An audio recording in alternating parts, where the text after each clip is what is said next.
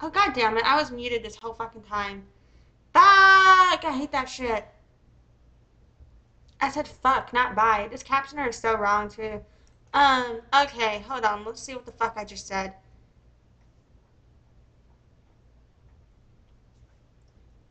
I'm just going to reread, what I said.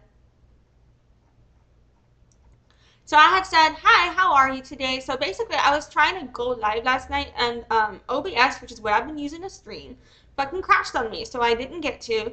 And I was, well, I didn't get to finish it, and I was really excited. I was about 3 hours deep. I was like 3.5 hours deep into the fucking live stream. And maybe it's a blessing because I didn't feel like I feel like I'm a little too emotionally attached. I didn't realize how triggering one of the topics I was going to be covering would be. I literally covered the topics I covered because I thought it would be a lighter hearted live stream in some ways, but then it ended up being like one of the topics, like one of the topics I knew was dark because it was somebody threatening somebody's life basically and put them in danger. And so that one I knew would be a darker one. But the other two topics, I picked them because I thought they would be lighter topics because I've been covering a bunch of darker shit. But one of those topics where I thought it would be just some wedding drama, it turned out to be much darker than that. And so I guess we're just going to go cover that today and we'll cover the whole thing. So I feel like I have a different interpretation of what of the comments than what the commenters, and I feel like that's pretty common in my life. Like I think differently than the people around me or the people I'm exposed to. I just have different thoughts about what the situation is. And for me, a lot of people are just like automatically on the OP side. Um, and then I was like, God damn it, I realized I was muted at that point. And then I reread everything that was said. And I'm going to go now, scroll back up real quick for those who are deaf and need to pause the screen to double check on what I had said. If needed, hold up.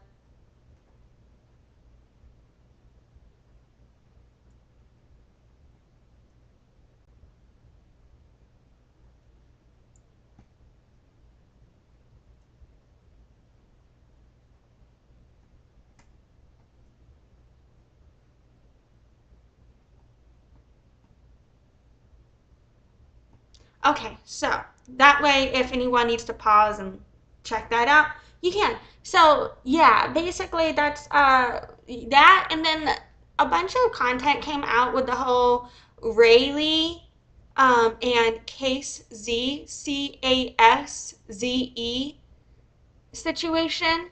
And so one of the videos about it I saw last night, and I covered that last night in my other video. And also, I'm rewatching that video during this live stream, and we are playing that at 1.5 speed. The video at regular speed, the unlisted video is linked in the description of this video if you need to check that out, if that's better for you. Um, so yeah, fucking the basically the woman who had stolen the dress from the designer. We're gonna talk more about that because I saw more content about that. One of those videos was last night, and then I've seen like I think probably 4 or 5 more videos today about it. And so we'll check those out and just see what more information we can get out of that.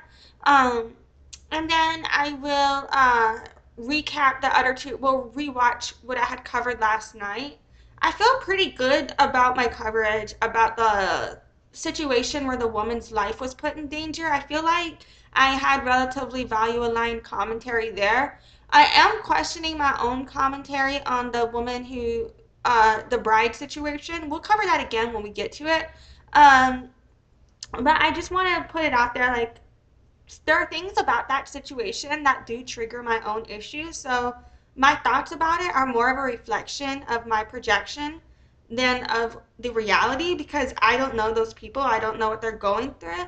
I'm just saying I was originally more on the OP side because if I just listened to her story alone, if I listened to her story without the receipts, I feel for her.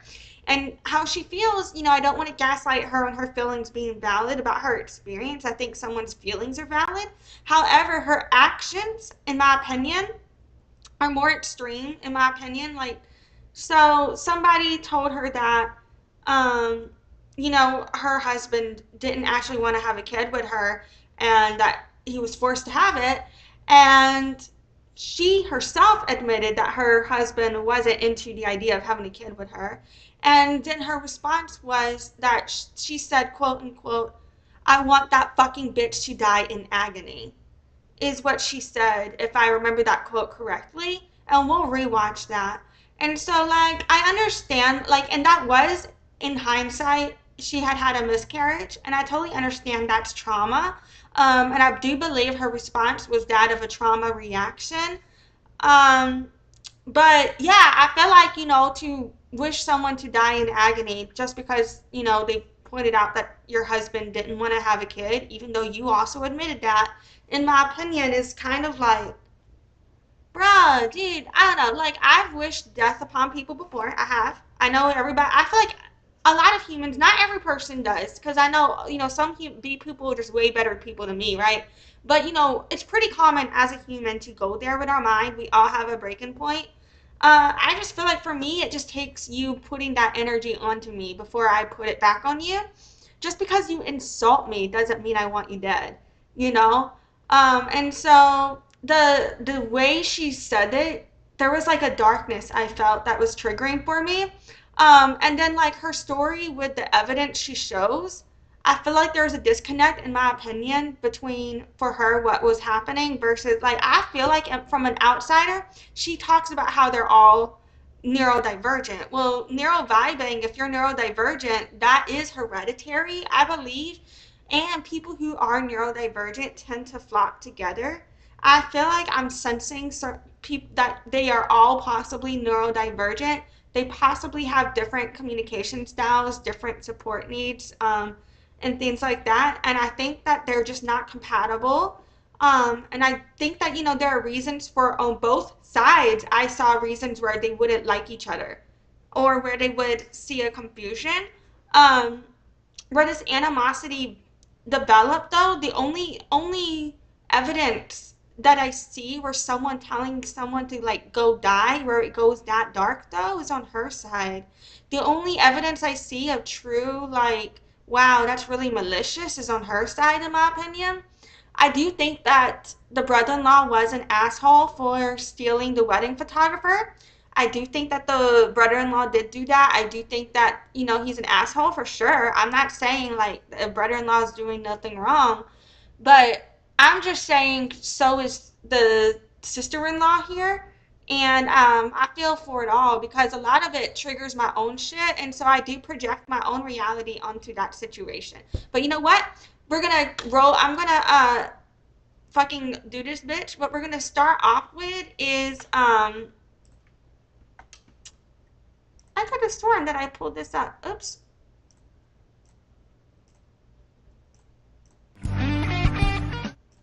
Sorry. My bad. I'm clicking all random shit now. My thing have disappeared. And now I'm just like clicking all the fucking buttons. My bad. Alright, hold on. Okay. I don't know what the fuck my computer is doing to me. Like yesterday OBS crashed on me and today it's crashed on me and I swear to God, I know how to use it. I know that like I was on the correct scene in the correct source. I had already pulled up the correct window. That's what we were on when the live stream started. So I go back to the scene and the window was fucking gone. And it wasn't because the window was minimized. So I was like, what the shit are you doing, OBS? And this is what OBS did to me last night right before it crashed, and then it had crashed on me and it was frozen on my side. And so I was like, no, don't crash on me again. Fuck. But anyway, so we're watching this at 1.5 speed. We're about to watch my original intro that I had filmed last night. And then we're gonna go into the first video that I had come across about Raylee ghosting a seamstress reaction. I'm gonna pause it right there. And then after I pause it, we're going to keep going into some news sources I found today on Raylee and Case Z. And then After we go over those Raylee sources, we'll keep watching the rest of this live stream to see the coverage on the streamer endangering the woman, and to see, and then we'll go into my original reaction to the brother-in-law playlist.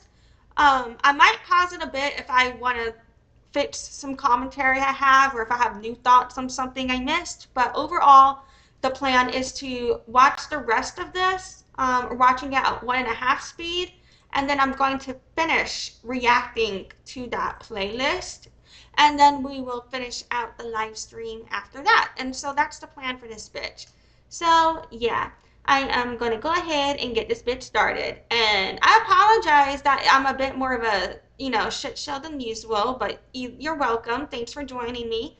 And I did try adjusting the volume again with my microphone. I raised the volume on that. And so we'll see if that was like helpful or harmful, because I thought that the other sound was kind of consistent, but then when it came to like, I felt like my microphone was way lower than like the media I was playing for me. Maybe I'm wrong on that, but so I try to raise my microphone volume to fix that. So if it needs adjustment, my bad. All right, here we go. Hi, how are you today? So today is a bit of a follow-up to yesterday, but also we're going to be talking about some other stuff. So yesterday we had talked about this lady named Raylee Rukavina, who stole from a designer named Case Z, and it's Case. Well, today I found another video about that situation, and so I figured we could take a look at that, and because it just gives me a bit more insight, in my opinion, to what I perceive potentially this person's personality or character. Um, and then I also another video came across my For You page about how a streamer dared a woman who happens to be homeless to jump into a lake to swim for $20, and this person can't swim, and then this person begins drowning, and she flees. So we're going to cover what occurred with that. Watch the video I see it's found on this that came on my For You page. And then after that, so I can't remember which of the videos, but one of these videos from the playlist about how a brother-in-law stole a photographer from Insecure Super Empath on TikTok is what this person's username is. I figured we could just check out this playlist. Now, the one video I saw, I can't remember which one in this playlist it was. Maybe I'll know it when I see it. It didn't give full context on what occurred. It basically, like the headline was basically just saying they stole the photographer, and so they were cut out. That's what I saw that video. But I don't know how the photographer was stolen or what the context means or like anything like that. So I figured we could watch the whole playlist. It's a first time reaction for me, and just see like. Well, like one of the videos I saw before, but the rest of the playlist I haven't seen. So, well, I figured I could just like you can watch me find out what the fuck happened, basically. So yeah, not last live stream, but the live stream before, we covered a case, and we ended up touching on some topics related to abuse and heavier themes. And I'm also just remembering now I did not adjust my volume.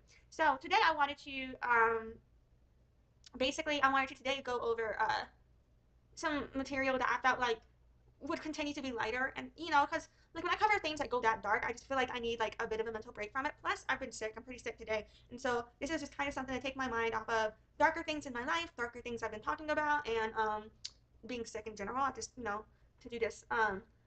So yeah, fucking, and I'm just remembering to like I hadn't adjusted the volume. I need to, because I'm realizing there was like a couple of volume adjustments. Well, now I think that my voice for the microphone volume is too low. um and so I'm going to try to remember to adjust the volume next time. Let me add that to my calendar right now. Oh shit, I forgot I have an orthodontist appointment tomorrow. Okay. So, um, it says organized. I said orthodontist.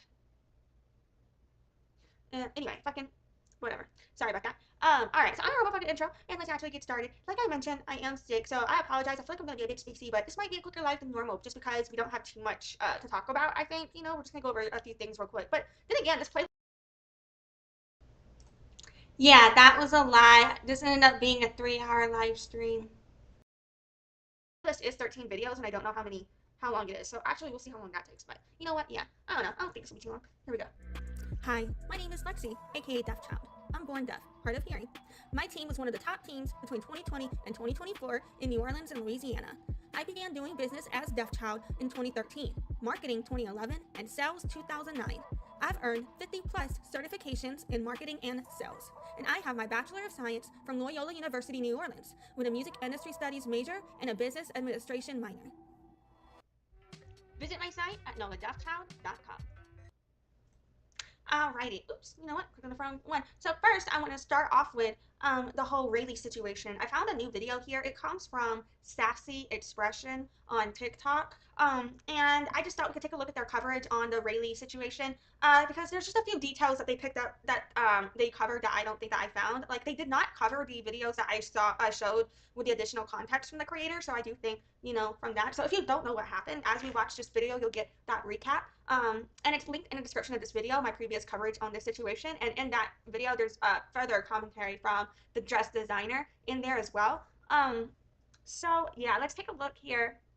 If you notice, you'll see a picture of the woman, Raylee here, who stole the dress. I believe maybe this person was able to find her Facebook before that was shut down. But there's a photo of the woman wearing a red hat that says, "I'm voting for the felon." In my opinion, I believe this is a Trump supporting hat, so that can give you a guideline as to her value alignment and type of character this woman is and what her moralities represent there, which I would say would be extremely lacking in my opinion. But you can kind of see, what that checks out. So yeah, let's see what Sassy Expression put together here. Hardworking and talented seamstress was left without pay after spending 5 months to make a beautiful dress for Raylee. Turns out Raylee received the dress and decided to block the seamstress on all socials. Apparently, the dress is for her wedding as a result of her engagement to David Wells in 2021. So as we notice here, there's just more photos that they have, like photo of the ring and a couple more photos of the bride here. And so fucking and that would be, is it legal for me to just call her a thief if she didn't get legally charged as one yet? I'm just questioning if it's legal for me to call her a thief. Because if it's legal for me to call her a thief, I think that applies. If it's not legal, I'm just asking a question. You know what I'm saying? I'm just asking a question. I just want to know so I know whether or not to accurately, appropriately label this situation. I'm just proposing this situation. I'm not trying to mislabel or misrepresent anything. I just believe that this person may have stolen the dress. I believe that this, based on what happened. Yeah, fucking. Guess what? The wedding is August 24, 2024. Talk about the audacity. So I did. And another thing that is covered here from Sally Expression, she also got screenshots from Yelp. She found the Yelp reviews, and a bunch of people went and left bad Yelp reviews about the situation too. And I already talked about in my last live stream, I did like even more discussion about how like what you do as a business owner can come back on you, and I feel like this kind of fits right in with that. You know what I mean? Some research, and she owns a hair business, and with that comes Yelp, and with Yelp comes reviews. Well, a lot of people had a lot to say about Raylee ghosting the dressmaker right before her wedding, causing her reviews to be 1 star. If she had intentions.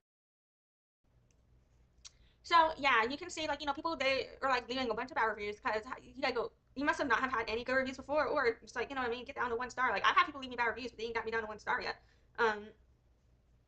So that to me shows like an extreme like for better or worse really pissing people off. But in this situation, it was for worse for her case. Like because sometimes it's not the worst thing to piss people off whenever it comes to value alignment and you're trying to get out of a certain group.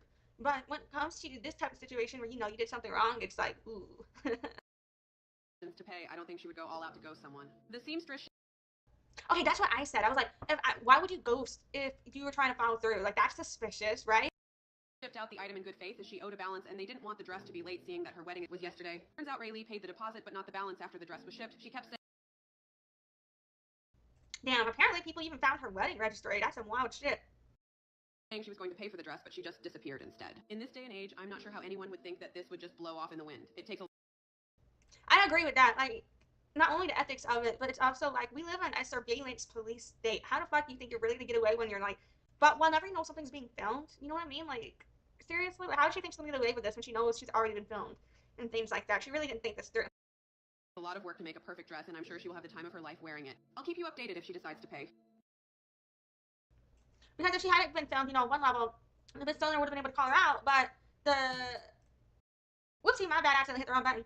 The business owner would have been able to call her out, but fucking wouldn't have been able to like share her address or anything like that, and so there would have been a way to get help with community on holding this person accountable beyond what the police will do. And the police, they don't always do shit. You know what I'm saying? Sometimes you do need that public relation involvement in order to kind of pressure the legal side of the community to want to take action for the community, right? If that makes sense, sometimes that does have to happen. And that doesn't even happen under colonialism. We want that to happen. Maybe it will, maybe it won't. But under colonialism, often, the system is meant to uphold oppression. So that's what it does.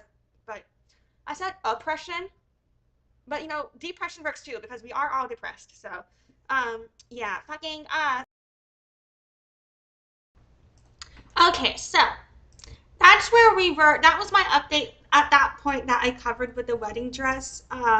Apologies again for the technical difficulties. And I'm also realizing now, watching this in hindsight, I probably fucked up with this microphone adjustment by raising my volume here because it looks like actually the media is way lower than my microphone. And so now I may have exacerbated that by increasing my mic volume here. So, oopsie.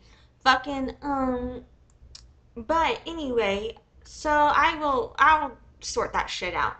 Um, so it looks like Case Z, Casze, uploaded a full story regarding the wedding dress thief on on TikTok, and it's linked in the description of this video. But next up, I figure we could do a little reaction to this full story, and I have not seen I found the videos, like they came across my live stream, but I didn't even watch this shit. I just saved the links, sent the links to myself, pulled them up, and I was like, all right, saving it for this video. And so yeah, here we go. So first off, I want to say thank you guys so much for the tremendous support, the amount of people who genuinely understand how much. She's saying, so first of all, she wants to thank us all for the support and the amount of people who genuinely understand her, I think. So it doesn't look like she has captions, so I am going to just kind of repeat what she's saying as we go, just in case anyone who doesn't have captions needs to understand. But yeah, fucking, and hopefully the captioner will be working on YouTube for me this time because it can suck ass, man. Alright, fucking, yeah, let's see. This has truly impacted me, and not only me, but my employees as well. As a Black woman-owned business, I couldn't thank you guys enough for vouching for me and fighting for me. And for those that are asking, it froze up on me, but she was saying as a Black-owned business, she couldn't thank people enough for vouching for her and setting up for her, and that it put her and her employees at risk as well. Let's see, we paused us here at the 17-second mark, so I'm going to refresh that. Come back to 17 seconds. First off, I want to say thank you. Pause on You me. got more. And she dressed without. Did she get the dress with? Okay. And for those that are asking, how did she get the dress without paying? The big question. I shipped it out of good faith. This was. So she was saying the big question for those who are asking, how did she get the dress without paying, and she was saying because she had shipped it. A rush order bridal gown, and we had a few days until her wedding. So once I shipped it, I wanted to make sure that there were no delays. And she was saying it was a rush order bridal gown a few days before the wedding, and so she shipped it because she wanted to make sure it was in time. Delays in shipment. I wanted to make sure she got it ahead of time. So I already sent her the balance a few days prior. The balance with everything else that's owed. And she's saying a few days prior, she sent the balance on everything that was. Didn't charge any shipping. She got that. I sent it via email. I sent it through text. I told her, review it, let me know. And then, I wasn't really thinking too much more about it. I was more focused on making sure the dress was perfected, making sure everything was good before I actually shipped it to her because I knew her wedding was so soon. So fast forward to the day I shipped. And she was basically saying she wanted to make sure everything was good before she shipped it to her because the wedding was so soon. And made sure that it was on on the truck and make sure everything was good. I sent her a reminder text and said, hey, just, making sure you got the balance, making sure you know the payment options. Here you go. So I sent a reminder. So the dress was overnighted. So So after she got it sent, she sent reminder notifications and everything about that, about the invoice, trying to get paid and all of that. And I had also previously discussed, like, it's easy to judge her for giving this away, at this price point without the full money, having sent without the full money. But at the same time, it's like at the luxury market, if you don't provide that level of service, some people will talk down on you for it. And so it's like you're damned if you do, damned if you don't on certain levels. You know what I'm saying? Because they'll see it as disrespectful too. mind you, when it's overnighted and I shipped it that night, it gets there the next day in the morning. So And she's saying it was overnighted, and so it was supposed to be shipped there and arrived and sent she was supposed to have gotten it the next. Leave it alone. I go to sleep. I wake up. They're a few hours ahead of us, so I send another text. Just, hey, the dress is going to be held at a location because I haven't received my payment, and then also I haven't received any type of confirmation. And so then she was now she's saying that she had told them that the dress was going to be held at a location because she hadn't received payment. So this part is where it gets to new material for me, because I don't feel like I knew that part before. So yeah, I wonder how the dress was given to her without payment then, because I thought it was like had just instantly arrived to her overnight. So maybe it arrived in the city overnight. Now this is where I'm a bit confused. And I provided a signature request on the dress, and I don't want the dress to be delayed if they try and deliver and y'all aren't there, because no one has texted me back. So I sent that text in the morning. So I called FedEx to hold it at a location, hoping they would possibly go ahead and pay me or correspond back. Oh, okay, so she was saying that if no one was there signed for the dress, she would want it to be held at the FedEx location. So that's what happened, and she was hoping that she would be getting paid from that. To me after I did that, because they went ghost as far as communication after I sent the tracking number the previous night. But then the issue was, because she sent them the tracking number, they ghosted her because they had that information. Right. So call FedEx, hold it at a location, and no correspondence back. So by the time now I think she's saying that she didn't get correspondence back from FedEx when she was trying to further discuss holding it. It got to, what time was it that morning? Maybe 11 my time. The mom texted me, was like, oh, I'll pay the invoice. If the dress is there, I'll pay the invoice. And I'm like, okay, cool. Like, I'll send you the invoice. Sent the mom the invoice. Sent her the details. And then I didn't hear anything back for like another hour or two. So now she's saying that that the mom was claiming to have paid the invoice. So cool. And I'm checking the tracking. I see that the dress has actually been picked up. So after I send that message, the update, like, hey, can I get an update on the invoice? I sent it to you. Did you get it? I don't hear anything back. Mind you. So after she's checked the tracking, she can see that the dress has been picked up. And before that, she thought that the mom had said that, she was paid. So she thought that the payment had been come through, but she goes to check the payment and she's not gotten paid yet. I know they got the dress. I see the signature request has been signed by, I think it was Jay Wells, which, her husband's last name is Wells.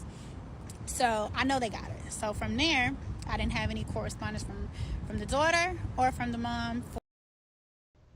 So she knows they got the dress because they signed for it. And at this point, now they've ghosted her.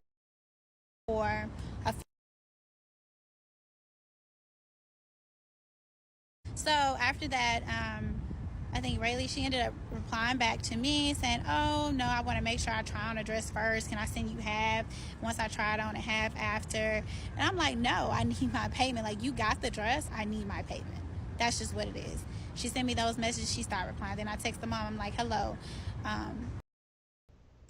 So she's saying that the communication she did get back at that time was they were trying to pay the rest of it at a later time, and she was saying, no, if you have the dress now, I need the payment now.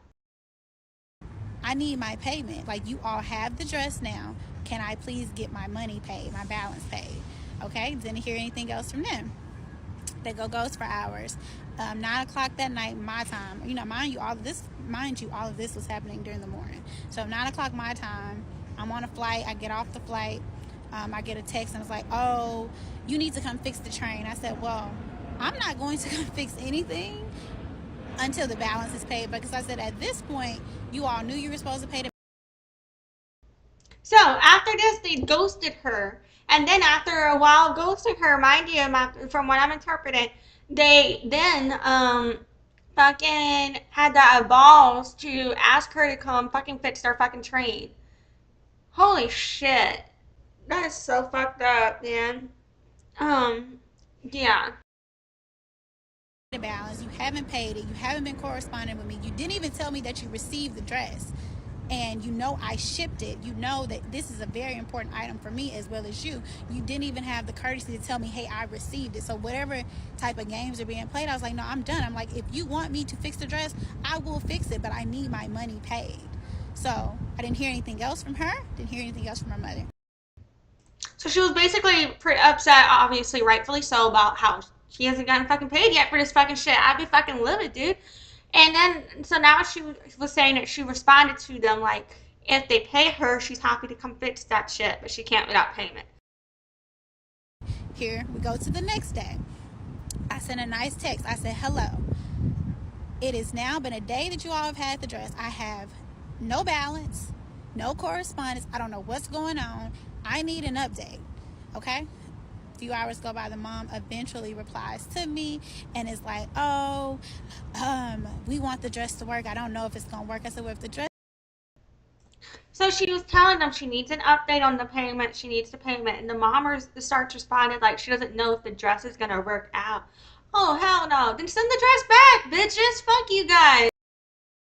This is not gonna work. And after they fucking fucked up the veil, send the dress and the veil back. She can refund you minus the cost for sending and for the damage you did. Why didn't y'all call me? I said, why didn't y'all send me pictures or photos? The dress was perfect. We fit the dress on your daughter several times before she left. There was nothing with the fit that we changed after she left our fittings. We didn't change anything. We only added the crystal and finished the dress up. I said, so the fit never changed because we did not adjust anything. And so now she's saying, in relation to them claiming they didn't know if the dress was gonna work, she's like, there's no way for that dress to all of a sudden not be working, because there's nothing that had changed to the fit. The only thing that changed was more crystals added. With sizing. So I don't understand how anything could have got from me with the fit model where it was perfect on your daughter before that at her fittings, which was perfect, it fit her perfect, and then get to you again and then it doesn't work. So it doesn't make sense to me. I'm like, why didn't y'all call me? Why aren't you sending me pictures? Why aren't you FaceTiming me? Why didn't you like? And she's also saying it doesn't make sense to her that if there's an issue with the dress, why didn't they call, send pics, FaceTime if there's an issue with the dress fitting? Take it to a seamstress or something like that. She's like, oh, we took. And she's like, yeah, why didn't you take it to a seamstress? It to someone. I'm like, but you didn't call me. I would come out there in a minute to fix that dress. Even though I was upset about the balance, if they really would have reached out to me and said that, I would have come out there, you know. But and now she's saying, even though she was upset about the balance, if they had reached out to her in a timely way, letting her know, she would have gone out there to fix that thing. The correspondence, the ignoring me, the not responding, not telling me they don't have the dress, it was all just so crazy. And I'm like, why would you wait this long to say something to me? Like, it does not make sense to me. So anyway.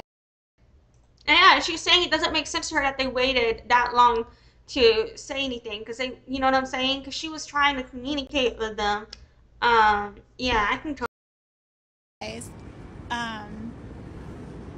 We get to maybe a few hours after that, I'm like, since y'all don't want to let me know what's going on, I told you, take it to a seamstress. You're denying that. She said no, she's not taking it to a seamstress. I'm sorry, I forgot to mention that. I'm not taking it to a seamstress. No, I don't want to. I said, okay, since you're denying that, just give me the dress back. Since something is wrong with it, y'all don't want to show me, you don't want to send me pictures, just give me the dress back. They said, no, send a shipping label. I said, no, I'm not sending anything. At this point, I done took enough losses. Y'all done played enough games. You ship the dress back by FedEx before they close at 4 o'clock.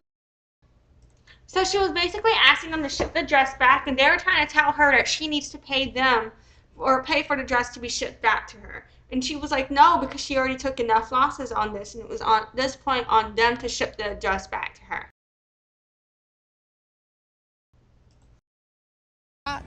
Or I'm going to get it. I already booked my flight because I saw the day prior that they were playing games. I'm going to come get the dresses out. She basically said she'd already booked her flight, so if they didn't send the dress back, she was going to go get it herself. I will give you time before it's time for my flight to board to send me confirmation that y'all are going to ship the dress back, since y'all clearly are saying you're not going to use it. Ship it back. Okay, I gave her time.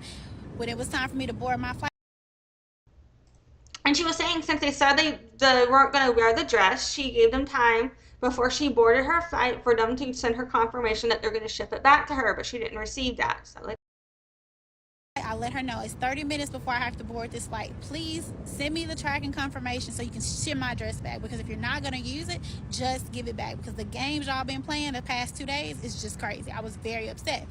Okay, so we get to the time to get on the flight. So I'm getting on the flight. I'm letting you know I will be there by 8:15 to retrieve the dress. So she knew because she was texting me and So she basically, they texted her, or she texted them, letting them know she's coming for her dress. She let them know what time, and they knew because they texted. Telling me, oh, what time will you get there? And she also asked me what time the FedEx closed. I told her, so she was very well aware that So she was asking what time she arrived and when the FedEx closed. So that means she was aware. Okay, up seeing. I was coming to get that dress because she didn't ship it. Okay, so once I got there in Grand Junction, I text her. I let her know, hi, I'm here. I'm here to get the dress. I text her from 8:15 up until 1 o'clock in the morning, every 30 minutes, to say, hello, I'm here. Hello, can you let me know where to come? I did not want to show up at anyone. So she goes to Colorado to get the dress, and she keeps texting her. She's here to get the dress, trying to find out where she can pick it up. Address unannounced or without permission. I text them every 30 minutes, Raylee and the mother, several times every 30 minutes, to let them know, please tell me where you are so I can come and get my dress. I'm here to get my. So she texts them every 30 minutes trying to go get her dress, letting them know she's here to get her dress and wanting her dress. I'm at the airport. I'm 10 minutes away. I was there to get my dress, and they would not correspond with me, and I'm going to show the screenshots. So from there, I have not heard from. And they didn't correspond with them. Whatever games have been played, I truly cannot tell y'all. All I know is the dress is stolen. I don't have the dress. I can't get any responses from her or her family. And so she's saying at this point the dress is stolen because she's done everything she can to get the dress back. So you can say, oh, she didn't pay for them to ship it. No, because she didn't trust them bitches. Why is she going to pay money for people she doesn't trust if she doesn't know if they're going to give it? So she literally took it upon herself to fucking go. You know what I'm saying? Wow. Members, I'm blocked on social media, all platforms, just like everybody else, and this was before the internet stuff started. They have not texted me, emailed me, corresponded with me. And so she's saying she got blocked on everything before the internet stuff started. So they can't even say, oh, the internet thing is why. No. That's why she took it to the internet, because she couldn't reach them. So where else is she going to go? You know what I mean? Said anything in regards to giving my dress back, paying the balance, or anything. So I'm in the dark about everything. So yes, the dress is stolen 100%. No one knows what even happened at that wedding because they won't post pictures. It's all a mystery. It's all crazy. Yeah, now she's saying the dress is stolen. No one even knows what happens at the wedding because it's all a mystery. Nothing's been published because they stole that shit. Because the thing is, if you didn't want it, just give it back. The games that were played, those days that they had the dress, to me, makes absolutely no sense. So that's the story. And also, for the people that really want to contribute and help out, I made a GoFundMe. I've never. This ties back to where I said I think they're devaluing her labor, because to act like they didn't want the dress or like there's something wrong with the dress is just so fucked up. You know what I'm saying? Like they're just devaluing her labor. They're just trying to steal from her. Done anything like this before. I thank you all if y'all want to help pay my employees and pay for the losses and the distress and everything that I've gone through. The link is in my bio. Thank y'all so much for going to bat for me about this. Unfortunately, I still haven't heard anything. I don't know what's going on. I don't know where the dress is. I don't have the money. So that is the story about the stolen dress. It is a stolen dress, 100%. I'm gonna post the screenshots in the next video. Thank y'all. She did say a link was in her bio, and she was thanking people for sending money, and then said the link is in my bio. I wonder why people are sending money. Like if it's to help with a legal fee, I think that's cool. Um, let's see. Let's check out the GoFundMe. Okay, so to help recover. Hmm. If people want to, that's on them. Okay, so they're doing the legal fees, the loss of property. I think loss of property shouldn't be something that should be like with the legal. So here's the thing, we just covered this in the Tawana versus Ohio versus Tawana Thornton case. Tawana did not have to pay back money she stole to this couple because the bank reimbursed them for it. So legally, if other people are paying you back for your property in your state, at this point now the state may not make what's her face pay anything back or give the dress back, because if you've gotten payment for the loss of property. I'm just saying that could fuck her up. I'm not a lawyer. I'm only saying for the precedent I know of, that's how in the Thornton case, that is literally how Tawana got away with not having to pay any money back. Because she she didn't have to pay any money back because the bank reimbursed the people that she stole the money from, and so she never paid the money back. You know what I'm saying? And so yeah, I'm just letting you know. Like, I guess since you don't expect to get money back from her anyway, perhaps that helps you out. But I will say, you know what I mean? On that level, I don't know if that hurts or helps. I don't know if that hurts your case in terms of holding her accountable, though. You know what I mean? Besides, I guess, fuck that the internet is now like knows about her, but I don't know. Does that make sense? Like, because I think there's a big difference between the internet, all of us knowing, versus if you were able to get that legal charge against her, it would follow her on paper for the rest of her life. And even though the internet is forever and everybody's always going to remember, there's only so far that there's going to be legal ramifications for her or anything that could help in regards to if she does this to others from just talking online. And I'm just projecting my own past experience with these issues onto this as well. Okay, so moving on, we also have one of the ladies from, is this pronounced Thresbo? Shit, I can't say that. I'm sorry, I feel silly, but whatever.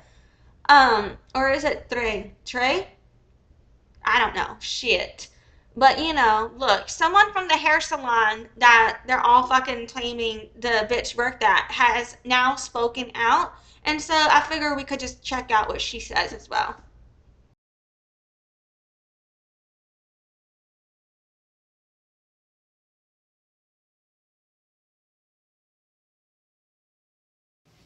Hi, this is Carly from Trebo Salon and Spa in Grand Junction, Colorado. First, I would like to extend my heartfelt apology to the designer that she is going through this. This is a horrible situation I couldn't imagine. But with that being said, I would like to let all of you know Raylee does not work at Trebo and has not worked at Trebo for 4+ years. So she is saying that Raylee has not worked at Trebo. That's how she's saying it for, I think she said 4+ years. And she says she was really sorry to the designer for what happened. She is a business owner here in the Valley, but has no association with Trabo Salon and Spa whatsoever. And they're saying she's a business owner here in the Valley, but has no association with the Trabo whatsoever. Except for, she does have an association if you admit she used to work together. But you could say she has no current association. You know, I guess I'm nitpicking, but you did just admit she was associated with you. You know what I mean? So, but because I guess I'm nitpicking because if you admit she's associating with you before and then trying to act like she's never associated with you or has no association whatsoever, but it kind of, for me, it's like, it brings me back to my Red Dress Run coverage where there was a transphobic post made on the Red Dress Run Facebook page.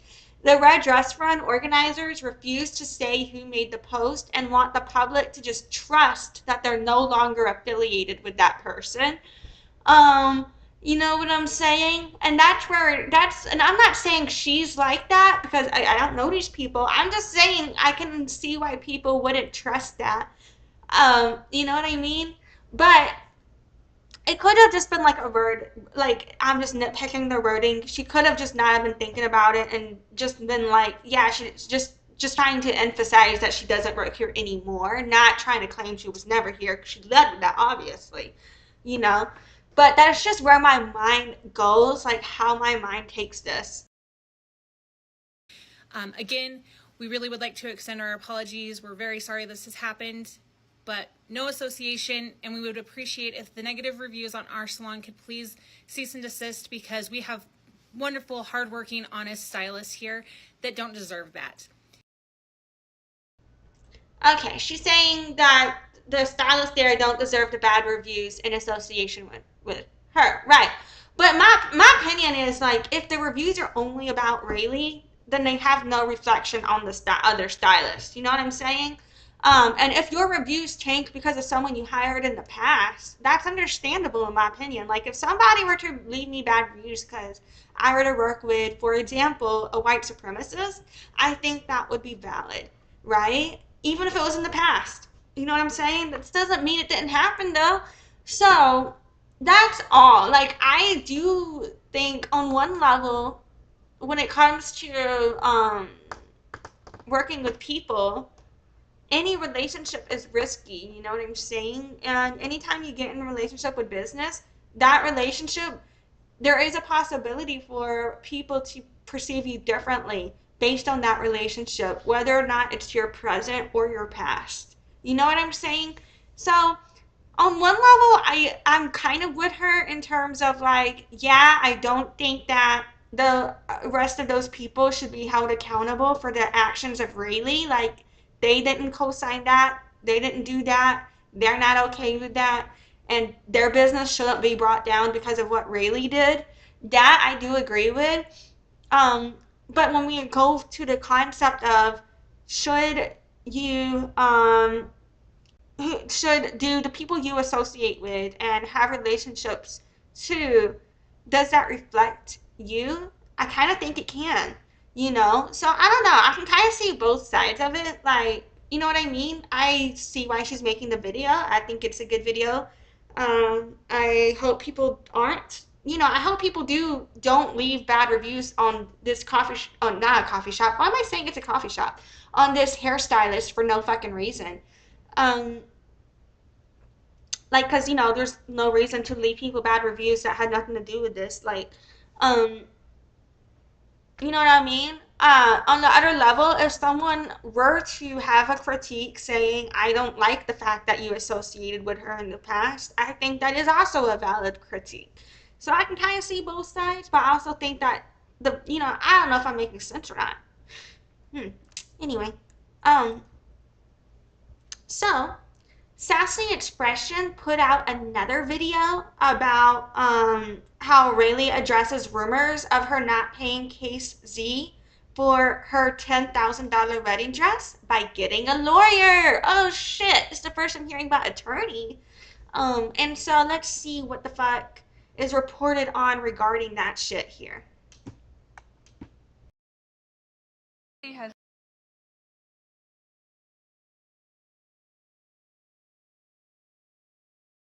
made her FB private. She made a statement, and I quote, "My business and personal social media accounts are being targeted right now.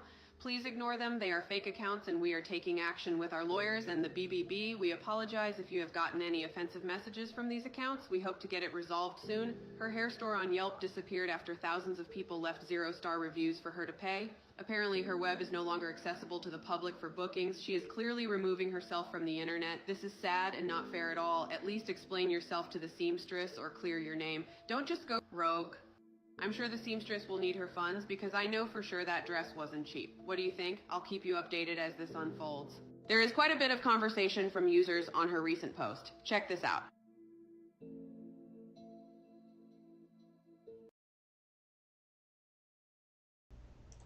So, she's showing screenshots of the Check this out. post, but doesn't say.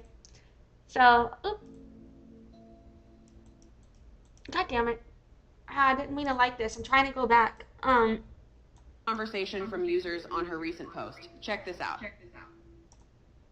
It's happened so fast I can't even pause it. After it goes check out, she immediately scrolls up and I can't even read what that first post was. And then just the fact that okay, here it is.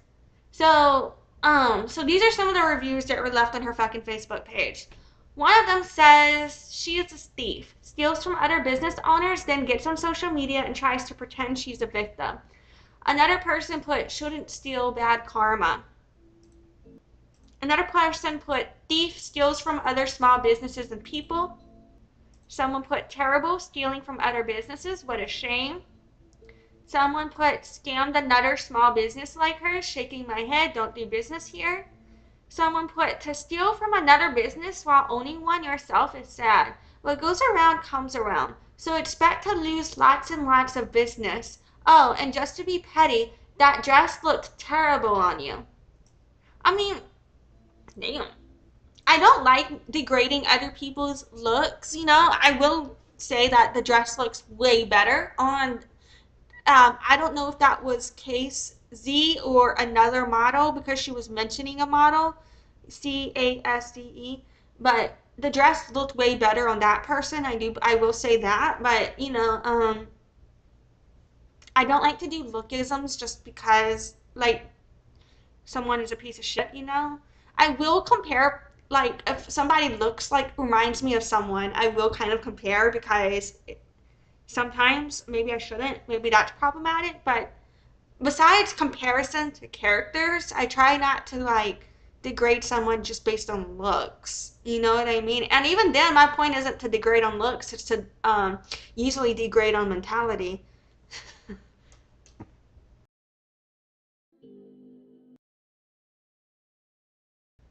So someone else says she's a wedding dress thief. Someone said do not recommend. She is a thief.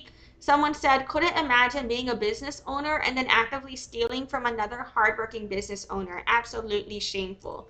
Someone else put just terrible. Imagine, shit, this went away.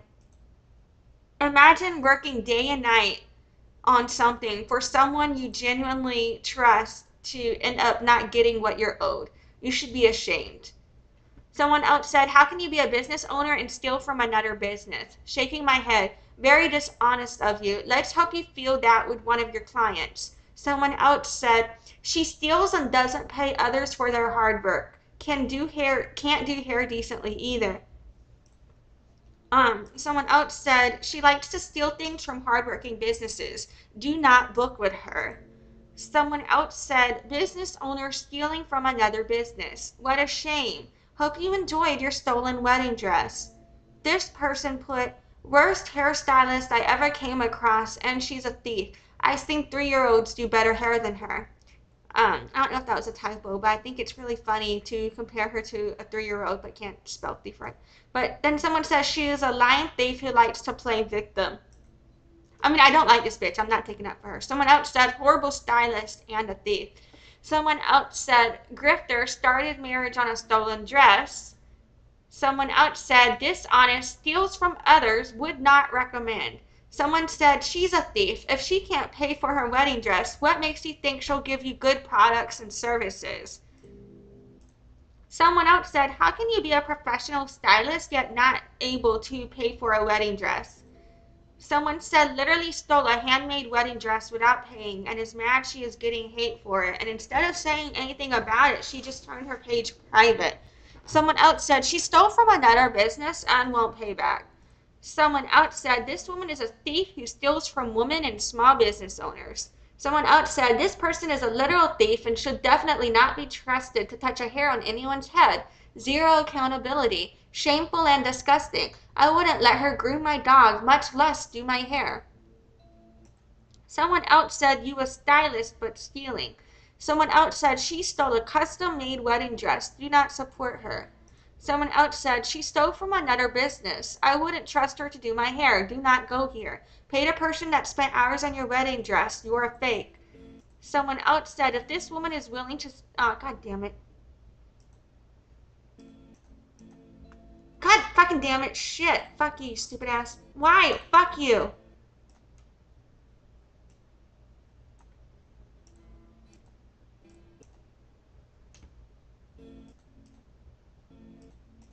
Why? Holy fuck, man. You can't even read that one. I'm gonna try one more time if I can read it. I don't think I can read this next one. Okay, I can right here. If this woman is willing to steal an expensive wedding dress that she commissioned, who's to say she's charging fairly or even doing a good job? Seems sketchy. I rather trust Joan Crawford with my own hair. I don't know who Joan Crawford is. Someone else said, I know for a fact you'd be mad if someone didn't pay for their hair. Why do that type of stuff to another? Pay the remaining balance for your wedding dress or return it.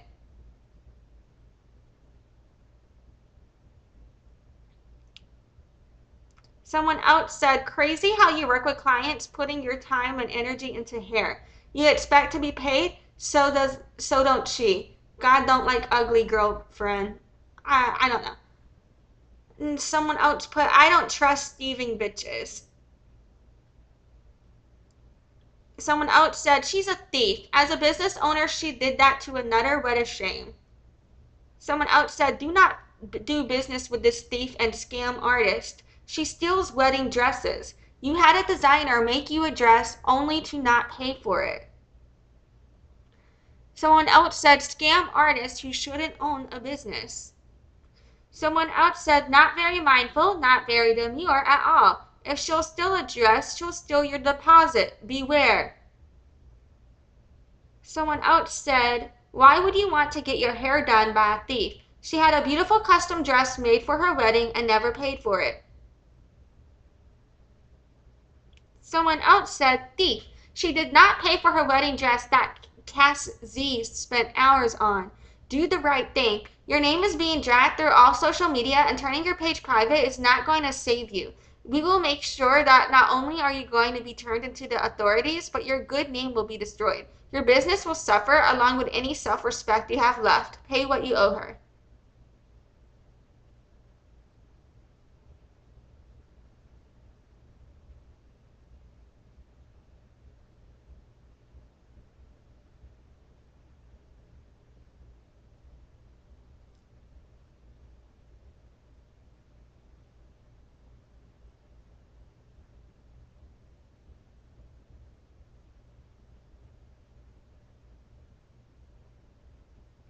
Someone else said she's a thief, steals from other business owners, then gets on social media and tries to pretend like she's a victim. Someone else said shouldn't steal, bad karma. Someone said thief, steals from other small businesses and people. Someone said terrible, stealing from other businesses, what a shame.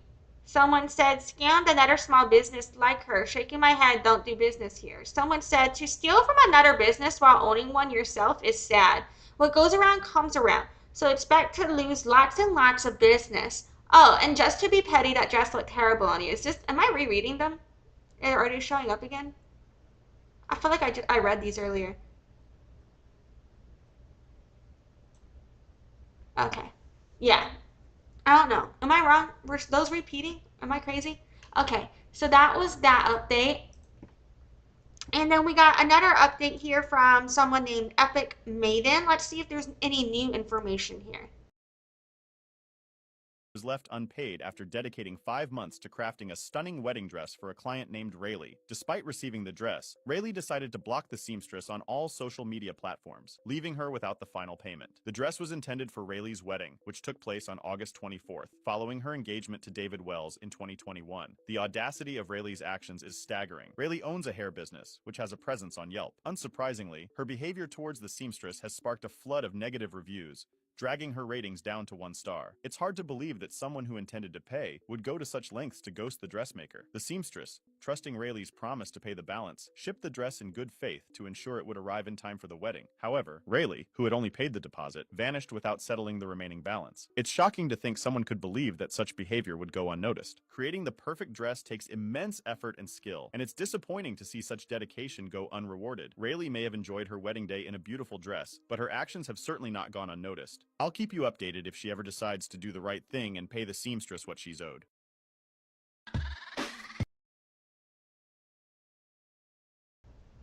So yeah, so that was all the updates we have so far. The last one was really just more of a recap, which we already kind of know, but I feel like that was a good recap because the full story that we saw of it in the beginning was a long one.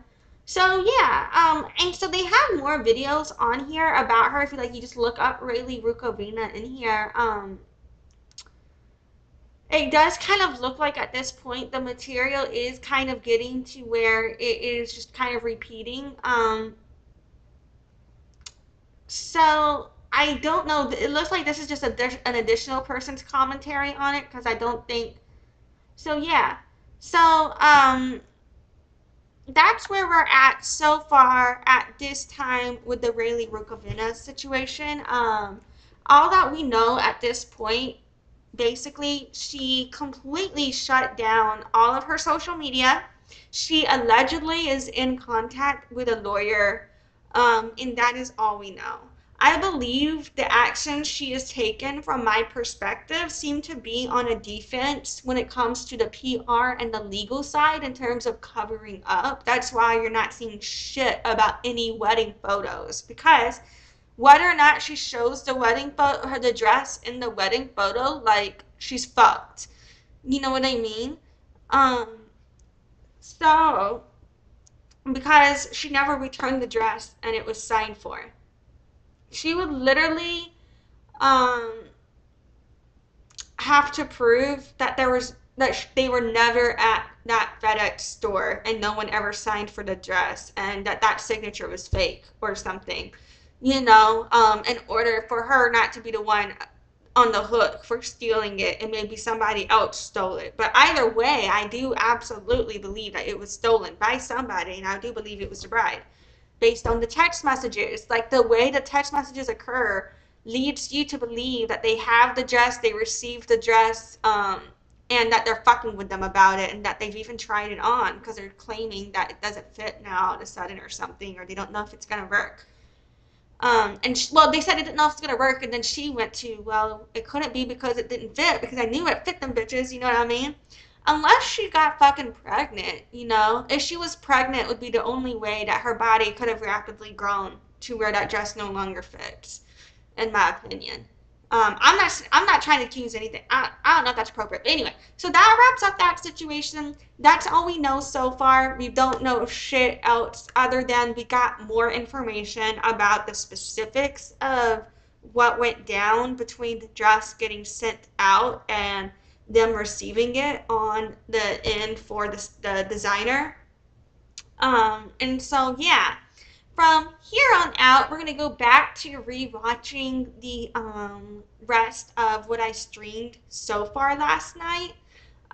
First, we're going to start with this situation about Natalie Reynolds.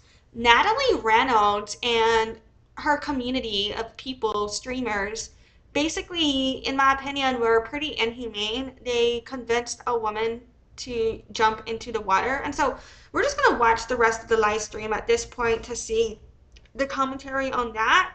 And then after that, we'll watch the reaction for the playlist about this wedding photography situation, where I went into it on the bride's side, and now I'm not so sure. I think they all may be perhaps problematic.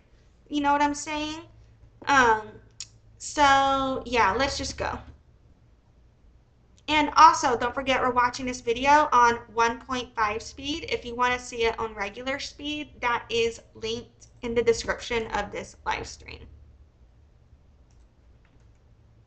But from here, I want to check out and thinking of like what leads us to being depressed in this type of inhumane environment we live in socially. From here, we've got this creator BNC_news on TikTok. Here, they put together a video about the situation where a streamer had dared a homeless woman who can't swim to jump into the lake for $20.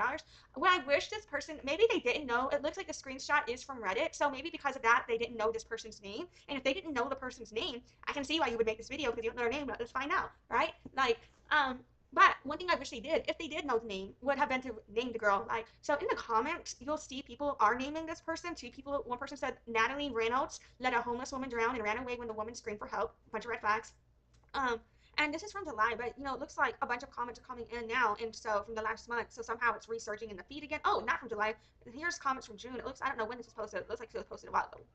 Oh, it was posted May 31st. I apologize.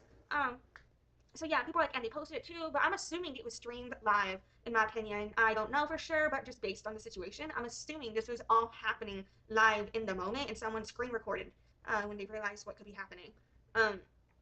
Is what I'm assuming, but I don't know for sure, obviously. All right, so let's just watch the situation. This one does not have captions, so I know it's a bit redundant, but I'm going to just kind of repeat some of the things that are occurring and being said just because if it doesn't have captions, I just need to make sure there's access. I don't think there's captions. Let's see. A homeless woman who couldn't swim to jump into a lake for 20. All right, so yeah, here, dude, he's just repeating what I had just been saying, that they had dared a homeless woman who couldn't swim to jump in a lake for $20 and then fled the scene while she was drowning. No. And then he was saying that, she fled the scene while she was drowning. So now it shows we have the streamer, Natalie, what's her name? Natalie Reynolds. And we have this woman here. No, all right. I can't tell what they're saying here, but I did see this girl like act like she was going to push her off, do the motion. She didn't actually do it, but she just acted like it. And it does seem like she's being very cavalier with even if it's like the life itself, like the quality of living and the life experience of this woman in this moment, and how being humane. I wasn't going to, because I really cannot tell what's being said here. my fever gets hot. You should just jump in right now. Lemon and jump in. Okay, I have no idea what the fuck they're saying, but I did, for the most part, except for I did just hear the blind chick say you should just jump in right now. I'm pretty sure I heard that. I haven't been knowing what they said, but I swear to God, I think she just said you should just jump in right now. She's like, okay, ready? Yeah, ready? And then I don't know what they said after that, but between what I don't know and when I knew they said that, then I don't know what they said. Then I'm pretty sure she said ready. Oh. And then this lady just kind of goes straight in. Many people were saying the woman had mental issues, and immediately after jumping in, she began. He's saying that many people were saying that she had mental issues, and and that immediately after she began jumping in, and mocking her and laughing. That Natalie was mocking her and laughing. I will say I do have concerns about the language and the way this woman's being discussed, and even the fact that we're showing her. I don't even know if it's okay for me to be showing her. It's the one time where I'm actually glad that my streaming service reduces the quality of the material I share, so I'm hoping it'll pixelate her more. But yeah, so I'm questioning all of this. It feels inhumane, but I feel like this needs to be talked about because of the way, in my opinion, what we're about to see here, with how Natalie Reynolds treats the woman after basically getting her to do this. In my opinion, we can kind of see her role in encouraging this to happen. I don't know. It just feels dark. Wait, what? Did you see? What? Oh, you said it was okay. You said you wanted to swim. So at first she's like, see, what the fuck, what's happening? I think is what she's saying, but I can't tell for sure. And then she's like, well, you said you wanted to swim, is what she said. You told me to jump in. I didn't tell you to jump in. I didn't hear what the lady said, but the blonde chick just said, I didn't tell you to jump in. Which is gaslighting, in my opinion. Yeah. Thank you guys. Wait, who is that? And then she's cursing and laughing. And when she realized she actually put someone's life in danger, this is how she reacted. And he's saying once she realized she put someone's life in danger, this is how she reacted. She would literally die. I can't tell what's being said at this point. No, stop. Seriously, don't stop. Please, you're actually So she's saying no, stop, seriously, no, stop. freaking me out. And then she's saying you're freaking me out. But in my opinion, her facial expression looks like she is smiling and laughing. In my opinion, the guy next to her, his facial expression looks like he is laughing. In my opinion, it's kind of disturbing for me to see. I was saying, like, I was wondering if I go full screen, do you see it better? Like, can you tell where they are smiling, in my opinion? Please. Please, God. No, she's floating. I don't know what she's saying. I thought I heard her say the word swimming. She doesn't seem to be upset, in my opinion. And in my opinion, his face doesn't seem to be upset either. Is this a new person? He wasn't smiling with an open mouth, but in my opinion, that looks like a closed mouth smile. Perhaps I'm wrong. But in my opinion, they don't seem to be upset. They don't seem to be. They seem to be more concerned with what, if they did something, like if this could come on them, covering, acting like they were involved, then like distancing themselves from any involvement in it, then like concern for the well-being of this person's life. In my opinion, based on this, in my opinion, they seem to be more of like laughing it off, like, oh, she really couldn't swim. Like the way they think that's funny, like they're not processing how serious this is just kind of like disturbing to me. Like, how do you not process how serious this is? Or if you understand how serious this is, how is that your response, right? She says she's drowning. Nope. Oh, this is bad. And instead of trying to help the poor woman, they decide to flee the scene. And now he's saying instead of trying to help the poor woman, they decide to flee the scene. Really? Oh, this is bad. Dude, Dude, I'm sorry, I didn't know. She said she's drowning. She said. And now she's saying, yeah, sorry, I didn't know. They say she's drowning or something like that. I'm like, what the fuck? She's drowning. I think you literally just heard her. Okay, even if you didn't know, if you know how to swim, why the fuck didn't you go try to help, bitch? Like, what the shit? No, I didn't. I swear. And now she's saying, no, I didn't, I swear. But in my opinion, she doesn't seem to be upset. She seems to be, like, excited. She may be perhaps emotional, like, emotions are intense and heightened at this time. You can tell she's feeling heightened sensations, but she doesn't seem to be sad for the woman or concerned for the woman. She seems to think it's more, like, in my opinion, she was laughing about it, smiling about it, and now she's like, I didn't know it mattered, in my opinion. She doesn't seem to be concerned with, is that woman okay? She seems to be concerned with, well, do I have to be here? What? No, I didn't. Let's go. And it kind of, in my opinion, sounded like she was laughing whenever she said, let's go, and ran away. But she's also turned away, and I'm deaf, and I can't hear shit. And I'm just saying, but to me, it kind of sounded like she was laughing. Oh God, she's drowning in the lake. Then they were screaming, I think they were screaming she's drowning in the lake as they were running. And it's alarming. All of those people are suspicious to me, not just Natalie and Reynolds. Whoever those other people are suspicious as well, in my opinion. Who's the person that filmed, though? As they were leaving, they noticed a And he was saying, as they were leaving, they noticed fire truck going in the direction of the woman that was drowning. that as they were leaving, they noticed the fire truck going in the direction of the woman that was drowning. And now I'm thinking about, okay, I know I don't like the three people I'm seeing in the camera, right? Gray shirt, black shirt, and blondie. I know I don't like them three because their reaction concerned me. But the person who's filming, I can't decide how I feel about them. On one hand, they're why we have evidence of this. On the other, they stayed with them fuckers. I can't decide how I feel about them. God, there's a fire truck. Nah, this is bad. Natalie, wait, this is really bad. Okay, here they're saying this is really bad.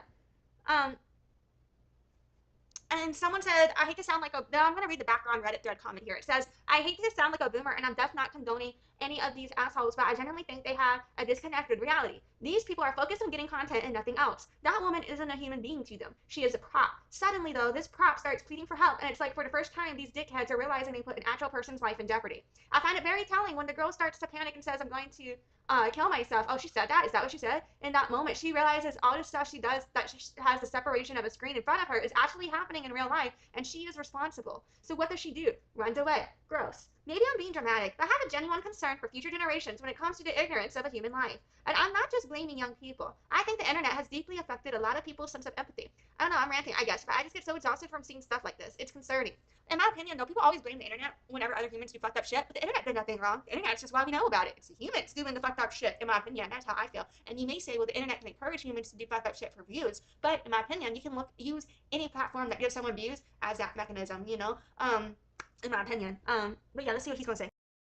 I think this comment says it the best, that these streamers are so disconnected from reality. Okay, he was saying that this comment says it the best because these streamers are so disconnected from reality. And just so focused on getting content that they start losing their humanity. And they're so focused on getting content, they start losing their humanity. I agree entirely.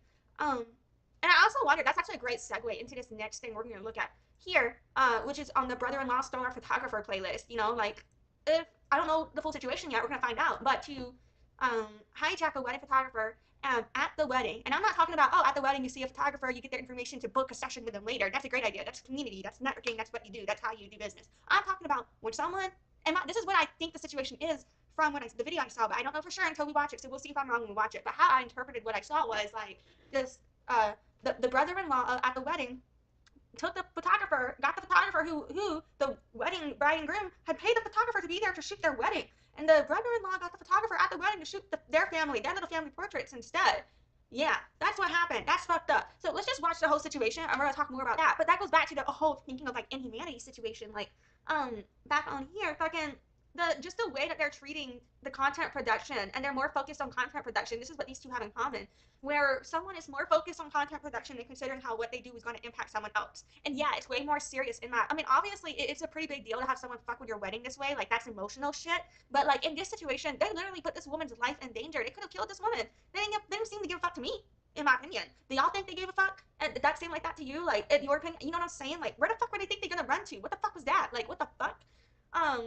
Yeah, there's just something very disturbing about that response. Let's say you really are that young and dumb. You haven't dealt with real world shit. So you're not thinking about real life trauma because you haven't been exposed to it.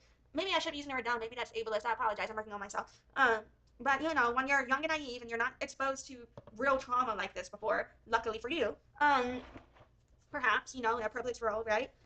Like, and you really don't get it. Like, I can kind of understand the first part maybe, when you're really, really ignorant and you don't understand that swimming is actually a serious thing, because some people don't understand how serious it is to go swimming, you know?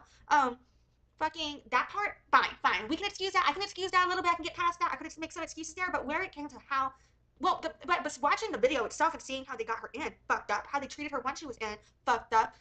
Trying to get a homeless person into the water for your content to begin with, fucked up.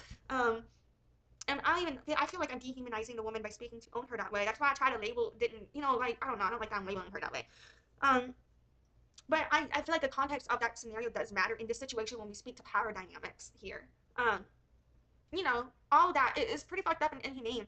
And so, like, yeah, I know I said I wanted to cover some lighter material, and then here we go, let's cover some possible dangerous shit here. But in my opinion, it's just like, it kind of ties back to all the value alignment I've been reflecting on in society, in community, in business, and thinking on how do we impact others with what we're putting out into the world. I think that's a great example, and so is this next video here with how apparently this person's brother-in-law stole their photographer. Well, the next.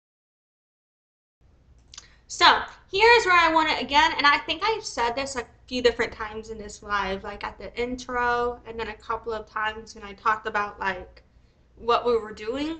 But I really want to reiterate, you know, when I watched this, as I was watching it, you know, like, I've been dealing with mental health sickness, and so, I watched this because I was thinking this would be something funny to check out too, because the first video I saw was funny, and I thought it would be like something where I was on the wife's side, the bride, I don't know, sister-in-law, wife, bride person side.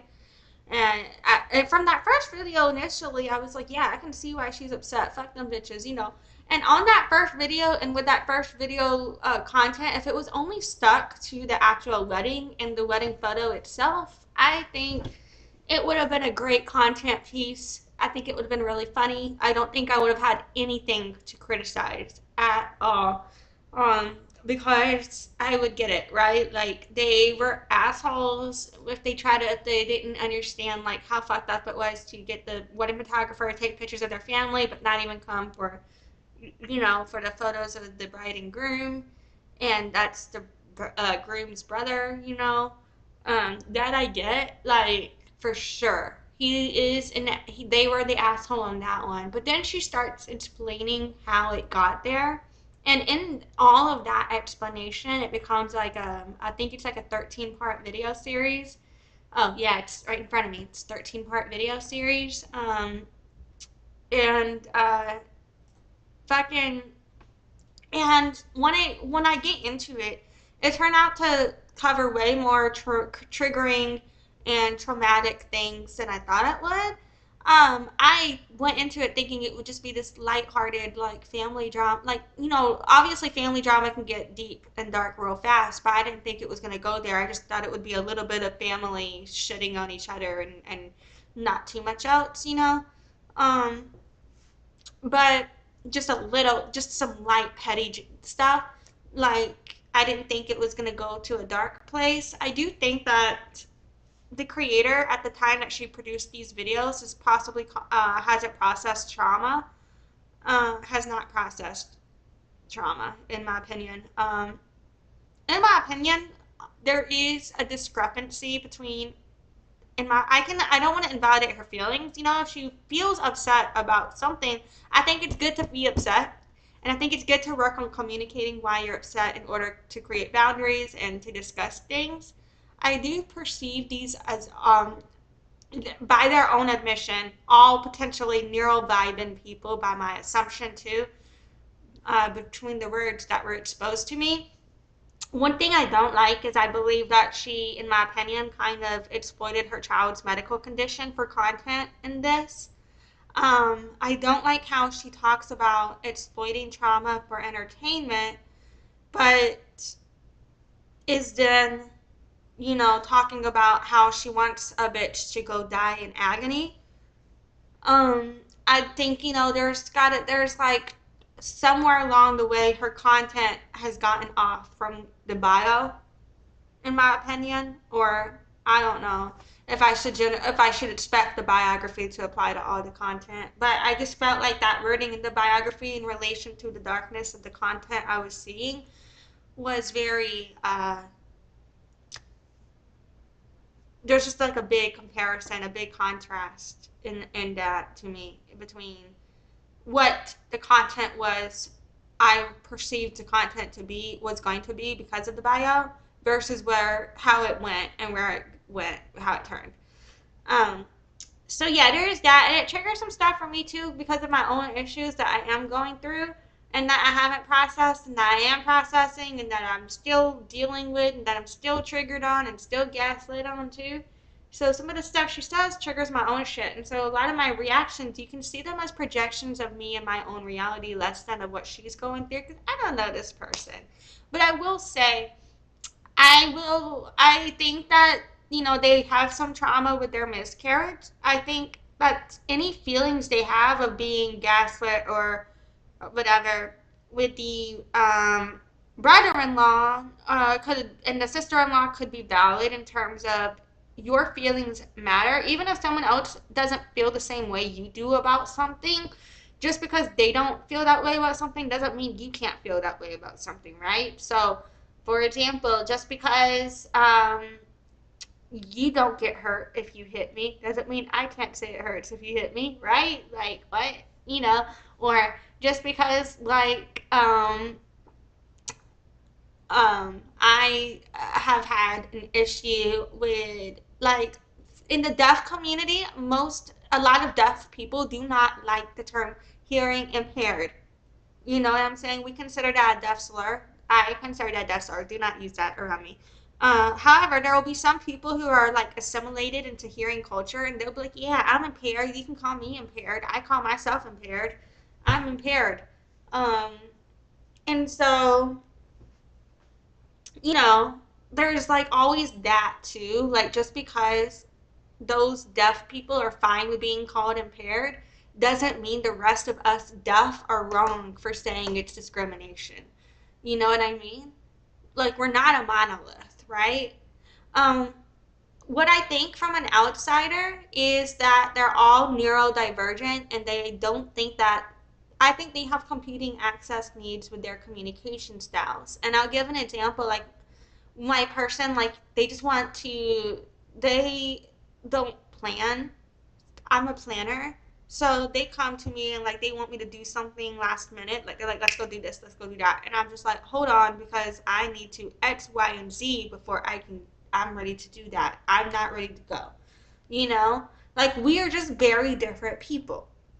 Um, and so sometimes there's friction with us due to that, but we work it out because we understand how to communicate with each other's mental health and with the way each other moves in society. Um, you know what I'm saying? And I just feel like these people just don't get along in order to do that. Because for me, where if you just listen to the story alone, I'm like, yeah, man, I agree with the bride. But when I look at the story and then I read the receipts for myself, I'm like, I think this is a misunderstanding. And I can understand why the bride would be upset based on her own feelings and her experience or how any words might impact her. But I think she takes it to a very dark place, and there's been no evidence shown for me to see why she would go that dark. And so there are just some things where I see a discrepancy that I find a bit alarming. Um, Whenever I did my initial reaction, some of the things she said triggered me a bit. So you're going to see that when we watch this video. So, we'll let that marinate. I know I'm talking about this long enough, so I'm just going to play the goddamn thing. And I apologize. So we're going to watch most of this, and then I want to finish the end of it. I might just try not to interject with more commentary because I've talked long enough. And I don't want to make this even longer than it's gonna be. Like this might be my second longest live stream ever, but yeah, fucking I'm just gonna go ahead and do the damn thing. I apologize. Next series of videos, I should say, the next playlist. I think this will be a good example too. From if how I felt when I saw that one video I saw, but I actually don't know the full story. So let's see what happened here because maybe I'll change my mind as I watch this. I could watch this and be like, she's overreacting. But you know what? No, I don't know what happened. From what I remember agreeing with the poster though, with what I saw, being like, oh, that's so fucked up. I'd go crazy. I remember thinking that when I saw it. But yeah, let's see what I think now when we go watch everything. So the petty Oh, good. This one has captions. gods are having their way with me, and because we found out that my brother and sister-in-law hijacked our photographer out of our wedding to get personal photos, and for Photoshop, I've decided, nah, you don't get to be in family photos either, just like you excluded us from family photos at our own wedding. And You know what? I think this is the video that I saw. now, because there's a great sale that I found online, I'm going to be taking that image and printing it out on a canvas to give everybody for Christmas gifts. I believe in holding grudges. I'll heal in hell. So the pettiness gods are having their way with me, and I love the last line. And someone here says the first comment. It says, not gonna lie, I believe in grudges. I'll heal in hell is an amazingly hard line. Where's the dude that collects these? So yeah, this is the first video on the playlist here, and I think this is the first video I saw about this. I love this dress. Fucking so yeah. And then there's like it looks like the comments here are people either telling their story, um, or whatever. But one person said, wedding photographer here, and this happens all the time. It's gotten to the point where I ask bride and groom if they're okay with this, and I've added it to my contracts. Right. That's a good idea. But honestly, in my opinion, part of this is on the wedding photographer too, because the wedding photographer, I'm not going to go spend my client's money or hours where they don't want me. If I do anything on my client's budget or on my client's project tracking, I get that approval on what I'm going to do before I do it. So I'm not going to be charging them for shit they don't want me to be doing. You know what I'm saying? Any service provider should be doing that. Like, you can shoot the wedding. If someone's trying to come to you to shoot their family at the wedding, and it'll be different. It's just one picture. But hey, can you take a quick picture of us?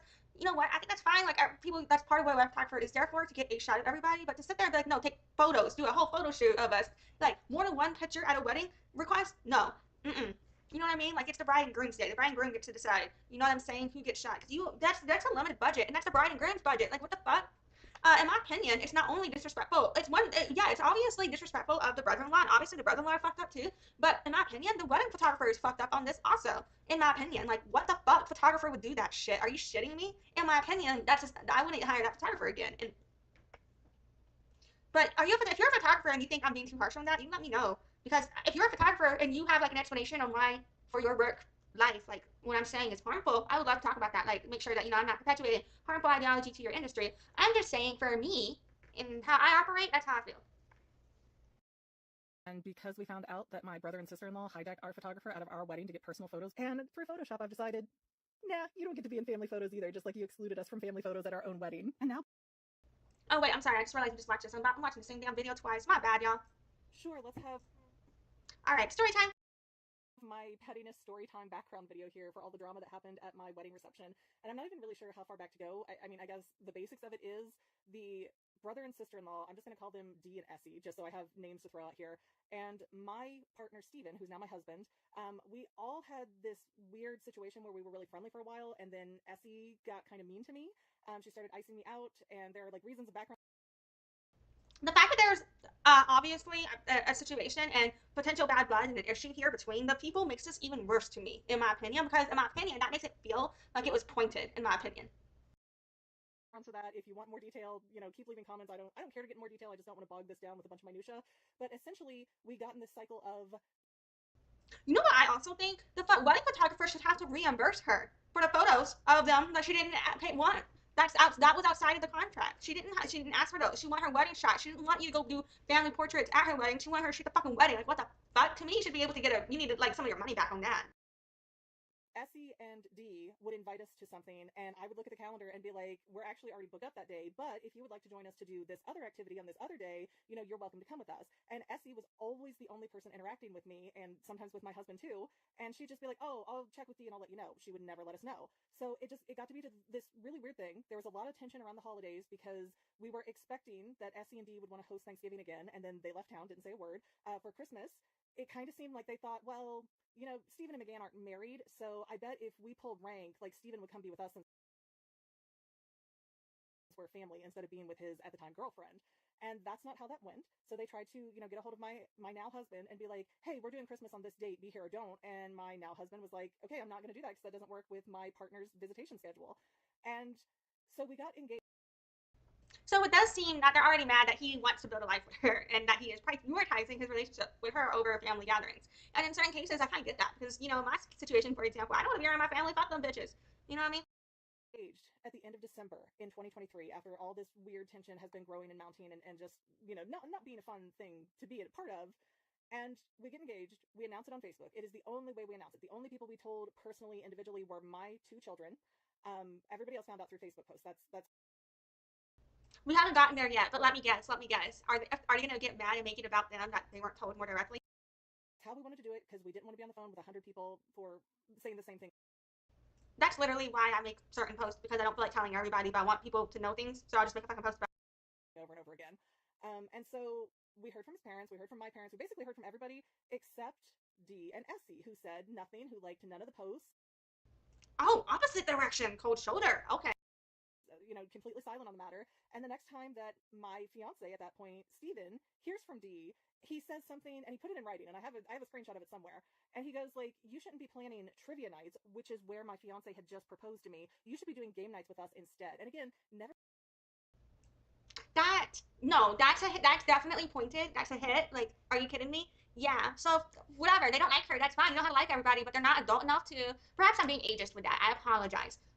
They're not being, they're not communicating how the fuck they feel. She can't read the damn mind. You don't have to like everybody, but if you're not communicating issues with people, then it's not their fucking problem to read your damn mind. You know what I'm saying? That's your fucking issue. Never said congratulations. Never acknowledged us getting married. It was really weird. And right, that is weird. Like if I'm getting married and you're not, and I announce it and you don't fucking congratulate me, but you're talking shit about the way I got married, I'm gonna be like, fuck you. D is already very entitled and mean-spirited to Steven, so I don't love being around D to begin with. And Essie's kind of mean-spirited to me in more recent times, so I don't love being around her to begin with. And it just kept kind of.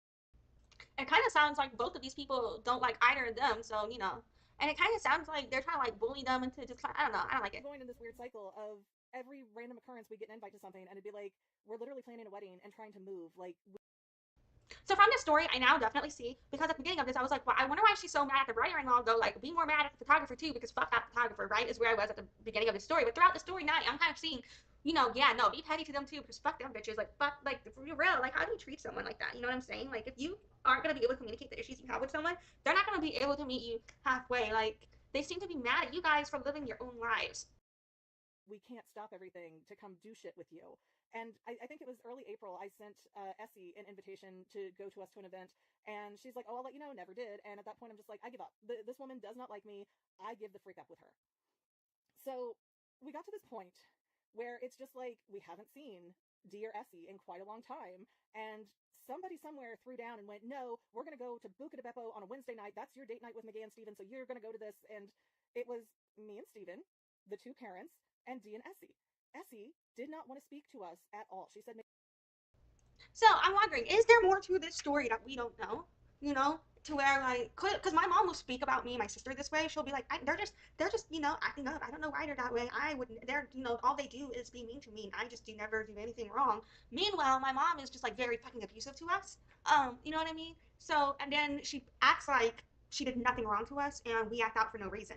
So part of me is like, without the other side coming out, I'm like, part of me wonder, like, could feel that being a possibility. And I'm not saying she's this way. I don't know her. I'm saying self-projecting my own issues. What if that was the case here too? But then again, it's like this. We haven't seen other sides of this story yet. So why aren't they coming out with another side if there is another side, right? You know what I'm saying? Is it to protect their own privacy, or is it because they know they're in the wrong? You know what I mean? Like, on my side, my mom would try to act like, she did nothing wrong to me, but I don't shut the fuck up about it. I hold firm about the shit that I'm upset about. You know what I'm saying? And so it's like, if there was a valid reason they had to be upset with her, why wouldn't they come out with their side? Like, if she was going viral, because the first video we looked at had millions of views. So if, someone was going viral for talking shit about you, wouldn't you come out with your side? Right? Like, because even if the public doesn't know who she is, everybody that knows this person knows who she is. You know what I mean? So fucking anyway, but yeah, that kind of does all that to say I do from that kind of that does lead me to believe more and more like, okay, well, what they're saying could be very valid. Although I don't know for sure if I was there. maybe 2 sentences the entire dinner, and it was very uncomfortable. Like, she very clearly was just like, don't want to be here, keeping my head down, don't want to even talk to these people. And D was very much giving me the impression that if he could have shoved me out of the table and just had Steven all to himself, he would have done that. Just again, I think that's problematic. Like, I've had my twin has dated men and had husbands and people I don't like. Like, I think a few different people are fucking abusive. So I fucking hate them for those reasons, right? Like, so you put your hand. But so in a situation like that, I get where you're like, no, you don't want your sibling to be around that person. But other than that, if you're just territorial because your sibling has a partner, in my opinion, that's really weird. We left feeling really tense, like there was a lot of animosity and everything. Like, Essie and I both have Jeeps. I left her a duck on her Jeep to be kind of a cute, like, maybe she's having a bad day kind of thing. Never got acknowledged. And it's just like, what are we getting together for if it's just to be tense? And I do understand that. That also believes me to believe her too, because I used to be around people who would want me there for the photo, but if I wasn't smiling, they acted like, I was overreacting about anything I had an issue with. Like, I was never allowed to speak my concerns about things or anything like that. They just kind of wanted me there for photo op. And so, it's very tense when you're around people like that, like, where you can't be yourself. and it's just for show, and like nobody's actually enjoying anybody's company, because that's the reality of the situation that we're finding ourselves in. So anyways, we get to our wedding, which is a different day than the reception. Everything's fine. Again, not really hearing anything from D at all. I think Essie might have liked some posts or like left a congratulations comment somewhere, but again, the brother is staying silent. I don't think he ever said congratulations, nothing. And his brother noticed, like Steven noticed, he was really upset about it. And so then we get to our reception, which is about 2 months after our wedding, and Did they just say, she just say her reception was 2 months after her wedding? I've never seen that done before. That's interesting. this is the first time that we're seeing them since that really weird tense dinner. And I did the seating chart, right?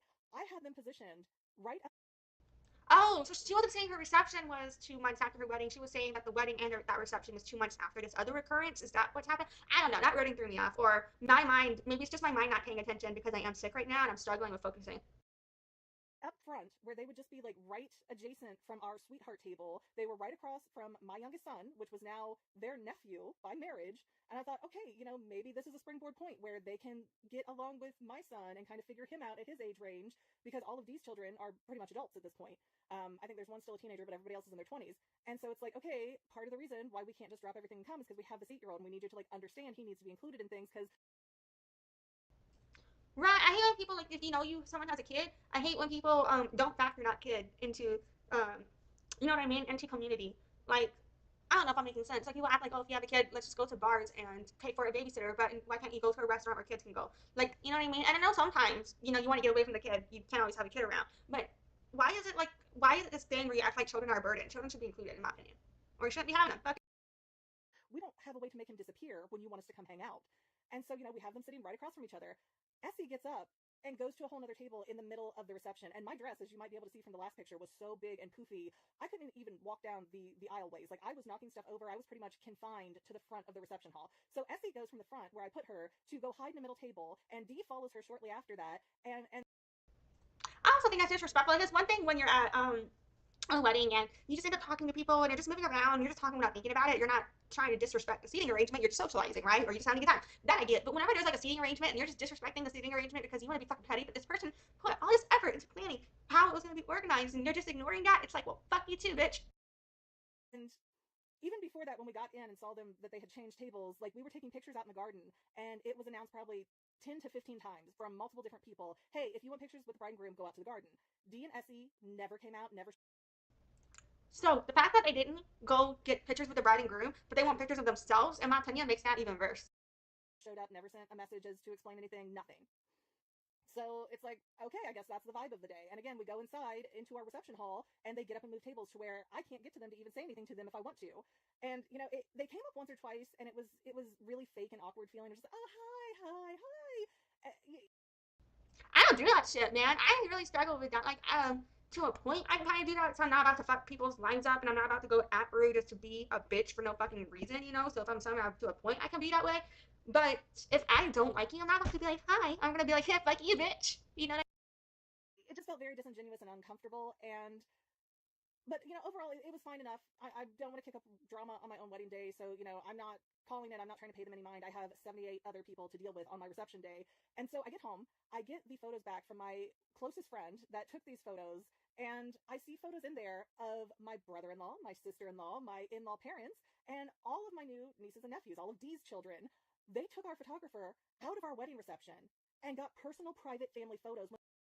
I would have lost my shit. And also, that wedding photographer, in my opinion, should be put on blast so other people know not to book that wedding photographer, and other people are aware that that wedding photographer will do that to them. In my opinion, your wedding photographer owes you money. For if you were paying them to be shooting your wedding and they were shooting those family photos instead, they owe you fucking money, in my opinion. Like, what? Are you fucking serious? The photographer should give them that fucking money back. Are you serious? When those motherfuckers would not even come out to take pictures with the bride and groom. And after they did that, I have my mother-in-law coming up saying, oh, we want family photos, so come outside now. And I'm so irritated. I would have lost my shit on them. I wouldn't have been like, oh, let me fake it. No. It would have been like, you can be a real bitch or I'm gonna be a real bitch. You know what the fuck I mean? Because I have all these people, we're about to wrap up all this stuff at the reception, and now she wants me to go outside and take photos because they couldn't be bothered to come out before. Yep. Nah, there would have been a fight then and there, and I would have been letting the wedding photographer know then and there. This is unacceptable. And so I'm annoyed, but we go out, we take the photos, whatever, is what it is. And I find out later from my photographer friend that, yeah, she took those other photos because Dee was up in her personal space as somebody who has been abused before, would not leave her alone. So, okay, now she's saying she's defending the photographer, saying the photographer's been abused before and that the brother-in-law wouldn't leave her alone. I can kind of understand the photographer caving in because if she's dealt with abuse, there's a lot of pressure, it's a social event and stuff. I can kind of see that, but still, at the end of the day, even if you cave in, it's on you to go invoice them. You're like, I have mental health issues and it's fucked with my business too.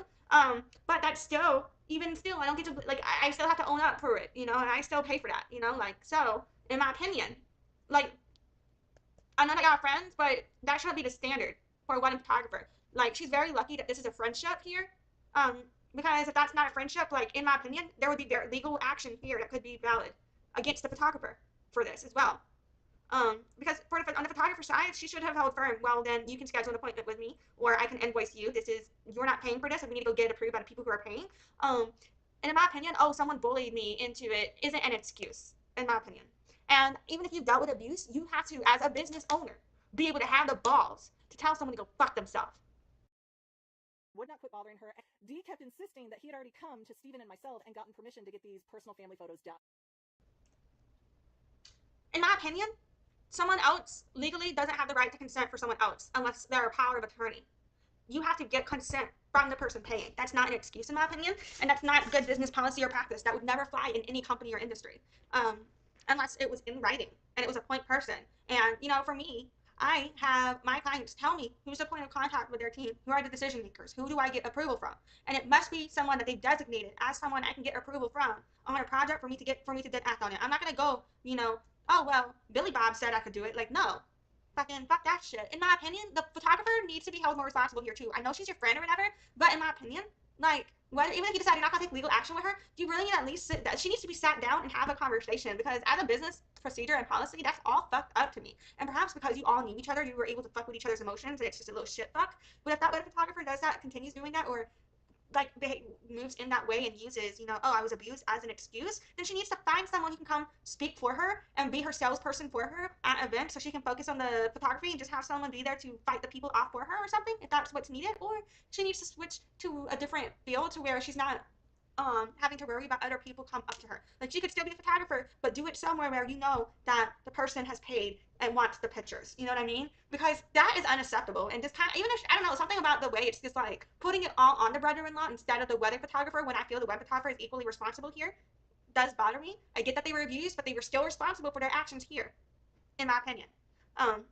You know what I mean? Like, I've been abused, but if I fuck up a client's work, I'm still responsible for fucking up my client's work. The fact that I was abused, even if I'm having a mental breakdown and that impacts me fucking up my client's work, that I don't get to say, well, I was abused, you know what I mean, and then not be responsible for the work I fucked up. And I think the fact that they're friends, she is kind of like, that's And when Dee's wife, Essie, saw my TikTok video originally talking about it, and they're like, hey, what happened here, photographer friend?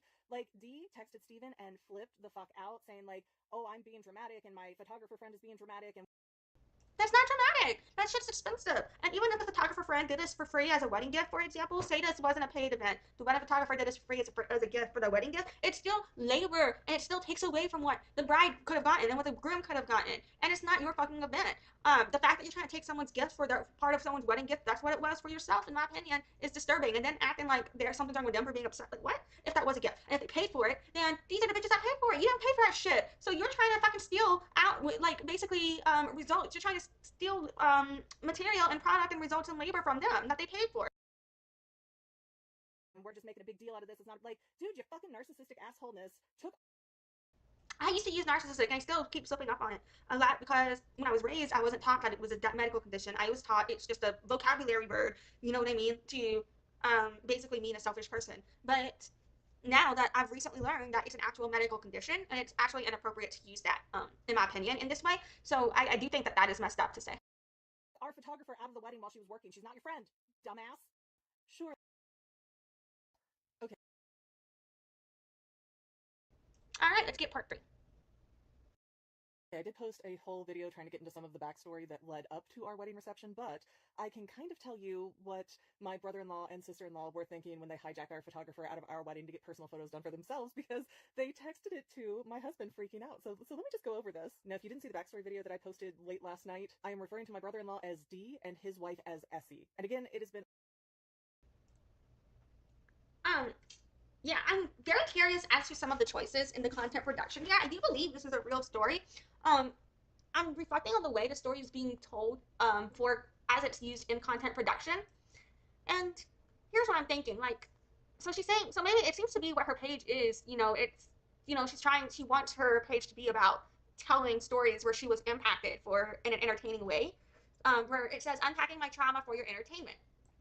In her bio. So I do see, so it does feel like she is doing, creating the content in the way she does.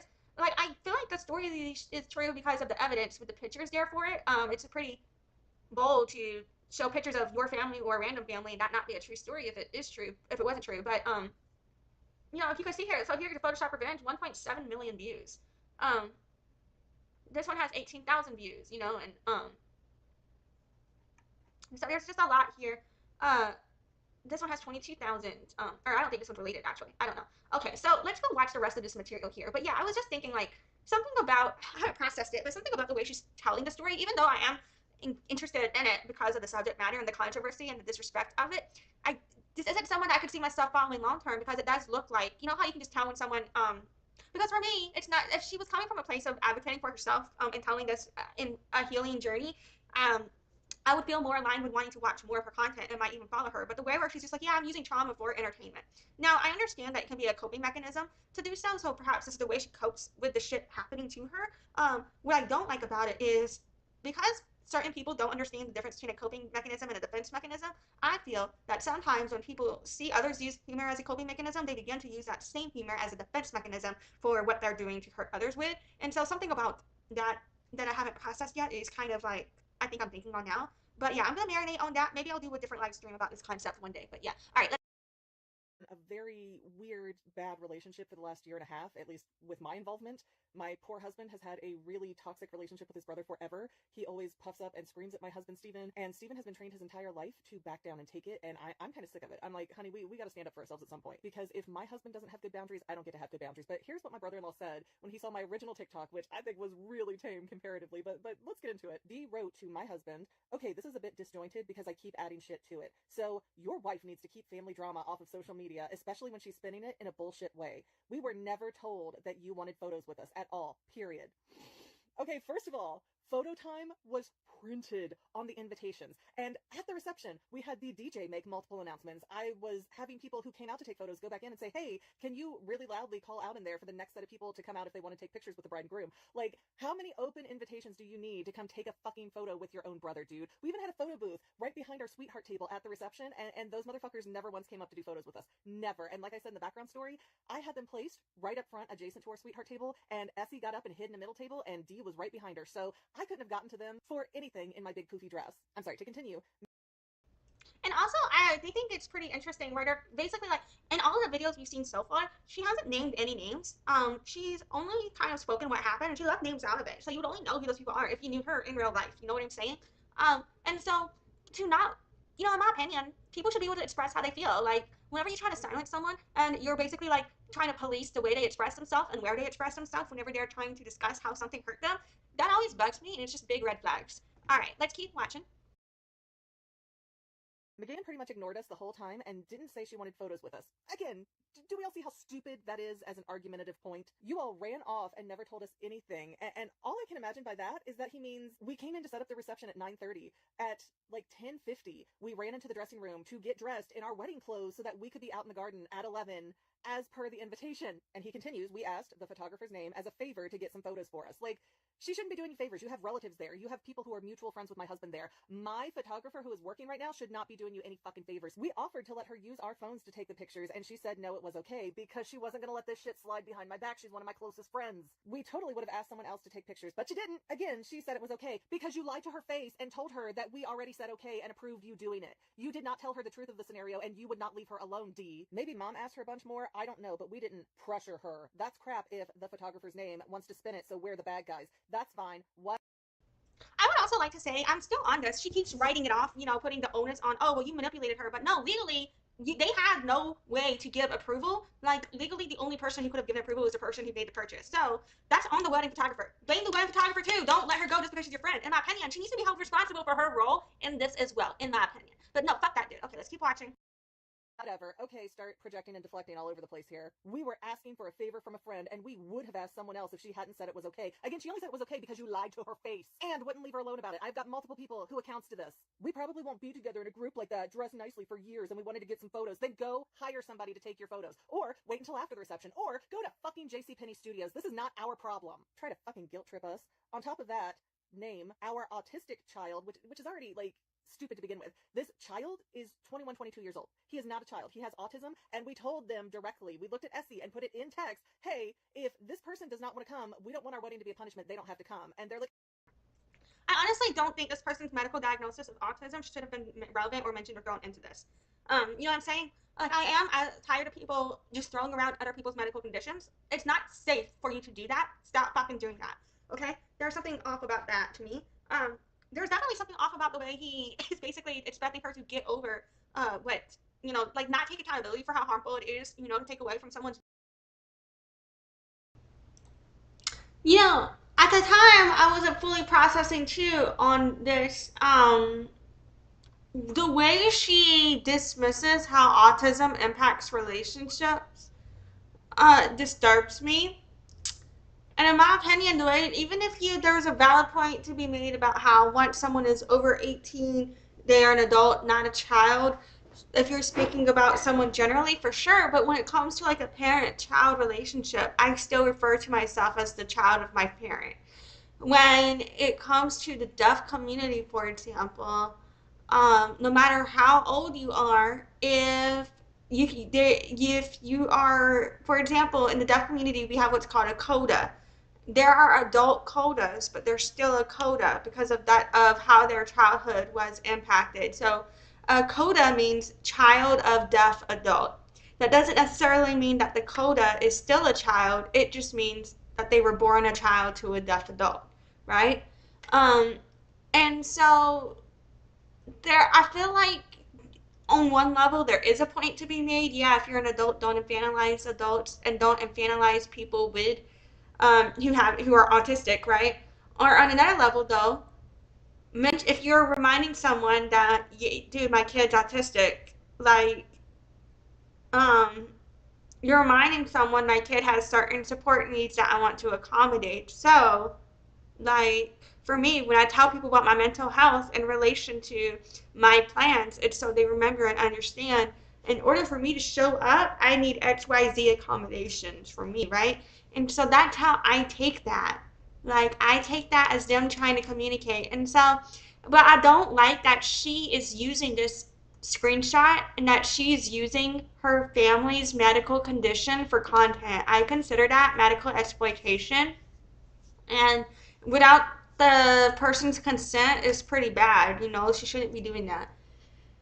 I don't agree. Like, if it went how she is saying, then I can agree with her about how, like, you can't expect someone to get over what they don't know. Um, I don't know. And then hindsight, I was thinking too, like with the whole wedding photo thing, though, no matter what, I don't think he should have gotten the photographer to take his photos there. But when it comes to taking photos with the bride and groom, if they had a rocky relationship, I could understand not knowing if he should go take the photos or, like, you know what I mean? Or just having like an awkward moment there, like if you have a rocky relationship or whatever. But I just feel like there was no communication. Like, they all have different support needs and they just don't get along because they're incompatible, in my opinion. But for her to turn what is the information available to us, I don't like how, well, you'll see in a second, because so far she hasn't said anything where I'm like, I fully don't like she said some things that I consider ableist and harmful generally, but she hasn't said anything where I'm like, complete red flags. Like, these are some alarm bells, but I don't get to the full red flags until later in her discussion for me. Anyway, okay, let's keep going. Wedding that way, something that they put for investing into for their relationship, and messing with someone's event in that way. And dude, the way the disrespect here, and then to gaslight, the tone police to gaslight, it's very abusive. He sounds like an abuser. Oh no, unless they're working, we'll be there, we'll all be there. But blank, our And notice right at that point, I was talking about the abusive situation. Um, in my point, I was looking at it through the lens of, okay, what if he was an abuser? I feel based on how she had presented it in the initial context, with why her friend ended up taking the photos and how the husband was treated, but it wasn't until later where I questioned later, like where they admit later the husband never communicated anything ever. That's where I go, well, wait a minute, if someone's not communicating at all, then that's not abuse, in my opinion. Just because you don't like how, that's not you being gaslit then. That, you know what I mean? So then where she felt gaslit later is where they're basically trying to say, we never realized any of this shit, you know? And so for me, it's like, yeah, I feel like I understand as an outsider why both would be annoyed at each other. I think I'm not saying that any of them don't have reasons to be valid. I'm saying if she's upset, be upset. But my problem with her is I feel she is escalating the conflict. And I feel like with her role, in my opinion, the way she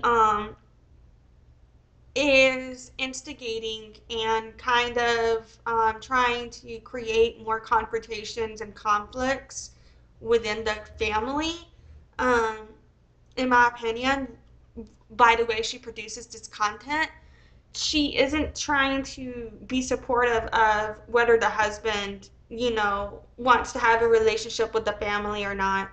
And it's okay for her not to want to have a relationship with his family anymore if she doesn't want to. But what I don't like is the way the content escalation appears to me makes me feel as if she's trying to influence her husband on his relationship with the family, and that I don't like. That bothers me. So yeah. Our autistic child was having a breakdown while you were doing photos, so we didn't come looking for you because we were a bit busy. Something McGann should understand, because my 8-year-old son is autistic. And you know what, fucko? I do understand autism. You didn't text, you didn't say anything, and your son shouldn't have been there, because family gatherings shouldn't be a punishment for a... I don't care if her son's autistic. Unless she has autism, she shouldn't be using, tokenizing her relationship with anyone to speak on autism. She's not, she doesn't have any lived experience on being autistic if she herself is not autistic. And she shouldn't be tokenizing her child to speak on it. That's problematic. So leave that out. Leave the medical conditions out. That's just using medical conditions and disability in this way for your content, in my opinion, is a form of discrimination against disability called inspiration porn. It's called tokenization of disabilities, and it's able-splaining. Unless she herself is also autistic. And if she was, I wish she would just stick to her own lived experience instead of exploiting a child. You shouldn't be putting your child's medical information online because they did not consent to that. They have no consent to that. They're not of age to consent to that. They cannot consent to that. And now they have no control of all of the people knowing your content has been gone viral. And that's inappropriate to me. I'm going to link to a video in the description of this video about child exploitation. So yeah, I haven't linked to it yet, but I'm gonna do it after the live stream ends. There are things that she's doing that I find problematic. There are things that her brother-in-law is doing that's problematic, and her wedding photographer friend's problematic. They're all problematic. She's problematic too, in my opinion. Because the way she's using, it's one thing you want to use your own trauma for clout, go right ahead. Leave your fucking child out of it. Holy fuck, that just triggers me. Like, you should never be talking about your children that way online. Leave your fucking kids out of it, okay? Leave your children out of any of your fucking content. You should not be talking about your kids' fucking medical conditions. Fuck that.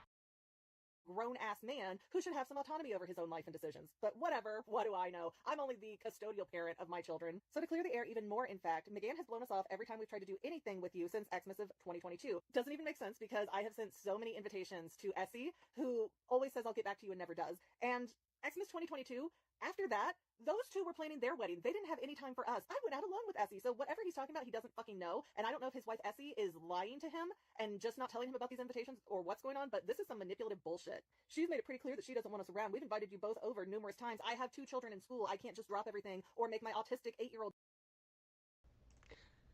Stop tokenizing your relationship to somebody with autism to speak on it. It's problematic. Stop exploiting children's medical conditions for content. They cannot consent to this. This is very fucked up. What the fuck? I feel so bad for those kids. And I feel so bad for those kids. That's so fucked up. She's fucked up for this. She's fucked up for this. I don't even like that I have this video up. I might take this whole fucking live stream down. I can't decide. Part of me is like, should I leave this live stream up to discuss how harmful and make it known how harmful I think this is, or should I take it down? Because now I'm perpetuating harm by sharing.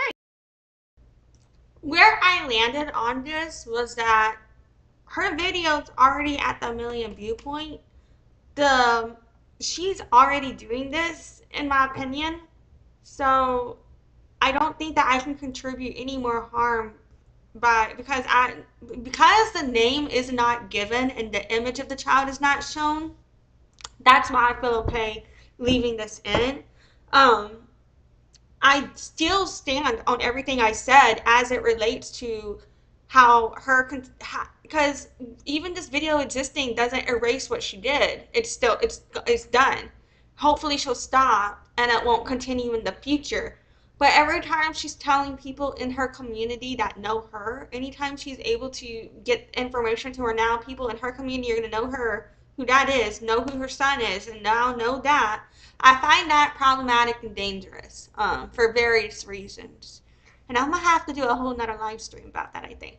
But yeah. But, she's got it out into the world already. She's reaching more people than I'll ever reach, probably. But fucking, goddamn, man. What the shit? Why are people like this? Why don't people care about their fucking kids' consent and safety and autonomy?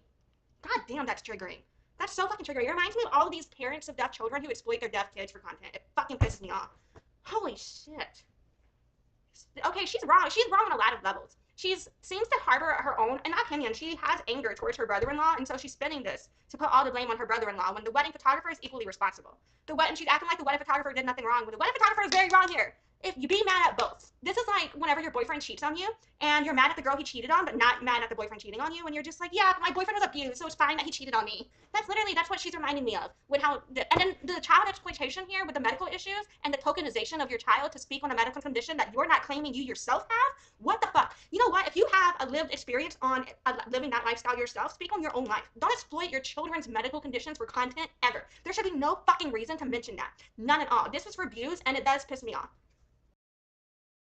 And it ties back to this other video we were watching about how people can be inhumane for content production. This is another example. I guess they're more related than I thought. Disappear because you want to play board games. I'm not paying somebody to babysit my kid just to go hang out with yours. We ask you first generally, but she's the one that replies every time. Again, maybe take the hint. Why should we think you want us to be in your pictures when you A, blow us off all the time, and B, never said anything? Okay, the reason I stopped redoing my whole schedule and having people take my kids to things to go hang out with D and SE is because we would schedule plans with them sometimes months in advance, and then we'd be like, hey, we're here for your plans. Where the heck are you guys? And SE would be like, oh, we're out hiking. Sorry, we're not doing that today. So no, not doing that. Nope, not going to continue to do that shit. As for the actual pictures, how about you take the money for the washer and dryer that you sold, donated, or otherwise got rid of as payment for them? Fuck you, because that wasn't even your washer and dryer. My husband paid for 75% of the washer and dryer that his brother D took with him when he got married, and the two brothers stopped living together. And Essie gave my husband. If your husband paid for that shit and he has receipts, then why not take legal action? Because I sure as shit would. Like, I wouldn't be letting, even if they're my family, if I was paying for that, investing in that, I wouldn't be letting them steal it from me. You know what I'm saying? So if you decide not to take legal action, or if you decide to let that go, like, holding it over their head now for views, in my opinion, is problematic. Like, I can get talking about it in relation to how there was not a good relationship leading up to the past, and so that's why this all blew up even more. But the way that she is kind of like, okay, well, she's mad about this one thing, so let's air out every single fucking thing that ever fucking happened. Even when I was sexually assaulted, I didn't fucking do that. Okay, I only called out abuse and rapists in my community. I didn't go air out the dirty laundry of every fucking thing that every person ever did. I've only stuck to calling out abusers and rapists in my own fucking community. Even when I was fucking raped, I didn't do that shit. You know what I mean? So to me, when that says something about her. Like, any person who, when they're mad at you, is gonna go tell every fucking thing that they ever had wrong with you instead of sticking to the actual issue. In my opinion, there's something wrong here. Like, there does seem, in my opinion, to be something very wrong here. I really do think there might be more to the story than what we're getting. And I honestly, in my opinion, would see how other people would just, you know what, want to, like, distance themselves from her, so they wouldn't be putting their side out there to stay away from it all, to protect their peace. You know what I mean? That I actually do get. Like, on one level, it's like, yeah, like, we could look at any of these texts and we could say, okay, well, that sounds harmful and abusive, or maybe he knows he lied and he knows he's wrong for that, or whatever. But at the same time, it's like, they're admitting they did nothing. You know, this happened whenever the dude got married and moved out years ago, and so why are you waiting until now? What, you know what I mean? Like, there's just something that feels off about it to me that I haven't processed yet. But I have no knowledge of these people. I'm only speaking to my own self-projections and biases of what I'm interpreting from the content in front of me. I don't know these people. What I'm saying is not fact, it's my projection of this reality. Husband Steven her old washer and dryer because she didn't need them anymore. That's so much bullshit. They never said it was a loan. And Steven never got paid for his 75% of the washer and dryer that he paid for. So fuck them on that, because those were Essie's on loan and you got rid of them. Is there anything else that was on loan that was gotten rid of? That's just the most obvious one to us. Again, like, F you, dude. And then he does a TLDR, where he's like, oh, we would have asked someone else for photos if we knew McGann was going to throw a fit, and she doesn't like us, and no one told us she wanted photos because you blow us off every time, and you... Okay, but... So I'm also like, okay, on one level, I get she's reading his message with all of this shit, so if he had said all that to her, she wouldn't be then therefore airing it out by reading all of that to us. In my opinion, though, she could have just cut it out, leave it at what stuck to the wedding, and leave the rest out. Like, in my opinion. Because it's like, now you are just using the rest of the family material for views, just like you're exploiting your child's medical history for views, in my opinion. Sold our dryer, like, such stupid BS. And I only have a few seconds here. And at the end he goes, and actually read this and think about it, and don't let McGann tell you how to reply. This was me on my own. Essie would have been much meaner, trust me. So you know your wife's a bitch. Okay, I did post a whole video. So yeah, if you want to know how people come to be like Natalie Reynolds, in my opinion, they start off like insecure super empath, where they're just doing whatever it takes, in my opinion, to get people to look at them. Okay, if you're... Alright. Let's keep watching. Let's see. Apparently this one is about the husband's response. So let's see. Just tuning in, my brother-in-law came to my wedding reception with my husband, his brother, and stole our photographer to get personal family photos done of him, his kids, and my new in-laws. And there has been an explosion to it. The last video I read off what the brother said when I said something on TikTok. Okay, I just realized this one doesn't have captions. I don't know what the fuck she just said. She was saying something about not having TikTok though. I'm gonna see if I can fucking hear her. Hold on. About his poor behavior, and I'm going to read you my husband's response, and mind you, my husband has never once stood up to his brother, so I'm excited. My husband, Steven. Okay, so she was saying that she was going to read the response, and her husband has never stood up to her brother. I mean, his brother. Responded to his brother D with, okay, this has been building for a while, so here we go. D, sometimes I just cannot believe you. First things first, you don't get to dictate how me or my wife handle anything. If she wants or needs to vent about somebody's bad behavior, she's allowed to. If you don't want people to know about your behavior, then maybe conduct yourself more in line with the person you want to be. Yes! Second of all, did you pay me back for half of the washer or for all of the dryer that I paid for but you took? No? Then that washer and dryer weren't on loan, were they? That notion was never once discussed when they were freely given to me after I had to upend everything in my life and we began to divvy up resources. So whatever happened to that old washer and dryer is my concern, not yours. Also, none of your complaints change the fact that you lied, saying that you asked us about taking our photographer out of our reception to get personal photos done for yourself. That level of entitlement on the one day that I should be able to prioritize myself just makes my blood boil. I get that you wanted pictures with your daughter from out of town, but there were 10 plus announcements from all of these different people named and others asking for people to head to the garden if they wanted to get pictures with the bride and groom. Or maybe you could have taken the time to go get photos done instead of going to Kitty Bubble, which was yet another event we were excluded from when it would have been a great opportunity to have all the kids together. You know full well that I'm the forgetful one, that I don't always remember to respond to people, which is why Miggs is so often the one who responds to Essie, Dee's wife. And when we can't make it to something, we always offered other plans instead. But we have 2 kids in school, my daughter's Eagle Scout project, Miggs is on the board of the community theater, plus the move, the wedding, the reception, recording content, and more that eats up a ton of our time. I don't have the free time I did when I was single and living with you. And just like Dee's son, when we actually can come to things, we need to make accommodations for our autistic son. Things for both of us have changed so drastically in the last 2 years, but you don't seem to have really absorbed that. You know what? Miggs is good with me being on her phone, so let me go grab some screenshots to illustrate how their relationship was, and that Miggs has absolutely tried with Essie. This is the kind of stuff I had to talk about and help her through way too often. I feel like you don't know half of how your wife has treated mine. Oh my gosh, let me actually stop here and say trigger warning is coming up really soon. I'm at the point where I don't think I can deal.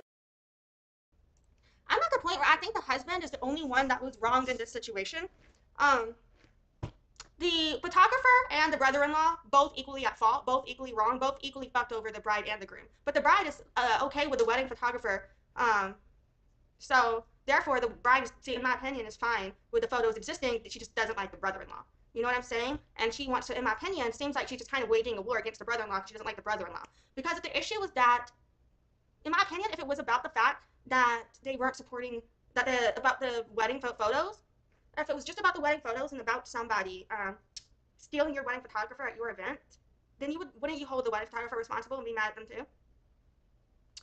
But it's not about, whenever you kind of use that to get people to watch you, but then everything else you share is not about that at all. It's all about excusing why it was totally okay for the wedding photographer to shoot him, but you just want to be mad at the brother-in-law because you don't like him for all of these reasons from the past. It seems like, you know what I'm saying, in my opinion, that the actual issue isn't about, they don't seem to care about the photos of the wedding. In my opinion, they just don't like the brother-in-law, and this is how they're using that to go no contact or to get away from each other or to blow up, you know what I'm saying, in an attempt to blow up the relationship.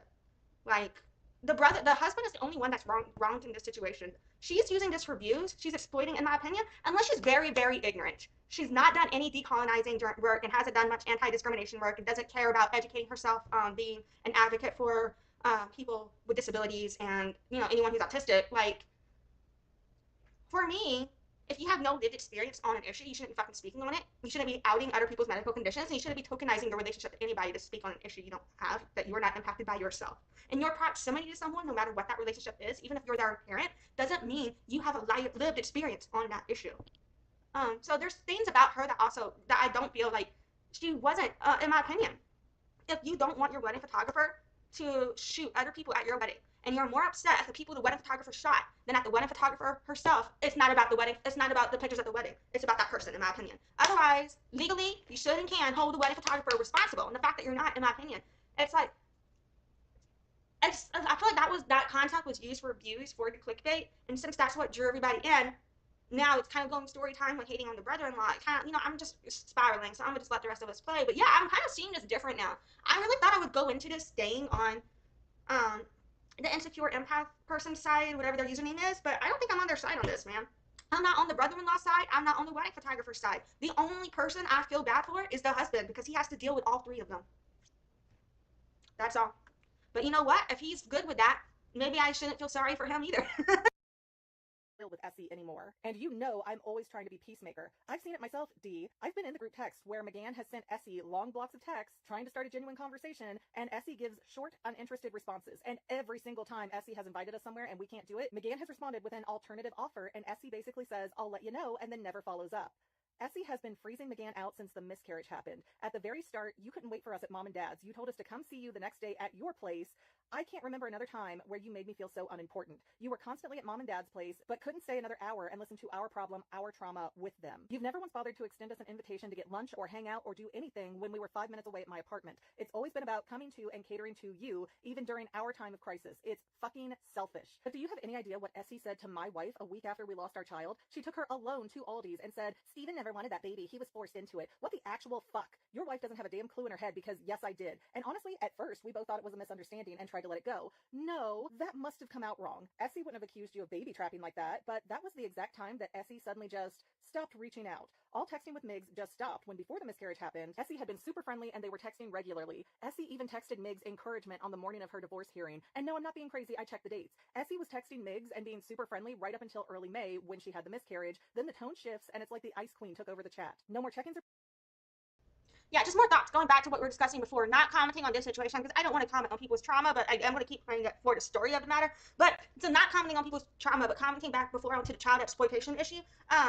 If she really is just fucking ignorant and like she doesn't mean to be like problematic with the way she is speaking on her child and autism, perhaps there's I would I still feel my opinions on the concepts I spoke on were valid, where I spoke about how harmful that was and why fucked up that was, but I would perhaps not think that she herself is a fucked up person. I would see her as someone who didn't know better and is going to working on herself because everybody has room to grow. But if she's the type of person who doubles down on that shit, yeah, fuck her. So I don't know her, so I don't know how I feel about her. I just know based on what I saw her saying with that shit, I thought that was real fucked up, and it just really makes me see her different. Along with kind of processing how all of this narrative is told, rather than just sticking to the concept of the original issue. You know what I'm saying? I don't know. You know what I mean? pleasantries, it was suddenly only texting about plans. You have no idea how badly your wife hurt Migs by acting like a friend only to shut her out when she most needed that friend. You want more proof? We had the Stranger Things party on the calendar for 2 months, and suddenly you guys are out hiking the day of that party without even bothering to tell us a word about canceling it, and it was at their house as a side note, so that was a big deal. You wouldn't even answer your phone for half the day, and what's especially galling is that you never offered to reschedule, which certainly makes it feel like a deliberate snub. Or what about the Barbie movie, where we talked about going together on the same day as the miscarriage conversation? We had offered to buy you both tickets with our AMC app discount, and you guys were all, yes, let's do that. But then all of a sudden, Essie was posting that she was going with some big Barbie group party that we didn't get offered an invitation to, or a notice that you were canceling the plans that we had already talked about. And at your wedding reception, when there were no signs, no announcements, nothing about where to go for photos, and I came to you explaining that we missed it, but could we please get with you at any point you two were free and take a few in the beautiful historic building? You said sure, and then Essie walked up behind you and went, no, you can take photos at the rainbow backdrop. Not to mention, D, when I got engaged, did you ever once say congratulations? No. The next text message I got from you said something like, you shouldn't be doing trivia nights where I had just proposed. You should be planning game nights with us instead. To this day, I truly don't think you've ever offered us a real congratulations message or a moment. I do recall when you got engaged, you crashed the dinner where I was introducing Migs to Mom for the first time, and then said that I needed to pay for your meals, a gesture you didn't see fit to reciprocate. Okay, this thing keeps freezing up on me. I think it's going too long, so I'm gonna have to split this into another part. Sorry. Okay, if you're just tuning in, All right, I didn't want to comment still on these issues because at that point she'd been reading from those text messages that were speaking strictly on their own lived experience, and I'm not here to dispute that. I'm only here to say, look, that's what she texted. I am assuming and hoping that she has her husband's consent to post that. I'm glad she at least has the cognizance and the thought process to keep these people anonymous and to not use her child's face and to keep her child's name out of it. But just knowing that anybody that now knows who she is and like she's just outed this medical condition to people, it's just really fucking bothered me, like regarding child exploitation, and regarding autonomy and regarding consent. These are just huge like red flags in my opinion with the content production. I was already feeling like I'm sensing a red flag with the content production with how the narrative was being spun. And I haven't fully processed why I'm like feeling alarmed all of a sudden. So I'm not trying to say like, oh, red flag for no reason. I'm saying I feel for some reason alarmed and I have not processed why, except for what I've been speaking on so far. But in my opinion, specific events in this, when you kind of look at it, do lead me to question the ethics of the way she is producing content on family trauma in this way. And it's one thing to only use your own trauma. And I understand the miscarriage itself would be that, perhaps, but leave your kid out of it. Don't talk about autism. Leave the rest of the family out of it. They don't have consent. They're clearly not giving consent for you to discuss them in this way. And in my opinion, I wouldn't like you either if you acted like this. So the way you kind of act like they just hate you for no reason, like I'd be a fucking bitch to you too if you were acting like this. To be honest, like what the fuck, man. So it kind of does bring me back to my mommy issues, where she does some fucked up shit and then acts like people. She doesn't know why people are upset with her. They're just upset for no reason. So I can't tell because and I don't know these people. I'm self-projecting my own issues. Both of those people seem to be kind of doing that to each other. They all seem to be equally fucked up to each other, in my opinion. You know what I mean? Like, I'm as an outsider, I'm like, you're all fucked up. For me, the husband dude is the only dude who I didn't see say anything where I was like, wow, that's really wrong. That's the only dude where I was like, that dude looks like he's communicating from his heart. He's trying to have a heart to heart. The husband is the only one from the text messages she showed. Let me finish up the message that my husband sent to his brother after finding out that his brother took our photographer out of our wedding to do personal photos of his family and then like blew up at us because I talked about it on TikTok that he did it. So to continue, what my husband Steven sent his brother D, you have gone out of your way over and over again to make us feel unwelcomed and excluded. Even at Dad's last birthday dinner, you and Essie and your son all start harping on me about not being around while canceling on us anytime we have made plans and not lifting a finger to accommodate what my life looks like now. Even during the holidays of 2023, we expected you would want to host Thanksgiving again, but you left town without bothering to let us know anything. And then for Christmas, you just said, this is the day that works for us, without giving any regard to what works for my new family. Did we get any kind of offer to make Christmas cookies after you relocated it to your place and never told us? No, we did not. This is exactly why we feel excluded and unimportant. You both treat every event like your needs are the most important, but it's not all about you, D. I finally have somebody in my life, a permanent fixture, who makes me so damn happy, but you don't seem to care. She's your sister-in-law now, and our kids are your new nieces and nephews, but you don't seem to want to treat them as family. You probably don't know that we found out we were pregnant the day before your wedding, but we knew we had to keep all of that in and to ourselves as to not compete with your big day. We even gave up holiday time with the kids to be at your wedding extra early because you needed us to stick 2 signs in the ground, both of which were in your vehicle, and either one of your sons could have easily handled that job on their own. And just to tell you how entitled and spoiled they are. In my opinion, if the husband has issues with his family, and she has her own, there's something about the way, in my opinion, she is encouraging the husband's isolation from his family that I find relatively triggering. I hope the husband divorces her and uses all the content she's put out about the situation to get full custody of the kid, man. Because fuck, she's problematic. But you know, if he likes her, so is he, I guess. Maybe they're all fine. They're all problematic. I guess, you know what I mean?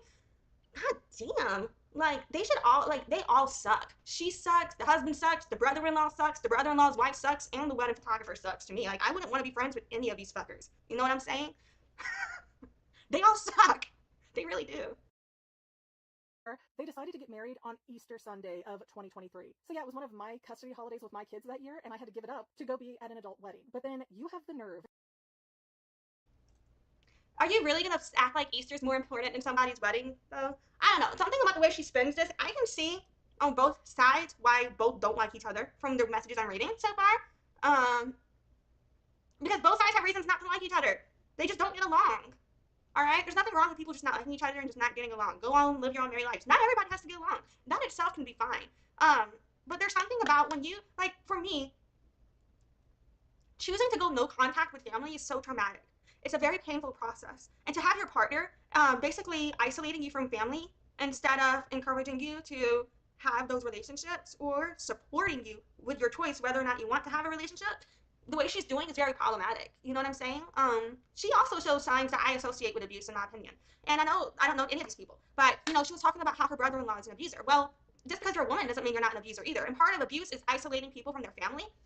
And the way she exploits, doesn't care about the kid's consent and exploits the kid's medical diagnosis, the way she uses her husband's family trauma for views, and the way she seems to be so cavalier with the concept of what her husband could be going through with going no contact, for me is triggering. Because for me, going no contact with my family, it's been such a journey. And it's so difficult, so hard. And I know her whole thing is like, okay, using trauma for your entertainment. But when you use your own trauma to laugh at your own trauma, like I said, that's a coping mechanism. I think there should be room for that. There's healthy ways to do so. But whenever you, like I was saying, go to murky waters, whenever you start using it as a defense mechanism to excuse or normalize what you're doing, then it becomes problematic. So I do wonder if she's just trying to normalize her isolating her husband from his family in this case. And I'm not saying she is doing that. I'm saying what I'm projecting onto it is I could see that potentially. to take our photographer out of our reception because you can't be bothered to go to a studio, or perhaps wait until after the reception. The garden would still be open while we're doing teardown. Let's also not forget, since when is the bride supposed to track down the guests at the wedding? We are trying to stay in one spot and meet with anyone who wants to come up. You guys dodged and hid most of the time. And frankly, with how Essie has acted over the last year and a half, why would Migs want to reach out just to get emotionally slapped again at her own wedding? Maybe Essie's the one avoiding McGann because she's well aware of how she's been treating McGann. And it's not even just that. You were literally sitting across from your new nephew and had a chance to engage with him, but you both got up and bailed almost immediately. But you want me to be concerned about your kids and them being in town or having issues when my kids don't seem to matter to you at all, and you never talk to me to keep me in the loop? Fine, we get that your autistic son was having a meltdown during photos. This is the first we've heard of it. That shit is ableist as fuck. And even if you're mad at that, I wouldn't be on one level, you know, like discussing the harm of using your kid's medical condition against you being ableism or whatever. Like, but at the same time, like, you showing this is also you exploiting your kid's medical condition. Stop showing this shit. No, people. I'm sorry. I don't feel there's ever a reason an adult should be sharing your child's medical history online. For the most part, like, unless you need emergency assistance to save their fucking life. And then I'm not talking about privately to friends and family. I'm talking about publicly for views. No, as a content creator, from anybody. We knew he would probably be uncomfortable at an event like this, which is why we said that it was fine if he didn't want to come. But of course, we want the whole family to be at an event like this, right? Now, this is exactly the kind of thing we mean when we talk about making accommodations for our autistic son, especially because he's 13 years younger than your son, D. And wait, did you not come out for photos because you didn't know about them or because your son was having a fit? You've said both now. This situation, our situation as it is right now, is untenable. I know I'm not perfect, and I can admit that. I've apologized so often that it feels like reflex now, but I'm not apologizing just to keep the peace anymore. I can't be always available, Stephen, or I feel like the husband, you know, perhaps he's probably had enough. He's at his wit's end, and I think the husband, perhaps dealing with a relationship he's been unhappy with his family for such a long time, has led him to then get into this problematic relationship with this person who doesn't seem to value his connection to his family. You know what I'm saying? In my opinion, because in my opinion, like, my person, he's always hated my mother. Because my mom's very abusive. So he's always seen that and always been very alarmed and never, you know, but he's never been disrespectful to my mother. He's never done anything that would prevent me from having a relationship with my mom. He's always encouraged me to do what I want to do. And when I talk about whether or not I want to have a relationship with my mom, he says, do what you think is best, you know? But when it comes down to, if I pry him on it, if I press him on what does he think, then he'll tell me he doesn't like X, Y, and Z. And I'm not speaking on all, like, you know what I mean? When I talk about my family trauma, and here's the difference. When I'm talking about the ways I was abused, when someone abuses you, in my opinion, that's your trauma, and I don't think anyone should tell and police you on how you share that. But why I'm saying she shouldn't be sharing the family members' trauma, that's not her trauma. And if for all those people that didn't actually do anything to her, her airing out their laundry shouldn't be happening. And just you having a fight with someone, or you know what I'm saying? Like, there's just things about this where it's like, it seems malicious in my opinion. It doesn't seem like it's coming from a good place. And that's when you feel that darkness, it kind of colors everything else for me. You know what I'm saying? In my opinion. people pleaser Stephen anymore, I can admit that I've been steering away from uncomfortable conversations and I've not been actively engaging with either of you, but I need you and Essie to do some real introspection and accept your due of responsibility for where we found ourselves. You are my brother and I love you and I always will, but I can't keep going like this. I'm done. You may not like that Migs put this out on her channel, but it all came from somewhere. And your reaction makes me feel like you're more interested. Yeah, I just can't imagine using my loved one's family trauma for my content on my TikTok page. That just feels heartless to me, in my opinion. And being angry than fixing our problems. I'm taking a break. Migs and I need a break from all of this, from the anxiety, the stress, the animosity, the drama, the pettiness of it all. When you're ready to accept some real accountability for what's happened, get in touch with us through Mom and Dad. Until then, I'm putting you both on block because I don't have room for the stress that this behavior is putting in my life. And let me just say, my poor husband has been conditioned and gaslit by his mother and brother to always back down, to in my opinion, I guess that's, you know, whenever you say that and you're clapping and then you're saying my husband's been conditioned to always back down or whatever, in relationship to being married to you, I don't think that's like something you should be speaking on. You should be letting your husband speak to his lived experience, in my opinion. Unless he approved it, he gave her to go ahead, and I apologize. You do you. I didn't mean to violate your autonomy, but you know, in my opinion, if he didn't consent to that, that's fucked up. Like, fucking. I wouldn't, and for someone to speak on me, like, on how I'm conditioned to behave, you know what I'm saying? When you are my partner and you're saying that publicly, in my opinion, it's inappropriate. It's like you're analyzing me, and I don't, what? No.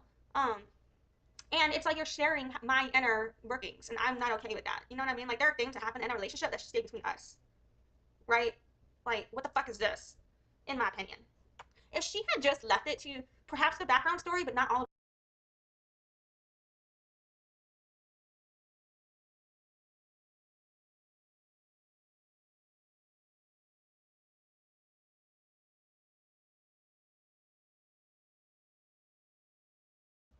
Oh no, I've just been muted this whole time. I fucking hate when I do that. God damn it. I'm gonna go read what the fuck I said. In my opinion, I guess that's, whenever you say that, and what she was saying her husband was conditioned, and then she was clapping.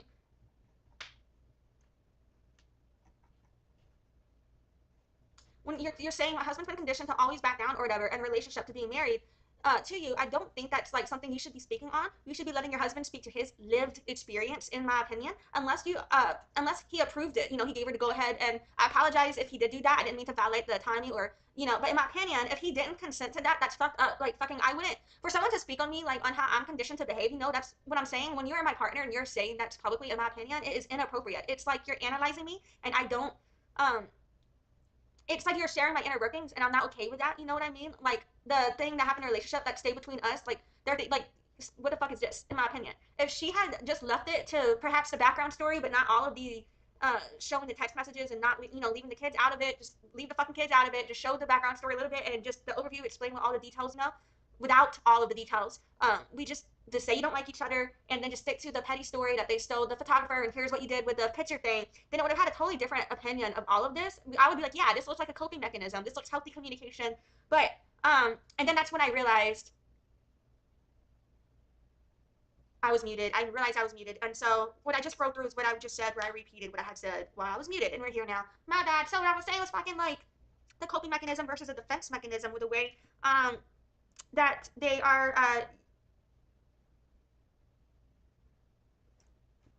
sorry, with the way that they are using this fucking information. Yeah, something about the way she talks about her husband being conditioned bothers me. In my opinion, that's something like when you talk about how human beings are conditioned, that's analyzing us on a psychological level, and that's a very sensitive thing to do. It just seems like it's a bit inhumane to look at your husband in that way, in my opinion, because it's too clinical. It's not personal, and it's not your role. You're not his therapist to talk about what he has been conditioned on, and it's up to, in my opinion, that should be up to him. I just don't like the way that she speaks and uses the people or these different characters in her life for views. You know what I'm saying? You really have to understand how what you say about others impacts them. When someone's a content creator and we are discussing the content they put out, that was with consent. Someone put that shit out. But when you, for your content, are using people who are not content creators, or even if they are content creators, who did not do content with what you're making content on about them, and did not consent to this being public, it's like, what the fuck? Now, on one level, it's like, okay, well, he harmed you in X, Y, and Z ways. I understand that. But then when you look at there's like ways that they could, take that back around, there's been miscommunication going back and forth, and then you just don't like each other, in my opinion. Now, at the wedding, were they definitely in the wrong at the wedding? Yes, but so was the wedding photographer. So if you're mad about the photos, be mad at the wedding photographer too. If you're not mad at the wedding photographer too, it's not about the wedding, it's about them, in my opinion. To never challenge D, to just let bygones be bygones no matter what D does to him. And my husband describes his brother as an abuser. Like, I was shocked after a few days when he's like, oh yeah, I had an extremely abusive childhood. And I'm like, oh no, your parents? He's like, no, not my parents. D, my brother. In my opinion, though, if your brother was abusive and your parents allow that, then your parents are abusive too. You just haven't processed it yet, in my opinion, if that's the case. Now, I'm also wondering because, so my mom, like, I will tell my mom, I don't want to share a recent story, but I'll share, like, I'll tell my mom, trying to give teenagers alcohol and then trying to sleep with them as soon as they're of age is a form of pedophilia called grooming. You know what I'm saying? And then my mom will say I'm abusing her if I call her a pedophile. This is an example. This is just an example here. And I will have to explain to my mom, because of oppression and authority and power dynamics, it's not possible for me to abuse her because I've never had any sort of power over her. Just because she doesn't like something I said to her doesn't mean she was abused. So I don't know what happened between them, if they were abusive or not. He's definitely an asshole. But if he had no financial or power over him, was he abusive? I don't know. So, you know what I'm saying? You could claim that they're being abusive with the way they're speaking on them. You know what I'm saying? Like, if you want to claim that your brother-in-law is being abusive, then you can also claim that you as a creator are being abusive too. You know what I'm saying? So, like, I feel like to call someone an abuser without evidence of that is a little bit problematic. I understand on one level there isn't evidence in terms of, like, I've been raped. There's no evidence of that except for me telling you I was fucking raped, man. So I get that on one level, but on another level, it's like you have to realize what you're doing to somebody else by labeling them as an abuser. So to sit here and say this person's an abuser and to out them out as that, because now everybody in your community knows who that is. You know what I'm saying? And whenever you're sitting there, like, if that's actually the case, I feel like the way that you're using that for entertainment based on your biography is harmful because it glorifies the trivialization of abuse to where people think the concept of abuse is something to use for entertainment over advocacy. If this was coming from a place of let's advocate for family dynamics, how to work on conversations, self-advocacy, I would feel different. But the way this is spun, I find harmful because I find it perpetuates abuse. So I don't know if this is going to be a loss for him in a greater sense, but I know the day-to-day situation was, as he put it, untenable. And even the one time we have all gotten together in the last year and a half-ish, which was at Buca de Beppo, which I talked about in another video, again, Essie didn't want to speak to anybody, and D did not seem to want me at the table. So why are we all getting together if nobody gets along and it's just to play pretend? It doesn't make sense to me. I don't get it, and I'm not going to participate in it. So we'll see how this goes. Okay, let me finish up the message that The way she's literally speaking about family trauma, her and not her own in this case, it's her husband's, and she's talking about family isolation, and harm within her family, and she's just like, yeah, let me read a text message. The way she's speaking about these harmful issues, but speaking about it as if it's gossiping about the neighbors, there's a huge cognitive disconnect to me, in my opinion, between her understanding how she's using reality for views. It does bring me back to that Natalie Reynolds video. Let's see the next one. Okay, it says, your brother-in-law tries to bully you into being silent about how he stole your photographer from your wedding, but you've got to 10,000 subscribers by telling on him. So in my opinion, it does kind of seem like in this video, she's like, yes, I'm using this situation to grow my platform. Like, what? Like, why are you bragging about how you grew a platform off of this issue? In my opinion, I don't like that. If that was a byproduct and you didn't intend for that, perhaps, you know, that's one thing. You know, you can't control that. That is the outcome sometimes of just sharing your story. But I don't like this wording, got to 10K by telling on him. And it's just a screenshot again. So, yeah. hey, ready for Right here it says trigger warning, narcissism and pregnancy loss. So narcissism is a medical condition. So I don't like that we're exploiting medical conditions still here. I find that very problematic. I hope she works on ableism. Like, if she was talking about her own narcissistic diagnosis, that's one thing. But if you have no lived experience on narcissism and you're sitting, like, what the fuck is this, man? That's fucked up. And I understand when you're ignorant. Like, I didn't know better about narcissism being a medical condition. I'm thinking diagnosis and condition and, like, combining the words. But I get not knowing better. But at the same time, it's like, what the fuck is this, man? today's drama update because the brother and sister-in-law typed out 2 letters that are 6 pages combined. So now she's saying the brother and sister-in-law typed out 6 pages, 2 letters or 6 pages combined. One thing that I don't like about how she trivializes them is the playlist itself is like 13 videos. You know, she's made all of these videos about the situation, so to then trivialize, like, and kind of mock them for writing letters, in my opinion, there's this just malicious undertone behind it. Like, how is this, what? I don't like that. Anybody that approaches advocacy or justice or any type of human rights issues or any type of issue where you feel you were harmed in any way and you're just trying to get a little bit of justice for yourself, because, you know, we all can be petty and have that side of us, right?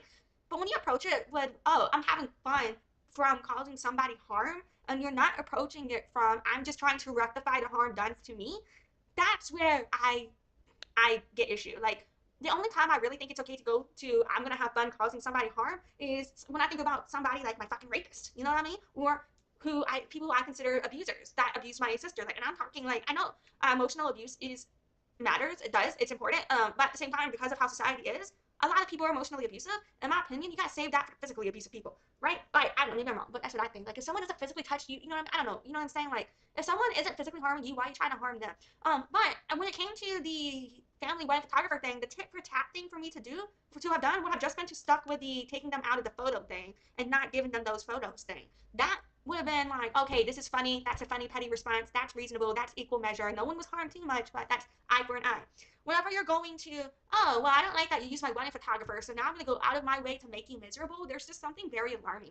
So maybe there's even more to the story that she's not sharing, to where he did something so horrible that he deserves this, but anything he shared, yeah, he's a dick, but no, what the fuck is this? She's a bitch too. Like, what? Fuck them all. You know what I mean? And sent it to Stephen only. And Stephen, not addressed to both of us, just Stephen, even though his brother said, let's talk this out between us. Now that he's not getting away with it, he wants his wife in the middle of it. But only Stephen, not me included. If you have no idea what I'm talking about, my brother-in-law stole our photography. I would still want to. I'm always gonna want a relationship with my own siblings, but yeah, I wouldn't want a relationship with you either. You know what I'm saying? I feel like she's just upset that they don't want a relationship with her, in my opinion. Maybe, and she's acting out because they never wanted a relationship with her, in my opinion, because they probably saw the red flags like I'm seeing, in my opinion. Because okay, I'm not saying they're not problematic. They could both suck dick, but in my opinion, so does she. Photographer out of our wedding reception to get personal photos done of his own family, and we're not having it. We spoke up about it, and brother-in-law is pissed off. I have been spilling all the tea because it's absolute bullshit, and I'm not going to read the whole letter. I don't even know if I want to read the wife's letter on here because it was such gaslighting, manipulative bullshit that you can smell the kerosene off the pages, but we'll see. We'll see what you guys do. Honestly, it kind of sounds like that's what she does. You know what I'm saying? So maybe is she self-projecting about herself? You know what I mean? Because hear me out. Hear me out. Anybody who, in my opinion, seems to get gratification out of the fact that their husband may be going no contact with his family has a problem. You can't convince me otherwise. Demand. I am going to throw up the brother's letter on screen, and I'm going to read the first and last paragraph so that you guys can tell me if this fucking sociopath comes off as sincere and if this is apologetic to you. The way she continues using medical diagnosis as slurs, and for views, she's exploiting medical conditions for views, in my opinion. Why is she using narcissism and sociopath this way? I know a lot of people don't know narcissism is a medical condition, but I'm pretty sure it's very well known that sociopath is an actual medical diagnosis and condition. Like, what? Like, if someone doesn't have that condition, to use that as an insult in this way is ableism. And if he does have that condition, using it against him in this way, instead of learning how to advocate, accommodate, communicate, and work with that relationship in therapy, is ableism on your part. That's discrimination either way. This is perpetuation of discrimination. Stephen, I will apologize for my tone at the beginning of the message. However, we were completely blindsided by everything. The TikTok, the meeting you had with mom and dad, and in fact, the animosity you seem to hold towards us, like he didn't just express a ton himself. Honestly, though, I can see why. Because if he never spoke up for, it kind of seems like, in my opinion, if the husband never communicated his needs, and never stood up for himself or spoke up for himself, so that dude's used to getting what he wants because dude never spoke up for himself, they might not even fucking realize that there's an issue. You know what I'm saying?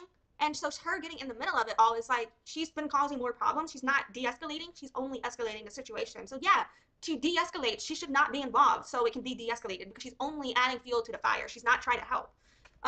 You know what I'm saying? She just, like, if the husband's gonna go no contact with the family, that should be his choice and his journey. She should have no role in that. She should not be sharing it, in my opinion. I haven't fully processed why I think this is so inhumane. But there's just things about the way this content series ended up getting put together that really disturbed me. And I really do wish it had stuck to the original lightheartedness. Like, to go this dark on this is very problematic. If it was about your own life, fine. If it was about your mom, your sister, you know what? I would shut the fuck up. I have no skin in the game. But why isn't your husband making these videos? Why did he want you to? Do you have evidence that he wanted you to share this? But also, it's like, if he's standing by her from this message, so obviously the husband knew about it, you know what I mean? So I guess the husband's fine. Then the husband might be problematic too. They might all just be problematic. So they're blaming the brother-in-law because he never communicated. You know what I mean? And in some ways, yeah, I can see why you're gonna call the brother-in-law a bully, but like, not to all men are like that. You know, I hate when you just excuse it as, oh, he's just being a man. But because of how that is the thing in society, I have expectations of men. You gotta treat men like they're fucking dogs because they are, not all men, but certain type of men. Like, for example, where this Dean dude or whatever the fuck his name was, the D dude, whatever, the brother-in-law trying to bully the photographer, allegedly, apparently. Fucking, like, in that case, if you're the wedding photographer, I get it. I've been in my own, like, everybody has a bad mental health day. I've cried at work. We all have bad mental health days. I will have my days where instead of being in fight mode, I go into freeze mode. I get anxiety attacks. I get panic attacks. Or I will cry a lot. Or I fight and I run away. You know, like, but you have to, theoretically, like, you know, so say that's not the case-by-case basis. That's just the extra. That's not the norm. That's the outlier. Like, you have to be able to know how to deal with men if you're a woman. Because, like, I know not all men, but overall, due to the patriarchy, men have a certain way they think they can treat women, especially at work. And so you have to put them in their place, and then they respect you. You know what I'm saying? That happens for me at work. Some of my clients are old fucks. I deal with 70-year-old boomers. No offense, dude. If you're seeing this, love you. Your hair looks so good today. Love the new haircut. Good. But you know what I mean? Like, fucking. So, like, with men, you have to be able to, like, even if they're yelling at you, even if they're aggressive, you have to be able to be, I'll be aggressive and assertive back. Like, this dude is just, you know, he'll be exasperated. I don't want, because of, like, wanting to communicate. He's not, like, I'm not trying to, you know, it's just because of, like, you know, trying to make sure we're getting the project done and the right words used, right? So, for example, we'll be using platform where you can message people in 2 locations. So sometimes it'll be confusing to figure out where is the message we need to respond to in which location. And so it can be get exasperated, being like, fuck, I thought we found the message. Okay, we gotta go find the message here. No, was it here? Was it here? You know, so there can be like that timing. So I do get where you have with men, you know, they'll be demanding and he'll be like, no, go to, you know, this place. And I'm like, it's not in that place. I know it's in this place. And he's like, I want to see this place. And I'm like, all right, I'll show you this place, but I know it's in the other. You know what I'm saying? And then he's like, oh yeah, it's in the other. So that will be a thing, right? Like you have to learn how to balance being assertive, holding your ground, giving the client what they want, but also not backing down that you know what the fuck you said too. You know what I mean? And that you know what's what as well. And the way that they're not fucking okay, I got this notification that the stream was disconnected. The way, but then it said reconnected. The way that they're not trying to fucking communicate together, and the way that they went and escalated in this manner instead of trying to de-escalate the situation does speak volumes to me. There are cases where I think a family situation needs to be escalated. I do not think this is one of them. I do perceive them as exploiting relationships for views, and I think that's very problematic. Let's keep watching. I apologize. However, just as I have not lived with you in 2 years, neither have you lived with me. You have no idea how I have changed in the past 2 years either. I am growing into the person I want to be, and when I have failings, I correct those shortcomings. I wasn't aware of the issues you seem to have with Shannon and I, so I could not correct those issues. The lack of awareness of any problems was not through any fault of mine. Do you see the bullshit dripping off of that? Just insane. Like, I can't help but laugh because it's so fucking... It does bother me that, you know, how ableist her language is. You know, I can also slip up with using insane and crazy as adjectives and adverbs.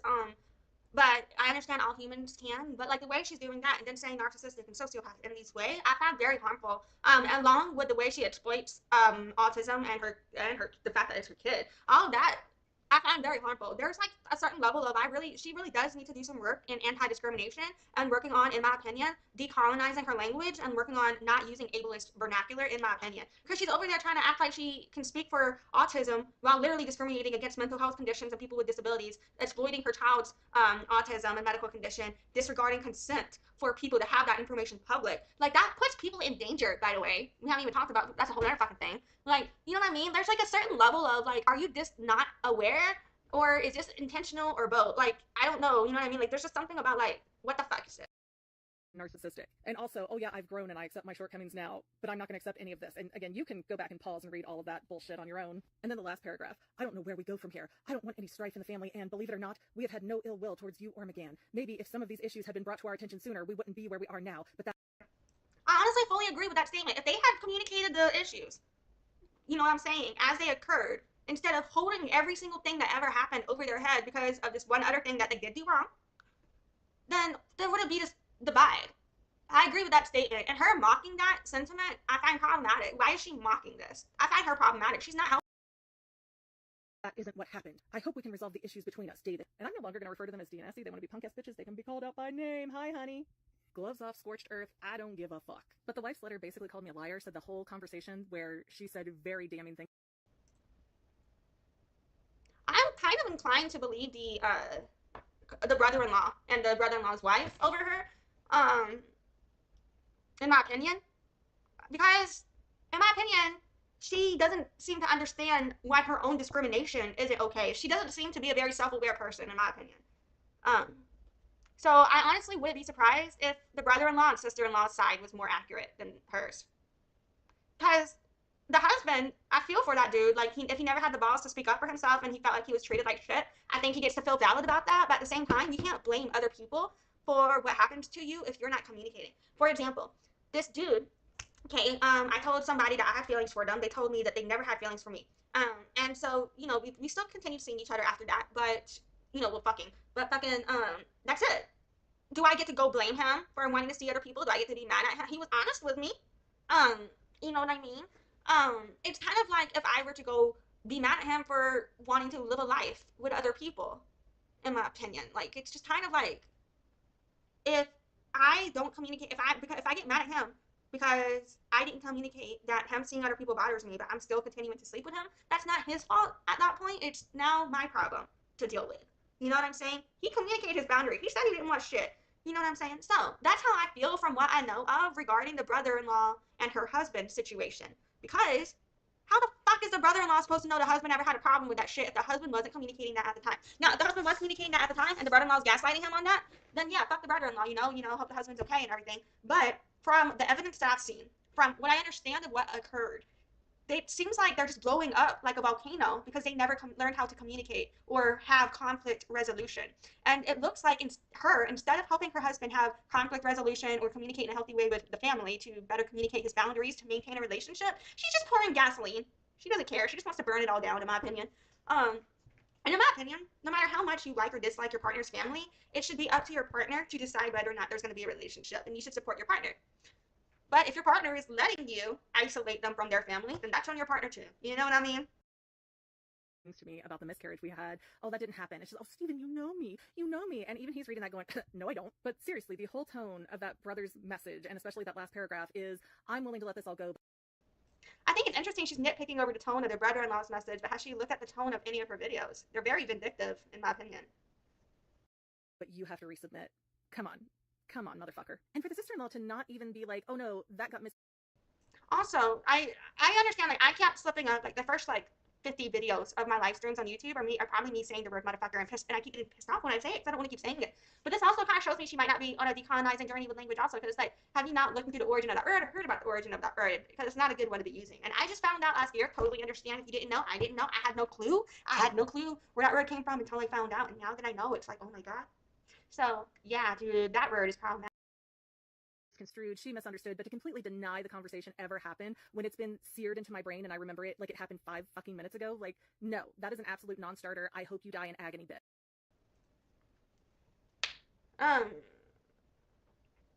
Yeah. Honestly, with this right here, if anything ever happens to the brother-in-law's wife, I honestly do think this person should be investigated, to be honest.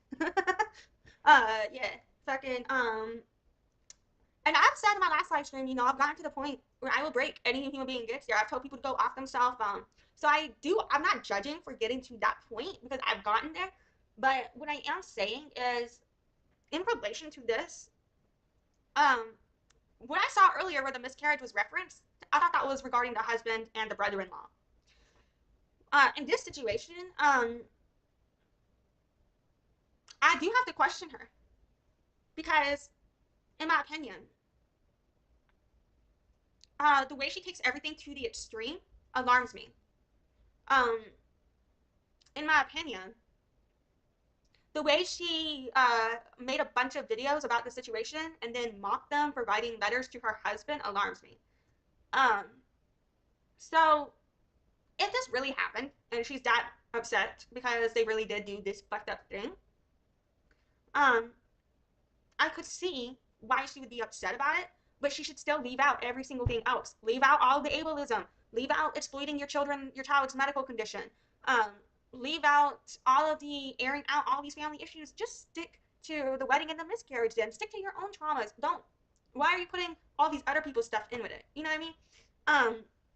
And then here you have to talk about how invested they are in the story in here. I don't know. And then when we talk about, like, her username is insecure super empath.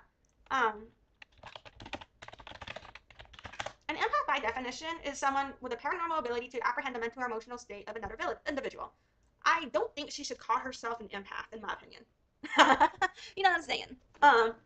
Because in my opinion, you can't claim to be empathetic to others while being ableist, while violating autonomy, while you know what I mean? There's just like a certain level of, like, do you not care about other people's emotions then? So, I don't know, you know what I mean?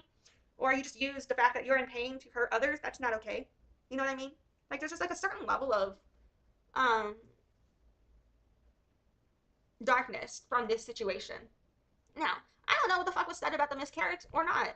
I know she's saying something was said, other person's denying it. Well, what if that is the misunderstanding? The misunderstanding could be she thinks she said something, but the person really didn't, and the misunderstanding is she thinks that. You know what I'm saying? That could be it. But for me, it's just like, yeah, to basically publish a video telling a specific person to go die, bitch.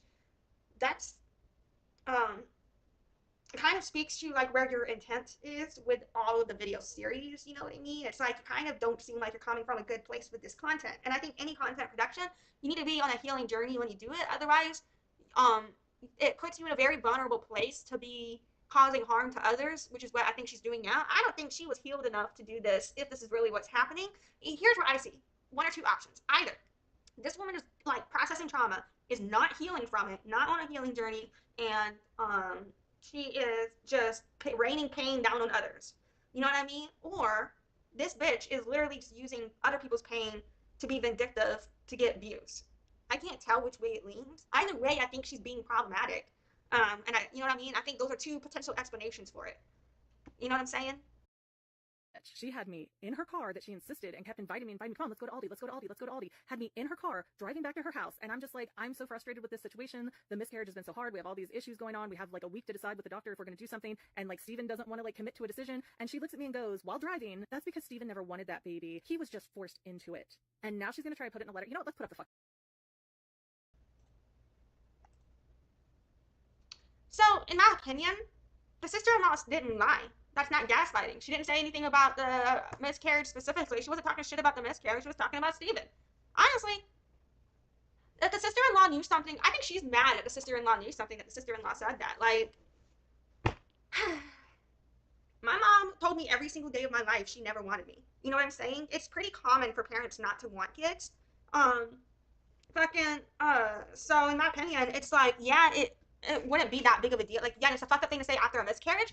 Is she a bitch? Yeah. Should you stay away from her? Yeah. Is that a go die bitch? Something I would tell someone to go die over? No. I don't think that's an appropriate response. In my opinion, her responses to the events that occur are very escalated, in my opinion. She's not trying to de-escalate shit. So I'm wondering how raw this all is.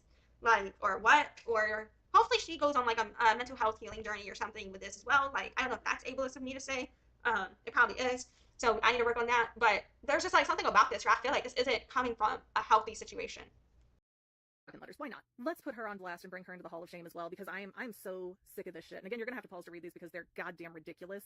But out of something probably like 30 issues that my husband brought up to them, there's not one that they take accountability for. They either Well, in my opinion, if your husband was bringing up these issues as they occurred and they gaslit him each time as they occurred, yes, I would get this, right? And I would get doing like this video where you're just like, they never gave a shit about any of this shit, right? I would get it. But they admitted themselves, unless I understood that wrong, that they never said anything and that they waited until now to finally say something. And in that scenario, yeah, that's fucked up. You made that decision to live with how things were then. And so to now go hold over every single thing that's ever happened because you decided you're not happy with it now, but you were fine with it then, that is an issue. And even if you didn't process that you were okay with it until later, that's not their fault still. You know what I'm saying? They can't control that. So there is something here where I can see both sides, where things happen that they said where I can see why, okay, they're upset about that. But then they're also doing things that are wrong too, in my opinion, and they're not taking accountability for it either. So it's kind of like pot calling kettle black. You know what I mean? And I'm speaking strictly to the information available to me from the videos by Insecure Super Empath. Again, I don't know any of these fucking people. I don't know shit. I'm projecting my own reality onto their situation based on what's available to me. It's not an actual reflection of them. I don't know these fucking people. This is just what I think about them from what I'm seeing. missed the point and twisted into something else, like, hey, you didn't tell us you weren't going to host Thanksgiving. Well, we told people at this family event day, and it's like, okay, but we weren't there because that was the day my car got stolen, so nobody told us anything. It's like, well, you're just begrudging me trying to go see my father who got divorced from my mother when I was 6. Like, nobody said that, bitch. Like, nobody said that. We said, hey, you are excluding us and not telling us what's going on with things. That's what was said. That is what you are refusing to address. You're trying to twist it into different issues. And so many issues they did. I could say here, every single complaint she seems to have about them, in my opinion, her video series is evidence of her also doing, in my opinion, when it comes to stuff like this, in a way. Didn't even touch on, which were ones that they were held dead to rights. There was no apology to me for being blamed for everything under the sun by David. At best, we got the apology of, well, I shouldn't have. So, is this like her trying to do to them what they did to her? Is that what this is?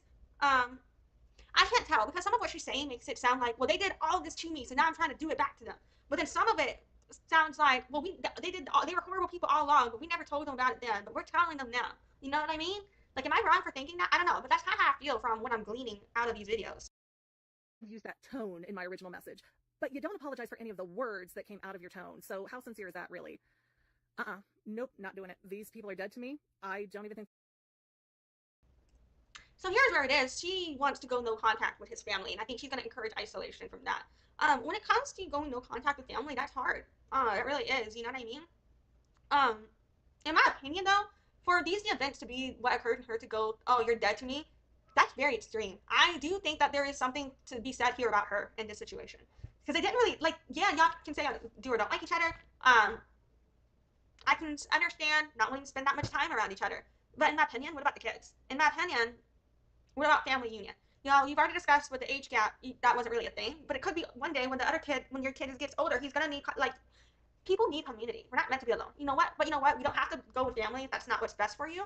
You know, do your thing, do your thing. You can build your own community with life is what you make it with the people around you who show up, right? But on another level, because access to people is limited in a way. I mean, obviously, on some level with social media and the internet, it's unlimited. But with our physical capacity to be there for each other, it is limited. I kind of just feel like you're doing a disservice to yourself to really just say any relationship where we've had conflict is now dead to me. What? I don't know. For me, going no contact with my family it took being raped to do that, to pull that trigger, to say I'm going to finally, and all of this abuse had been happening, but that was the straw that broke the camel's back for me. Now, if there's actual like abuse going on, and I don't know these people, I don't know the situation, then of course I think no contact is good, you know. But if it's just like what I'm seeing here, and what's happening is, yeah, there's some problematic social issues here, but there's not actual abuse. I kind of see like I feel like she's weaponizing mental health and mental health vernacular to perpetuate ableism, to isolate her husband from his family because she's never had a relationship with him, in my opinion. So yeah, I don't know. They weren't a response, and my husband and I are kind of back and forth on that right now as to whether or not they do. I don't think they deserve any more response, because Stephen laid his heart out and told them, these things happened, these things are bothering me, and they just wrote back saying, nuh-uh, or I'm sorry, you misunderstood everything. Like, fuck them so hard. Now, like I've been saying with my mommy issues, I totally get like when someone responds to you that way, you know, it being gaslighting and triggering, but at the same time, that's what she does to them. So I don't, you know what I mean? She's been acting that way to them all along. And so they're both kind of just accusing each other from the outside perspective here of doing to each other what each other does to each other. And it's like, you're not going to really be able to convince anybody that you two both being assholes to each other makes any one of you more of an asshole than the other in this situation to me. Well, I guess she did, because since they're not putting their story out, she's building her platform off of degrading them, in my opinion. But in my opinion, she's also opening herself up to defamation and libel and slander lawsuits, in my opinion, because she doesn't, in my opinion, have evidence to back up a lot of things said. The biggest thing that's protected her from lawsuit was the fact previously she wasn't naming them, but in the letters she showed their names. And so that actually does open her up to legal action from them. And I kind of do, if they take it, I think that's valid and justified. I think, you know, if they take that legal action against her, that's like, you know, that's just her getting consequences for the harm of what she's doing. You know what I mean? She does need to understand that this isn't appropriate. Not only is the exploiting of the medical conditions extremely harmful, the ableism and the discrimination in her vernacular is problematic, in my opinion. The exploitation of the child's medical condition, did I just say that? That one really bugged me. The way that she isn't supportive of her family, of her husband regarding his family trauma, is very harmful. You know what I'm saying? Like, I don't know. I feel bad for the husband because he doesn't seem to have a supportive wife. He doesn't have a good relationship with his brother, his family now, and his wife is isolating him. And if he didn't want that kid and she's like forcing him into the situation she didn't want, like that really sucks for that dude. You know what I'm saying? And then the kid, he's got his medical condition out there without his consent, and his mom is exploiting his medical condition for views. I feel so bad for that kid. May their life be filled with other people who treat them as terribly as they treated us, because I'm not putting up with it, and especially not the shit with Shannon going, I couldn't imagine being upset that somebody else found joy at my wedding by getting personal photos done. Like, okay, but you know what? You stole our photographer without asking and lied about it, and every time you guys try to recount what happened, I'm pretty sure she showed the screenshot where he definitely did lie, you know, in my opinion. So totally, I believe her that that the brother-in-law lied about the photographer. But what bugs me here is the photographer was in the wrong. You're deciding you're not mad at her because she's your friend or whatever. That's fine, that's on you. But putting all of the blame on the brother-in-law for the wedding photographer not literally violating the contract is problematic in my opinion. and from your side, it's a completely different fucking story, which means you're all fucking lying. Whereas I have very consistently said from the start, Shannon said this a week after I had a miscarriage, very consistently said that over and over and over again because it's seared into my brain. And not to mention, if you found out, hey, so-and-so has been so hurt by what you said, would you not want to sit down with so-and-so or have a conversation with so-and-so and find out what happened if you didn't actually say it and you know, clear the air, make it better? Most people would, I think. She just decided to go to my husband and talk to him and not me, even though... But why would she talk to you if you're not getting along? You know what I'm saying? it kind of feels like this whole thing is like it's kind of like maybe it's her desperate because they never wanted to, desperate for attention about it because they never wanted to have a relationship with her or something. Like, I don't get it. Oh, it happened between she and I, and she's a full of shit, two-faced. But you could say the same about you. You know what I'm saying? In my opinion. Because, in my opinion, you can't sit here and act like, you know what I'm saying? You're accusing them of stealing your wedding photographer, but they didn't steal the wedding photographer. If the wedding photographer agreed to go do it, you know what I'm saying? So you're just mad at them. That's fine. Be mad at them. If you're mad, I mean, it seems like you're more mad at them about some miscarriage situation, or you keep changing the reason why you're mad at them, which is totally cool. You just don't like them. But yeah, that's my opinion. I don't know. That's like you brought everybody in under the concept of you're mad at them because they took pictures with your photographer at your wedding, but you don't care at all that the wedding photographer literally did that to you. You know what I mean? Like that doesn't seem that you care about the concept of the fact that someone took family photos at your wedding. It seems like you just don't like the wedding photographer, but that's what you use to get everyone to view you. And you know what I mean? I don't know. There's just something about it where I feel like, yeah, pot calling kettle black. Liar. And even with the photographer thing, no, I don't blame the photographer. And I will say, I kind of do think she is lying when she says that the sister-in-law ever talked about the miscarriage. I don't think that someone saying that someone never wanted to be a father or that they were being forced to have a child is the same as talking about the concept of the miscarriage itself. You know what I'm saying? I don't know. I'm like, was that good timing? Was that still a bitch thing to do? Yes.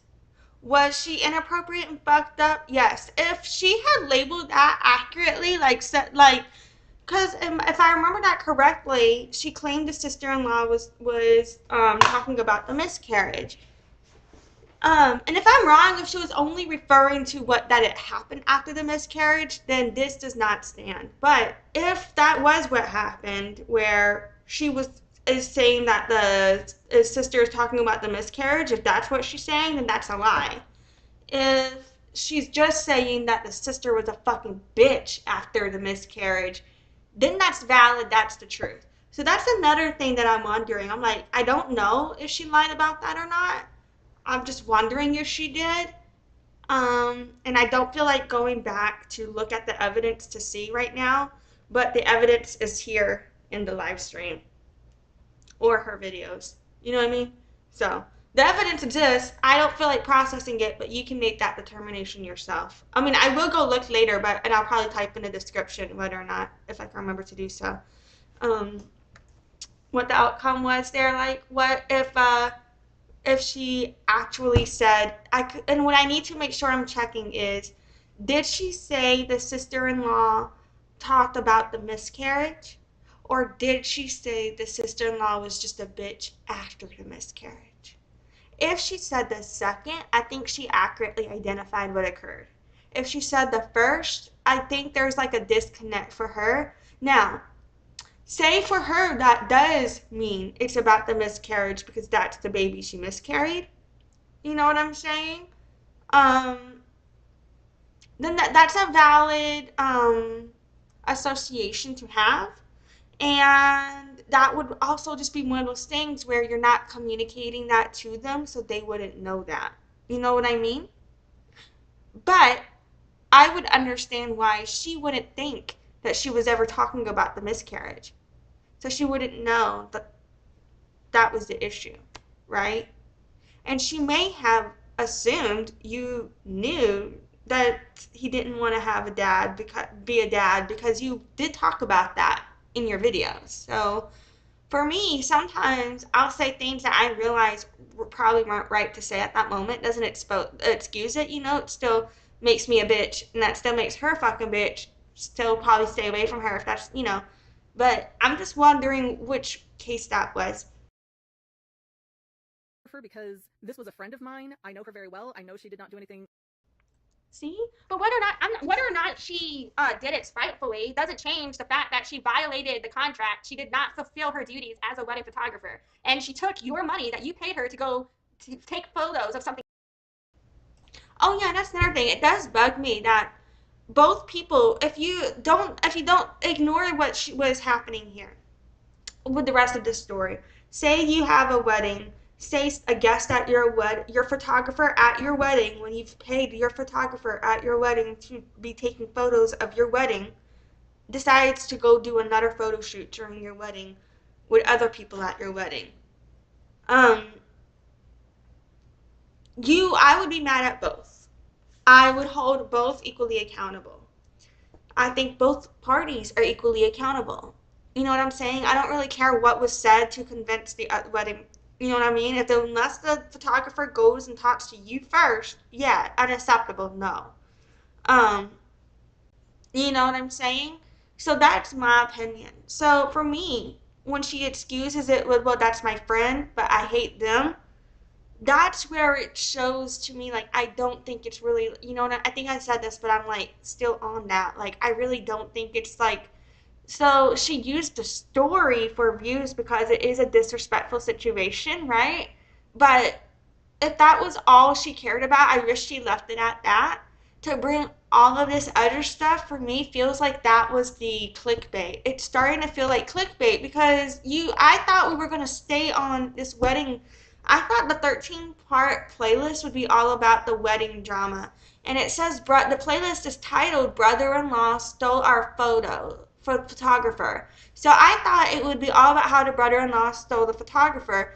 But most of the videos go into all of this other shit that really did not need to be involved to be on this topic. If you want to do a playlist called Why We Go No Contact with Our Brother-in-Law and Sister-in-Law, fine, make that inaccurate. But to call it Stole Our... That's what I thought we were going to be on. And that's what I ended up watching without realizing it. And then I was into it. You know what I mean? So yeah, I don't know. Hold on. Let's just keep going. Something else. So you're literally saying, well, she didn't do it in a mean way, so because she's your friend, you're gonna forgive her. But in my opinion, that just when you as a friend, when you are like, okay, that's my friend, so I'm gonna let my friend do a bad thing in business. That's just normalizing your friend doing bad things. You know what I mean?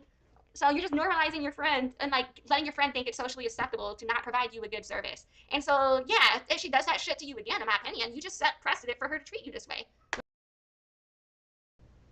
Here's another thing. I wonder if they're going to blow up on the friend eventually the same way they did the brother-in-law, because they claim that they never communicated issues to the brother-in-law when they occurred. You know what I'm saying? They clearly have an issue with the fact that those photos were taken. They've just currently decided that they're only going to be mad at the brother-in-law about it and not the photographer. But I really feel that if they ever decide that they're mad at the photographer, this will come right up. This is going to come right back up. You know what I'm saying? Like, you were telling her it's okay for her to not follow through on what she said she's going to do for you. You know what I mean? In my opinion. Against me spitefully, and I know that she has been in some very abusive situations to where it's kind of intimidating when a Statistically, most women have been in abusive situations, so I don't really like that. Like, I get when you have space for your friend because you know their mindset because of abuse, so you want to have grace for your friend. I get that. But whenever you also like, yeah, my friend was abused, so she doesn't have the mental capacity to be able to fulfill her duties as a wedding photographer. In my opinion, it just kind of sounds like you're infantilizing abused women, and I don't like it. I don't like it at all. split something man gets up in your personal space and won't leave you alone about something. So I don't blame her for the photos, but yes, I have them, I own them, and those fuckers are never going to see them. Like, gone. Absolutely gone, those photos. But like, even with the photographer bit, David and Shannon have not gone to my photographer friend to find out what happened. Like, hey, where's the miscommunication? What broke down? This is what we saw. Like, this is what we thought. Because they probably don't give a shit about that much about whether or not they get the photos. They're like, okay, well, if we're not getting the photos, we're not getting the photos. Like, y'all already had this argument about them. Why would they then go reach out and harass somebody else for them? Like, are you kidding me? You're mad at them if they reach out, and you're mad at them if they don't. Make up your mind. You know? What's going on from your end? Because, you know, we want to resolve this. No, they just keep changing the story every time it comes up. But you keep changing the story too. Every time you make a video, you got a whole new story about why you were mad at them.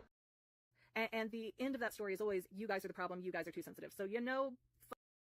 That sounds like you. You know what I'm saying? Fuck them so hard. Again, hope they both go in very unpleasant, painful ways. Hey, ready for today's? For your partner to be wishing that your family dies is very vindictive. And whenever it's for something like this, that's very extreme. I wouldn't be surprised if she ever did anything to try and harm them, to be honest, the way she speaks about this. there's just something very malicious and very dark about the way she's producing these videos that I haven't fully processed yet. That's really bothering me, man. So yeah, and what's also interesting to me, the way that all the commenters are hyping her up on this too. Like, none of these people know her. I get having opinions like either way, but all of these people are like hyping up the situation, but you're only getting one side of it in this case. I don't know. And then I didn't see any of the comments either that was addressing any of the harm with the ableist vernacular. So I'm like, what's up with that? I don't think there's value alignment in the communities here for me with this. I'm going to start this video, this sort of drama update progression thing, with a trigger warning, because I am going to talk about pregnancy loss.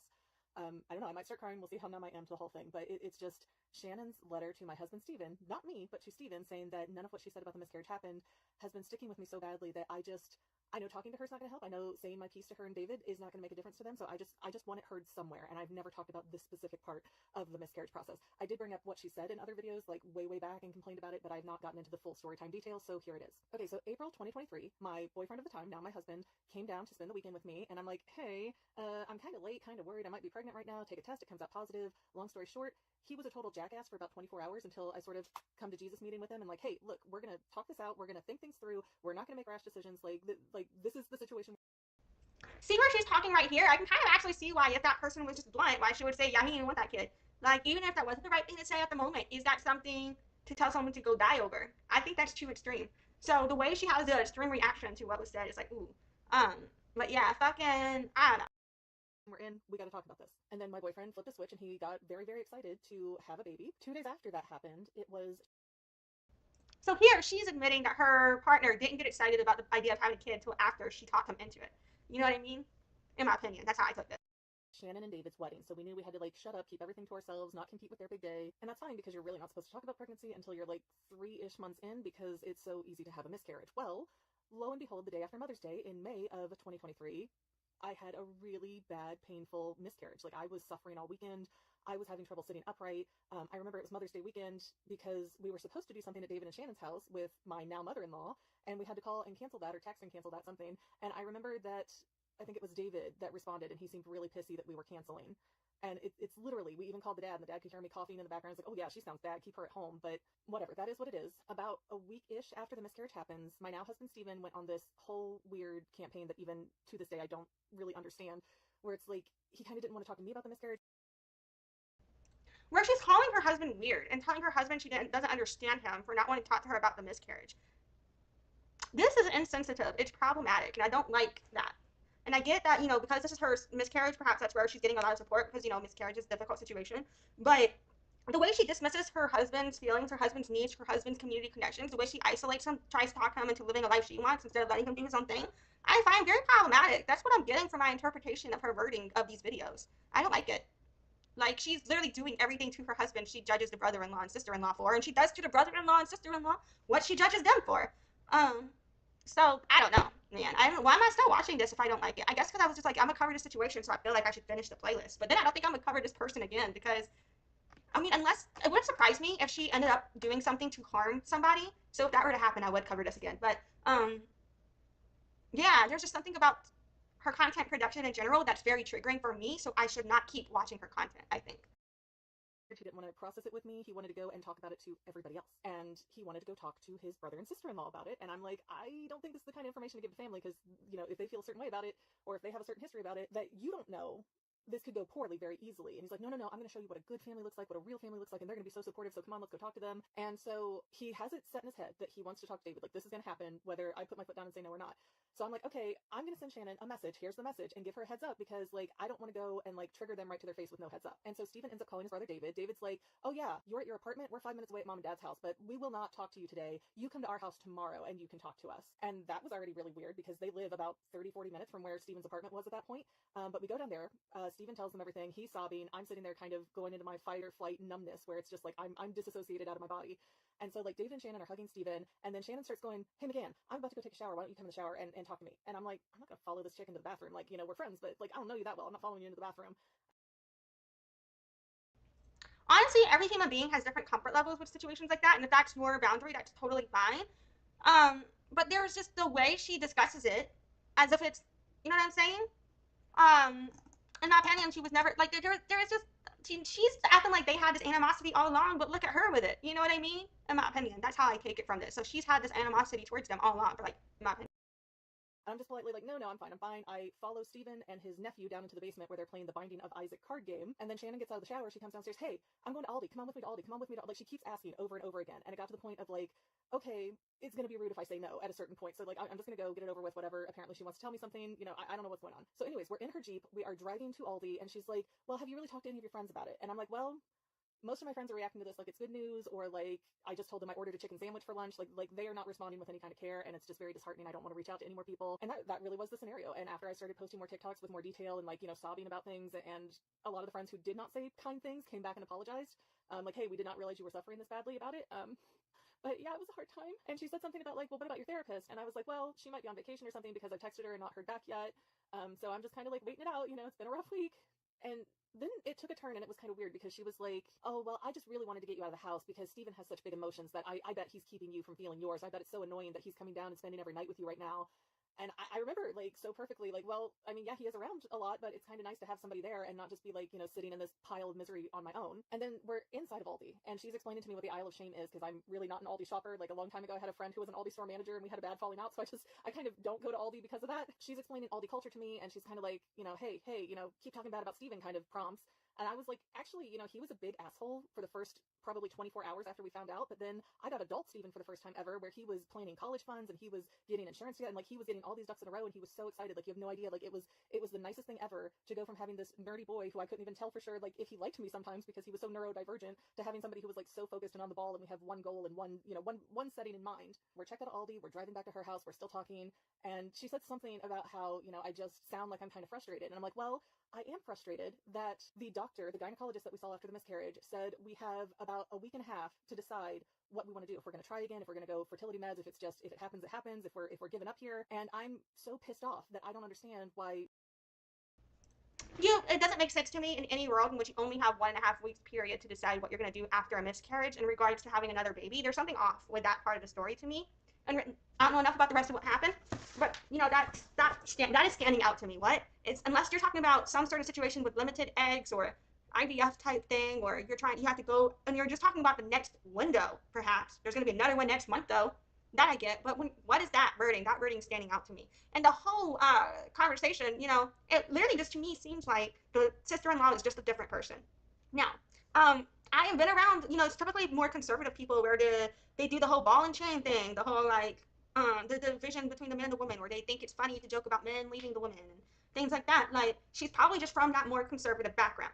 Do you want to hang out with her? No. Should you have to hang out with someone you want to hang out with? No. But why are you degrading her and belittling her just for being a different person than you? You know what I'm saying? That's what I take from the way she speaks on these people, in my opinion. Like, there's nothing wrong with any, like, she acts like the things that the sister-in-law said at this point were problematic in any way or odd in any way, and they were not. They're just of a different culture, and that's fine. If you don't want to be around them, that's fine. You don't have to. But it's the way she, in my opinion, seems to be mocking them or using them for clout, and then tying it in with her own trauma in a way. And I think where she's doing that, it's like it's for clout, in my opinion. She's kind of already talked about how she's doing this for views, in my opinion. And so yeah, I feel like she's just like, this is what works in the algorithm, and I think she may know that based on past performance. Steven is going, you know, yes, no, up, down, left, right. Like, he can't make up his mind what he wants when he was so excited to have this baby just a week ago. And in my opinion, if this person's neurovibing, if they probably didn't want a kid, then realized that they were going to have one, and then they're like, okay, they process they're going to have one, then they're like, well, if I'm going to have one, I'm going to do the best fucking job I can. You know what I'm saying? That's how I took it, in my opinion. Shannon, while driving, said to me, well, that's because Steven never wanted that baby. He was just forced into it. There's nothing wrong with that statement, in my opinion. If that's a fact, that's a fact. Or if there's a reason she believes that, ask about why she believes that. Because if she has a reason to believe that, say it's because something her brother-in-law told them, or what the husband said to the brother-in-law. And she herself mentioned the husband was not excited at first. You know what I'm saying? So I do believe that. I believe the sister-in-law was telling the truth. And I believe that's why she's just upset about it, in my opinion. Because the escalation doesn't make sense to me otherwise. And by all of this, I mean, like, I believe that the sister-in-law has reason to believe that um, the dude was forced into it based on how I perceive people to have spoken about children and family in the past in my own life, how I know it can be normalized, and based on how I know internal conversations can occur, I feel like it would be reasonable for the sister-in-law to have reason to believe that when even her own words gave me reason to believe that, you know? Um, so yeah, I don't know. That's what I was saying. Like, and that's what I was saying earlier too. With at this point, like, yeah, she's a fucking bitch. You know, go no contact with her if you don't, if that is not what you need. But unless you're communicating with her for her to understand that is not the response for you at this time. Like, because with some people, if you did have that relationship, or if you thought she thought you did because y'all mentioned you did not communicate any issues to them until now.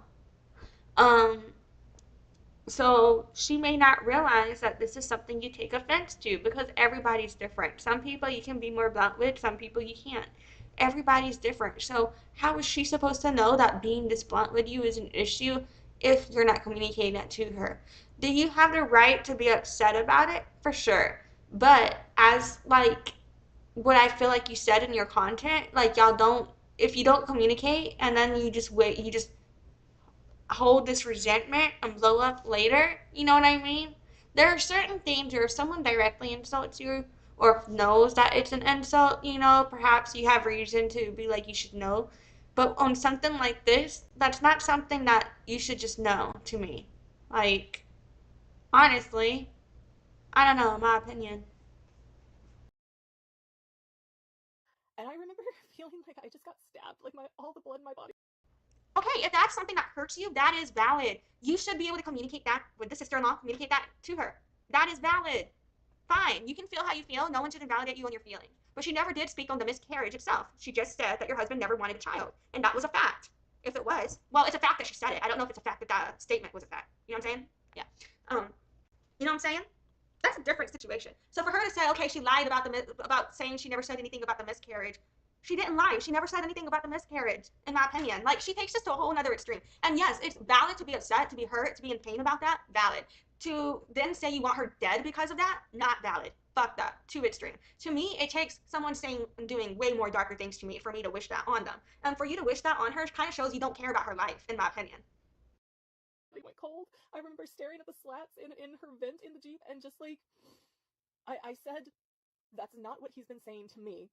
And then I also feel like part of the way that I understand that just because a woman has her makeup and her hair done doesn't mean she can't then go have feelings, because that's misogynistic as shit. How good a woman looks has nothing to do with whether how she should be able to present her emotions. But when it comes to how, if you notice, maybe it's just like the timing of the day, she was doing other shit that she had to be dressed for, and then um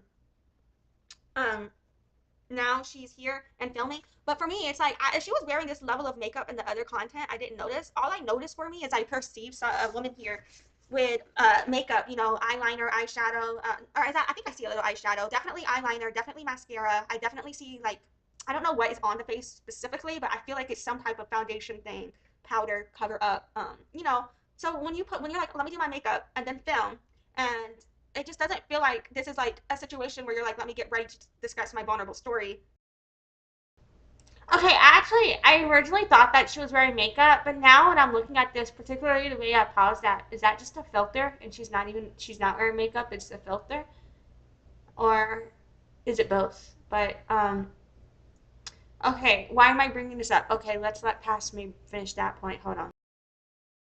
Um, where, you know, we're now, I don't know, like, in my opinion, it just kind of reminds me of like this GRB interview when she's in prison and she's like, do I look good? I don't know. I barely said anything for the rest of the time that we were around them. Like, Yeah, that also reminds me of Ryan in the GRD situation where he was asking on live stream if people liked it when he cried in the TV show. Vote. What did you like it when I cry? Vote yeah, blue for yes, red for no. I'm gonna make a poll. Just kidding. Anyway, fucking that's what that dude did. Um, but yeah, fucking No, there was just something that kind of bothered me though with I think it was like the way she's over here like saying, "I hope you fucking die in agony, bitch," and then she's just like, "These people are so hurtful. I don't know why they would hate me." That's what I think I meant. You know what I mean? With the energy. That's not word for word what she said or did, except for the first part. Um, but it's just how I felt from the video. And I don't know if that's appropriate or if that is an accurate what she intended to put out versus the impact it had on me. But I did want to just say that was the impact on me from looking at it. You know what I mean? Like it didn't feel. And then there was this TikTok trend about how where particularly white women would act like they were crying 1 minute and then the next be dead serious and not crying, and that fucking freaks me the fuck out, man. Um, and there's already like this thing where I don't know. It's just I don't know. I'm wondering because reflecting on, the weaponization of tears, is that happening here or not? I'm just wondering, or if that was a valid emotional response. If that was a valid emotional response, I apologize for gaslighting you. Because I'm not trying to, I am just questioning the content in front of me. I'm not trying to be like, let me invalidate someone else's lived experience. I'm just questioning the story in front of me because there's only one side presented. So without the full truth, you know, or was that expression, there's two sides to every story and then the truth? I don't know. I know I didn't say anything all the way back, and we got back, we all got Mexican food together, and I remember just sitting there in like so much silence in this Mexican place. I think it's just because I'm also like, when you look at the light reflecting on what I perceive to possibly be her foundation, um, I do have a hard time taking people seriously when they're like, I'm so upset, but look at my makeup. I don't know. Am I wrong for that? Am I misogynistic for that? Is that internalized misogyny, or is that questioning the presentation of the information available to me, or both? Place that didn't have air conditioning, and just when we left, and I'm sitting there in my head because she said it with such authority that I'm sitting there in my head thinking, did she have a private conversation with Steven that I don't know about? Like, is this information she's trying to tell me? Like, it wasn't a maybe he didn't want that baby, it was a he didn't want that baby, he was just forced into it. And with so much authority, like, it fucked me up. There is a letter naming this as one of the reasons why I almost ended myself, and like, If it impacted you into that way, that is valid. To then go wish that hard on someone else, though, not valid. You know what I'm saying? Her speaking does speak to me, shows where I was saying like I don't feel like she's on a healing journey or working on herself. This kind of highlights that. I don't think that she's, trying to do better as a person based on the content she produces. You know what I'm saying? it fucked me up so badly, and for that bitch to go into a letter addressed only to my husband and account everything but stop right before that moment and say, no, that never happened, your wife is... So, um, before, in my opinion, she said that the sister-in-law lied about talking about the miscarriage. Is she now saying that the sister lied about the exact wording? Because of that back and forth. Okay, so here's me the second time. When I first saw this, without past me interjecting, I was like, oh, so maybe I got that wrong. Okay. But now past me is remembering that too. You know what I'm saying? So I'll definitely go check that shit out because now I'm like, ah.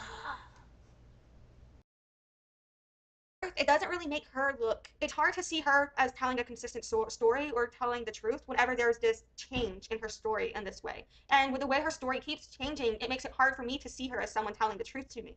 You know what I'm saying? Is a liar. Fuck her so hard. I am gonna start this video. I do see that this woman has some trauma. I think I do think she has a certain level of hatred and vitriol for the sister-in-law and brother-in-law. Um, if what she said occurred is true, I don't think I think her reaction to what was said is very disproportionate, in my opinion. Um, I don't think there's anything wrong with having the feelings that you feel. I'm not saying she's wrong for feeling however she feels. She should feel whatever she feels. But the way she reacts, the things she says, is not okay. Just because her feelings are valid, her actions are not, in my opinion, in regards to if that was true about the miscarriage, in my opinion. This sort of drama update. I went back to watch the same video again. I'm gonna read. All right, here we go.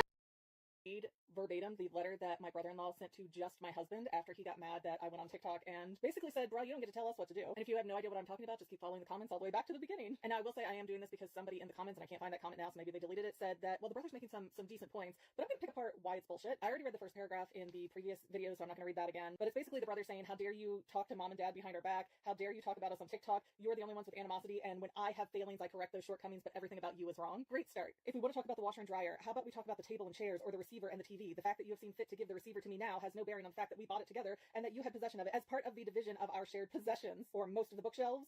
If you had any further concerns about the value of the items that you received, then why didn't you address those at an earlier date? Additionally, the washer and dryer Shannon loaned you was hers, not mine. They should not have counted towards anything you feel owed from me. So much bullshit there. First of all, that table and chairs he's talking about is 10 plus years old. It's falling apart. It's broken down. And he still wants to act like it's got some financial value to it. Like, dude, you gave it to Steven because you didn't have room for it. Steven being my husband, for those of you new to this. Again, bookshelves cost what, like $30, $40? And the fact that Shannon never said, hey, I'm giving you this washer and dryer on loan means guess what? It was not a loan. Steven paid for 75% of the washer and dryer that David took, and Shannon gave Steven her old washer and dryer because when Shannon and David moved in together, she had nothing else to do with them. It was never discussed as a loan. It was never said, hey, I want this back if you move. Nothing like that. Until they thought, oh, we can use this to dance on a financial point. Nope, bullshit. As for upending your life, we bought our new house at a time when interest rates were skyrocketing, and if we had not bought our house when we did, we probably wouldn't have been able to buy it at all, or it would have cost us tens or hundreds of $1,000s more in interest. I'm sorry for the disruption you felt it caused, but just as you need to do what's best for your life, I needed to do what's best for mine. Here's where it's bullshit. Steven and his brother David lived together for about 10 years. David said, hey, I'm going to buy a house with Shannon now. But Shannon wanted a bigger, fancier house than what they could afford together. So after David had told Steven, hey, you can keep living here, keep paying the mortgage, get a roommate, whatever, like you can stay in this house you've been in for a decade. David then goes, hey, I'm selling this house out from under you after promising you could stay here. Good luck to you. We need money for a bigger house. But again, he's trying to make it about financials other than reality. The reality was he promised his brother he could stay in that house, then gave him almost no notice and said, hey, you got 1 or 2 months to find a place to live because I'm selling this place. Like, total dick move. I did not lie to your photographer about getting your permission because I never claimed to have it. I asked her as a favor to a friend if...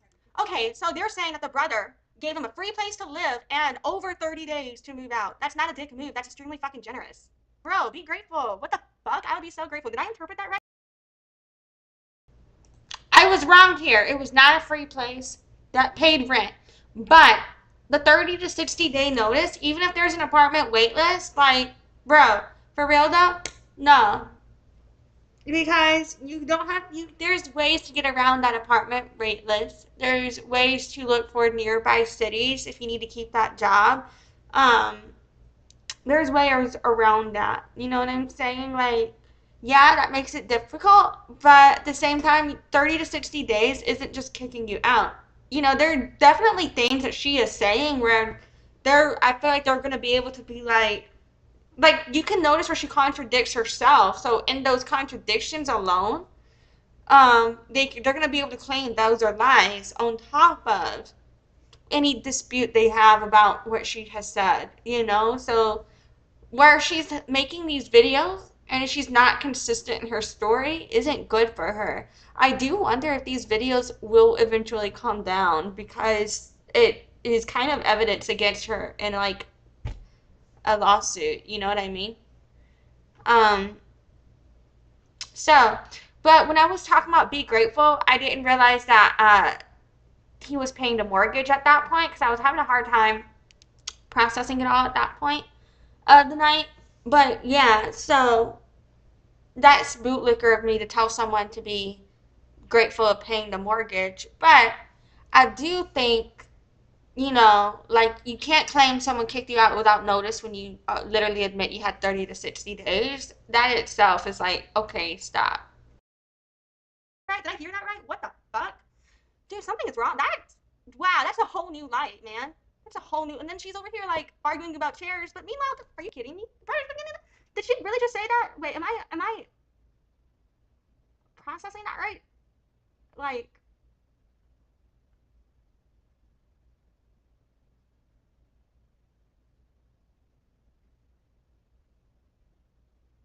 I forgot what the messages with the photographer said, but I thought that she did have proof about them lying.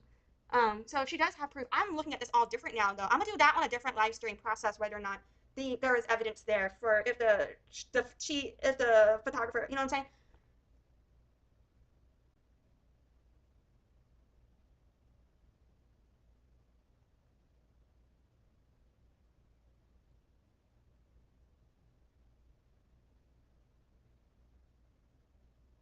Right, when they're talking about why didn't you dress that at an earlier date, I agree with them.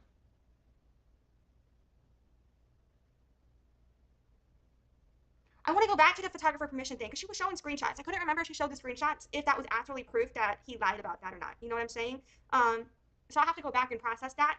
But yeah, fucking, I can't believe it. But I think I'm agreeing with the brother-in-law on this issue because, wow, man, did I process that right? I could be wrong. I could be wrong.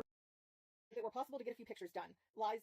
The photographer and her co-shooter have both said differently very consistently, and he also said differently before now. However, I also told her that if it was too much trouble, we could get someone else to take some for us. And Lori had offered to do so, in fact. Your photographer said it would be no problem. Okay, if you had other people, especially family members, friends, whatever, why didn't you use them, David? Why didn't you use them? Why were you bothering my photographer at all while she is working? She's not your friend. I don't know where the disconnect happened, but if I thought it was going to be an issue, I would have asked any one of the dozen or so friends and relatives I had at the reception rather than your photographer. I'm sorry for the confusion and animosity that caused. Here's my thing, because yes, like I was saying, he was wrong for the photographer thing. That was a dick move, period. You just don't do that. Like, what the fuck? But the way she's reacting to that by, when she's using that to get views, but in reality, it seems like what she's really upset about is she's not over her miscarriage still. And you know what? I really feel like this is her not processing that trauma and taking it out on others and possibly isolating her husband for no reason from his family, in my opinion. Like, I don't know. I just see this going down a very dark path. Like, what the hell, man? Again, kind of an apology, but he's not really taking accountability because he's saying, well, it was ultimately the photographer's fault. That's her confusion. That's you getting upset. It's not that I was inappropriate. As for the fact that we didn't join your photographs in the garden, Shannon has detailed what has happened with Will and Alari, but I can expand on it a little bit. I was told that you were getting pictures, but no one said anything about joining you. Not true. We had over a dozen announcements. I got a picture with Jordan at the photo booth, who is a mutual friend of theirs. We fixed the paper outage with the printer, and that was when Alari and Will had their argument. Shannon and I both went back and forth between Will and Alari, who are like 22 and 24-year-old adults. These are David's children. And I, quite frankly, was more concerned with handling that issue and keeping it from impacting your reception than I was with listening to any announcements. So now you're trying to say both, that there were no announcements, you had no idea, but there were announcements and you chose to ignore them. I had to run inside to join the rest of the crowd when you came back to the shelter house because I was with Will when you returned, which contradicts what Shannon says in her letter, but whatever. I'm not addressing any and all of the issues between Shannon and your wife. She has addressed those herself. However, she has my full support. Shannon's a lying cunt, and that's the gist of that. Shannon's trying to say that everything I said didn't happen and she hasn't been freezing me out. She says in a letter addressed only to my husband, in which she has asked me nothing about the issue or where any problems came up. So yeah, that's Shannon. I know that I have congratulated you on the engagement and especially at the reception of your wedding. I'm sorry that it didn't seem to be enough. See, almost an apology, but it didn't seem to be enough. He never fucking said congratulations, and that's not me saying it, that's my husband saying it, because I pointed it out, like, right after we got engaged, like, hey, how come he's over there saying you shouldn't be at trivia nights, you should be doing game nights with him instead? Like, why is he texting you that? Because that comes off very much like you shouldn't have proposed. For Thanksgiving, you assume things without bothering to reach out. I'm sorry that we didn't specifically reach out to you. There are 2 households that go to them for Thanksgiving. Mine and his parents. You couldn't bother to inform 2 of the people in those 2 households, but we told mom and dad, we told the whole family at Pete and Doris Day that year, which was the day my car was stolen, so we weren't there, and mentioned it several other times when we were with members of the family. Again, none of that is telling us. You told everybody else, okay, congratulations, none of that is telling us. If we'd been hosting, we would certainly have reached out to you. Bullshit. Because next paragraph, for baking cookies, this was the second year we baked cookies at our house. You were certainly more than welcome to join us, but you hadn't the previous year, and I didn't want to push it. They didn't tell us they were doing it, or what day or time or anything, either year. That was the point. They're excluding us. For Christmas, just like you, we had other family to consider. The time we gave you was one of the only times we had available, but if an alternative had been suggested, we would have tried to make it work. Bullshit. His text was basically, this is when we're doing Christmas, either come or don't. There was no, hey, does this work for you? And I know he can do it like a big boy because he did it in 2022 when they were asking about my schedule and my custody. Didn't do it in 2023. For suggesting game nights instead of trivia night at the bar, I don't drink anymore and don't like going to the bars. We went to trivia night one time and I was very uncomfortable with it. Additionally, trivia night was on a Thursday, which was a night I taught on. We suggested you coming to a game night as an alternative on a night that I didn't teach. I'm sorry that it came across as some kind of insult or ultimatum. He's totally missing the point and dodging it. The point was not, we invited you to trivia and you said no. The point was, you said you shouldn't be planning trivia nights. You should be planning game nights with us instead, right after my husband proposed to me at trivia. So he was saying you shouldn't be marrying her. Okay, well, what if, though, he actually, I just realized my caption error is being weird. I'm going to refresh this. Okay. What if, though, it really was a misunderstanding? Like, sure, they probably didn't want him to fucking marry her, so she's picking up on that for sure, and, like, fucking whatever. But also, what if, like, also, just, like, he was being serious? Because there's more context to that situation now. Like, when you say it alone without the rest of the letter, it does sound like it's only about, that their engagement. And, but, fucking, whenever you put it in context of the letter, it seems like it's not just about the engagement, it's about in a broader context of them leading up and having struggles with that altogether. In my opinion, I think that the husband should focus on whether or not he wants a relationship with his siblings without the wife. That should be separate. You know what I'm saying? Like, just don't invite the wife to functions with the brother-in-law and brother if you want that relationship, because y'all don't get along, you don't have to. Then just stay away from them. But you shouldn't impact your husband's ability to maintain a relationship with his family. Um, and I really do, like, in my opinion, I do think that she could potentially hurt herself or others. I really do hope that the husband gets out safe. I hope her kid gets out safe. And I hope the kid has, the other parent is involved in the kid's life and the kid has a safe. Yeah, the reason I said that at the time was because of how alarmed I am when it comes to the whole "I hope you go fucking die in agony, bitch" thing to her sister-in-law. You know what I'm saying? Like, yeah. To tell someone, to tell your husband's family that is, and so to me, there's just like a certain level of like things you don't cross in life, like unless they are threatening your own life or they are threatening your child's life. She never told you to go die. She wasn't celebrating the death. She was literally just saying like it's well known that the dude didn't want the kid. Like you said it yourself too. Um, and yeah, fucking, I don't know. It's sad for sure. I feel like she should grieve however she needs to about it all, about both sides of it and everything. But like, yeah, person to be around. You know what I'm saying? Because any kid should not be around a parent like that telling people like this online to go die. That's there's to me, no child should be around something like that. I do kind of stand by that from my own traumas because that really impacted who I am because of the way my parents were. And then I was like my parents, and I can still be like my parents. And I'm trying to not be like my parents. I'm trying to work on it and change. You know what I'm saying? So that's why I think I said that. And also for the fact that with the internet, her child will be able to see this and think this is how it's okay to respond to things and behave. And it also like comes with the normalizing of it. Like you think of how did the GRB situation occur? Well, people talking like this is so normal that when people are ready to do it, it's hard to tell because of how people will normalize it. And I think on a certain level there can be an expression, such as people will say like go play in traffic or um, you could die for all I care, like I just don't give a fuck about you, like as a way of saying get out of my life. Um, but I think there's a difference. You can tell when someone is saying that in terms of I just trying to get them away, like I like close off in their relationship and to get away from me versus when someone says, I hope you die in agony, bitch. That's different message. That's a different vibe. You know? Like for me, it's the difference between telling a stranger fuck you or um like, versus you're a fucking piece of shit, go fucking die, bitch, fuck you. There's like big differences, right? Like so on a certain level you can kind of take it to a certain level, I think, and it not be like maybe it's not nice.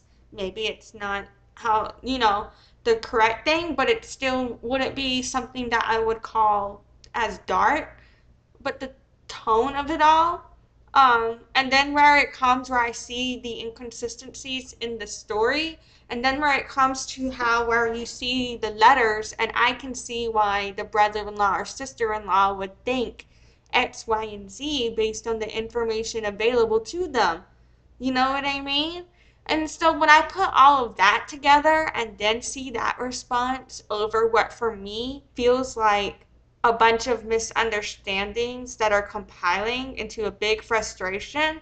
But for me, the only reason you would be so frustrated in this moment is because you loved somebody and cared and wanted to spend time with them, right? So I feel like it could be talked through if she wasn't continuing to pour aggression onto a situation where people are trying to other like it looks like the husband is finally potentially airing things out he should have been communicating on all along, and I can put some blame on him for where I say he needed to be able to better communicate, but he is trying to right now, right? And I do felt like he used his words in a healthy way. I don't think she's doing that. um that's my opinion. I felt like if she were to stay away from it all, the husband, the brother-in-law, and the sister-in-law would probably have some conflict resolution and be able to be on their healing journey with how the brother-in-law and sister-in-law can better support the husband, you know? I think the only thing stopping that is her, in my opinion. But I don't know the situation. I could be totally dead wrong about it. That's just my perspective as an outsider from her videos. Ever. Um, like the only time it's okay for me to go to that level is when someone is wishing that on you first. Then I get being like, well, you go die, bitch. When someone's wishing away my ability to make a living and ability to live first, then I get there. But if you're not to put that on someone else first, that speaks to you being the evil, in my opinion. You know what I'm saying? Evil people, like I don't know. Fucking narcissistic bullshit. I'm not going to pick apart every single thing you said, but I addressed most of the specific instances you brought up because they seem to have stuck in your mind. Beyond that, again, if we don't know there's a problem, we can't address it. We both had no idea. Alright, so at this point, fucking that's where my this is basically right here. Well, I'll let this last 5 seconds play out, but this is where my shit freezes up. Is it just me, or does she seem to be speaking too with a very certain level of? And that's, I think I was gonna say that she was speaking with like a level of anger or vitriol or hatred again. So this is the situation where this is where that live stream ended, and at that point where the live stream ended, I don't know if you noticed in the intro, if you were here for that, if you watched that part of this live stream, but in the intro of this live stream I was having issues where I couldn't get my screen up, and then I was just clicking through shit, and I'm like, why aren't you coming up? So I was just clicking until I could make it come up, you know. I'm clicking on other stuff until I could come back to it and bring it up, right? And when this live stream ended, that same thing was happening to me on the back end at that point. So when my live stream began today, I thought it was doing that again, but it I don't know what the fuck was happening. Anyway, so I've basically pulled up almost where we were, pretty close to it, and I figured we could finish watching and reacting to the rest of this playlist. Narcissistic bullshit. I'm not going to pick apart every single thing you said, but I addressed most of the specific instances you brought up because they seem to have stuck in your mind. Beyond that, again, if we don't know there's a problem, we can't address it. We both had no idea that any... Right, whenever she goes, like the way she said stuck in your mind, that's where I think where I was like, damn, she really is, that's where I was reiterating why I feel she's speaking with anger is the way she is vocalizing in her words and her letters when she reads from their perspective. But she reads the letters from an angry tone, but the words don't, if they don't seem themselves to be read to be from an angry tone. Like when I read the letter without her voice, but just reading it, it didn't seem to be angry, but she will read it in an angry tone, if that makes sense. So, is she actually imitating the way she knows they speak? Maybe that's valid and she's processing like how they are or whatever, if she's imitating them. But if she is just putting her own projection of her own anger onto those words, that's pretty inappropriate in my opinion. Like, I don't know, it kind of speaks to, you know, the intent and, in my opinion, the disconnect between what is the reality and where she is taking it, unless she is imitating them because that's how they treat her, and so like, what if, is this what reactive abuse is? Like, so what if this would be reactive abuse?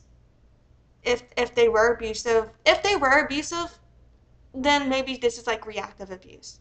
Otherwise, I think she might be the problem, and maybe they just felt that in their hearts all along. That, you know what I mean? If she is neurotypical, because she mentioned that her husband was neurodivergent and her kid was too, but she didn't claim to be herself. So if she is neurotypical, I think she doesn't realize that the brother-in-law and sister-in-law may be also neurovibing and she's not like communicating. I don't know. Not that being neurovibing is an excuse for any behavior, but for me it would just explain everything. Um, You know what I mean?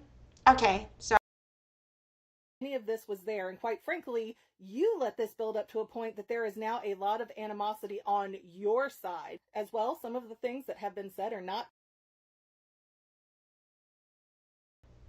So right here where she says his wife mocked our child loss. Unless his wife said something else that she hasn't spoken about, um, you know, like if his wife said something else that she didn't speak about here, that's a valid sentiment, you know. You know what I'm saying? If she felt mocked by what the sister-in-law said that she told us, then I feel like that's valid, you know, to feel mocked by words. Even if other people didn't mean to mock you, it can still be valid that you felt mocked, you know? And then I think with communication, you can heal that, right? And figure out so they know not to do it again, right? But then, like, but if all that was said was she was just being like, well, he didn't want the kid anyway, that's not even mocking the child loss, in my opinion. That's not. I have very different interpretations of what occurred than, I don't know. Maybe I'm wrong. You can totally disagree, like, based on your reality and your interpretation. Just like, that's not how I took it. You know what I mean? Um, and did I miss where he expected an apology? Maybe I'm wrong on that. Maybe that there's still 8 more seconds on that, but um I do think he has a valid point where he's saying we didn't know any of this shit was wrong until fucking now. If that's the truth, that's the truth for them. Like, and even you guys admitted that you never communicated these issues before. So for me, it's like for me, I'm like, how do you not recognize that if you don't communicate, you have an issue with someone, they're not going to know to fix it? You know what I'm saying? Like, how are we not getting there? Right? Like, something isn't adding up to me. I don't know if I'm wrong for projecting so much of my own reality onto this, or if I'm just seeing patterns because things haven't added up. Easily put aside. And the last paragraph I read before, I only have a few seconds to finish. See, I will let you back in the family if you resubmit, but it's all your fault. I'm gonna read. I feel like that's her summary of it. Um, that's not what that last paragraph said at all, though. Um, if she feels that way, that's valid because I often feel like, you know, like, for example, sometimes I'll be like, I wonder if I just smoke weed to make myself submissive to my shitty reality, right? I wonder that sometimes, right? So I can totally see how, like, things can make you feel like you're just being submissive to fucking a fucked up reality. I totally get that. I'm not saying she's not valid for having that feeling if that's how she felt about something, the way something was worded. But what I'm saying is nowhere did he say any of this was like their fault. They were explaining that they never fucking told them they had a problem with any of this until now, so that they wouldn't know how to, you know, deal with it in the past. Like, you know, that's valid. So for them, where they are saying like, oh, all they do is gaslight us, but in my opinion, that's kind of what this video is. You know what I mean? You know? I don't know. All right, I've been going back and forth about whether or not to read the letter that Shannon sent to Just My Husband, which is 4 pages long, because this one is harder for me because she is so very cruelly manipulative. And if Shannon had been the genuine person that I thought she was, So here where she's calling Shannon cruelly manipulative. Um, for me, I'm like, I wish she would just kind of explain why she felt that. Like, for if this whole live stream is her, or not whole live stream, well, I'm doing the whole live stream. Her whole playlist is her trying to explain why she dislikes Shannon so much. I do think that I don't understand it. I think there's a huge disconnect with this level of hatred and animosity against Shannon. Um, and I don't understand why she is trying to be so antagonistic to them, in my opinion. If Shannon really did something so fucked up to her that I just don't know about, that she hasn't discussed, then I would say that, like, I would totally understand, like, feeling that way. But for me, it kind of looks like you're kind of like the one that's like trying to manipulate and be very vicious. In my opinion, just from the content series I'm seeing, how I take it, from my experience with my upbringing, with abuse and things like that, and my trauma. But at the same time, like I was saying, what if this is reactive abuse? I don't know. So you know what I mean? I don't know this person. I don't know what she's going through. I don't know what her husband's going through. I'm just saying, based on what they're saying, I can totally understand the brother-in-law and sister-in-law side. I would have been really excited to have her as a sister. But that's not what happened, so let's read this. Stephen, I'm not even sure where to start. In your message to your brother, you mentioned that something has been building for a while, and of course when you share all of the instances where you perceived that we were disrespecting you, I can see why. I'm sorry that you didn't feel like you could come talk to us to discuss your concerns. Honestly, I really like the way this is worded. She's saying it with anger, but if you don't say it with her anger tone, hold on. Stephen, I'm not even sure where to start. In your message to your brother, you mentioned that something has been building for a while, and of course, when you share all of the instances where you perceive that we were disrespecting you, I can see why. I'm sorry you didn't feel like you could come to us to discuss your concerns before they spiraled into that situation we have now. Blocking and unfriending and not even wanting to talk to us. I like this. I think it takes accountability.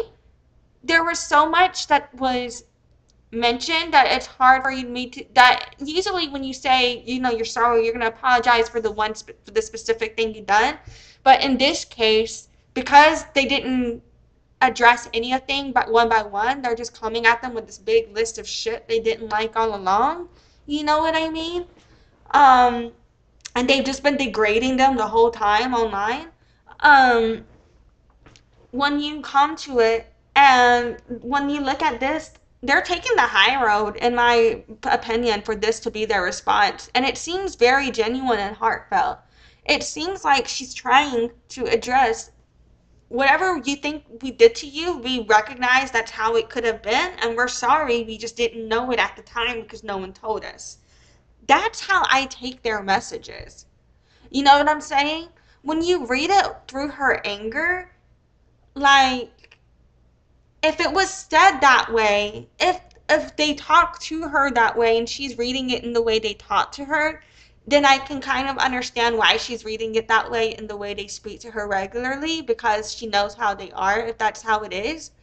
But if that's not how it is, and this was like a genuine heartfelt message and she's just reading it in that angry tone, I find that inappropriate. I find it kind of like, it kind of shows to me that disconnect between what are they trying to convey and where she takes it. You know what I'm saying? Before they spiraled into the situation we have now, blocking and unfriending and not even wanting to talk to us. I don't want to point any fingers with this communication. I simply want to address all of your concerns and share my side of the story. Okay, it's already dripping with kerosene. It's so full of gaslighting, because all of the problems, all probably 30-something problems that we shared, are all perceived problems and not real. First of all, from our side, we truly did not feel any animosity towards you or McGann as far as inviting/not inviting to events, because they're the ones that control all of the events in the family, and they're always not telling us when anything's happening. So, in my opinion, I don't feel like any single people can control all the events in the family. That just means they're probably the ones planning and putting the effort in. You can plan events for the family, do things for the family. You know what I mean? So I feel like there's like sometimes maybe there's like a jealousy that they do host the family events and they don't. Why don't you if you want to? You can make family events then. I don't know. I get when family people do stuff and then you don't get invited, or if you didn't show up and you feel excluded, fear of missing out, whatever. Or how, like, when people invite other people but they don't invite you, that shows how they stand with you. I get that, right? But to go to here for that, it doesn't make sense to me, honestly. And I don't know, man. Am I like the? I feel like I'm like the only person, unless she just literally deletes the comments that disagree with her. I really think that I'm like the only person that kind of is looking at her different. Everybody else seems to be on her side, and I'm like, you know what? I want to know what you guys see from her that I'm missing.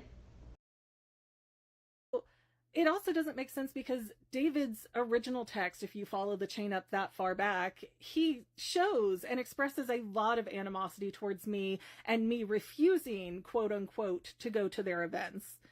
You seem to think we were excluding you and we thought you didn't want to hang out with us. I do want to apologize for that miscommunication.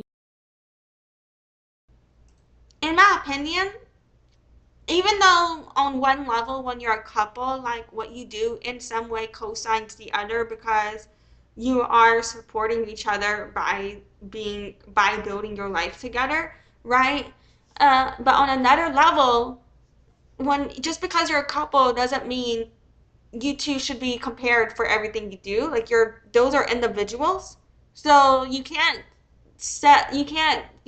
take what she understood of the situation based on what he understood to then mean, oh, well, she's twisting it, because they could have had two different takes on what occurred. They could have had two experiences on it. And you know what I'm saying? I don't know. Communication. From my perspective, we felt like we did invite and include you as often as we could. When we kept getting responses that you couldn't come to things, initially we took it personally. So right there she admits that there's animosity and that they were taking it as a personal attack if we had things already booked. But eventually we realized that the two of you were starting your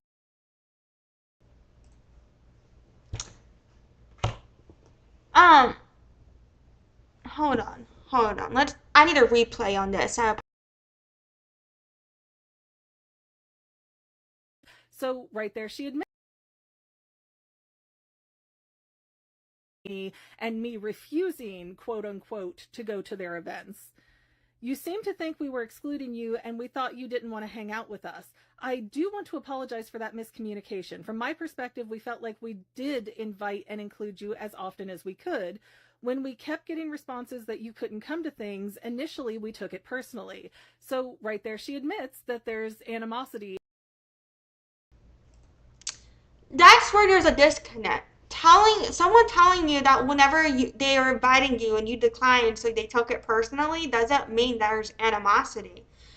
When you take something personally, that means you could have any variety of feelings. Just because I took something personally doesn't mean I have animosity towards you. It just means you said something or did something to me that I took personally.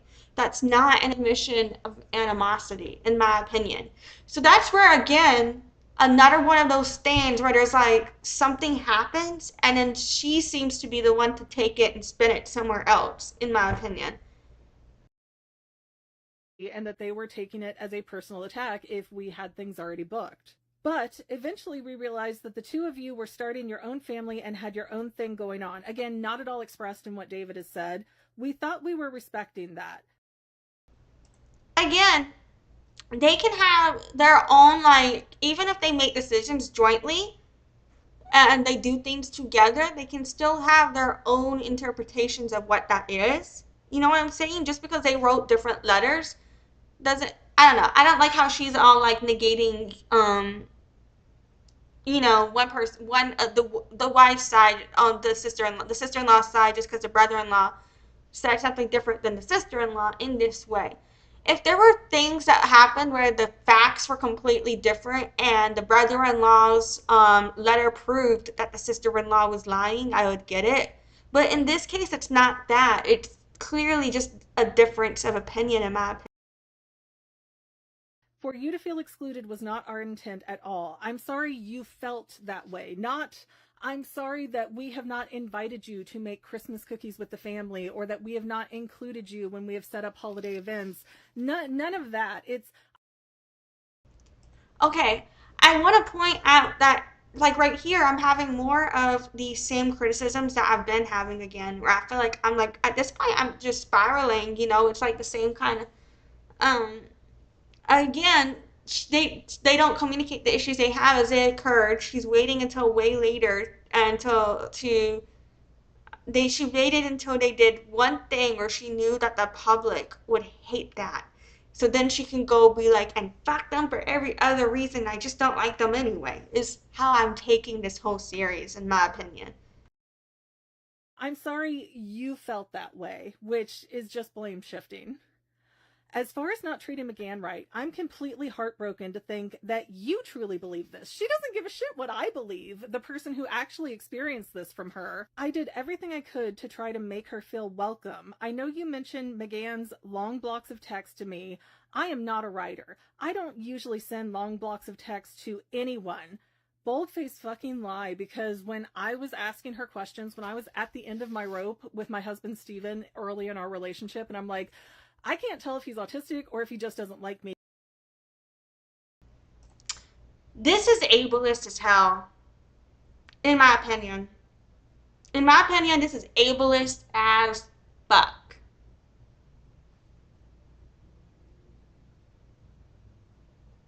And it also shows me that all along there's been this disconnect here with there's like a huge disconnect, in my opinion, between what would like the communication barriers.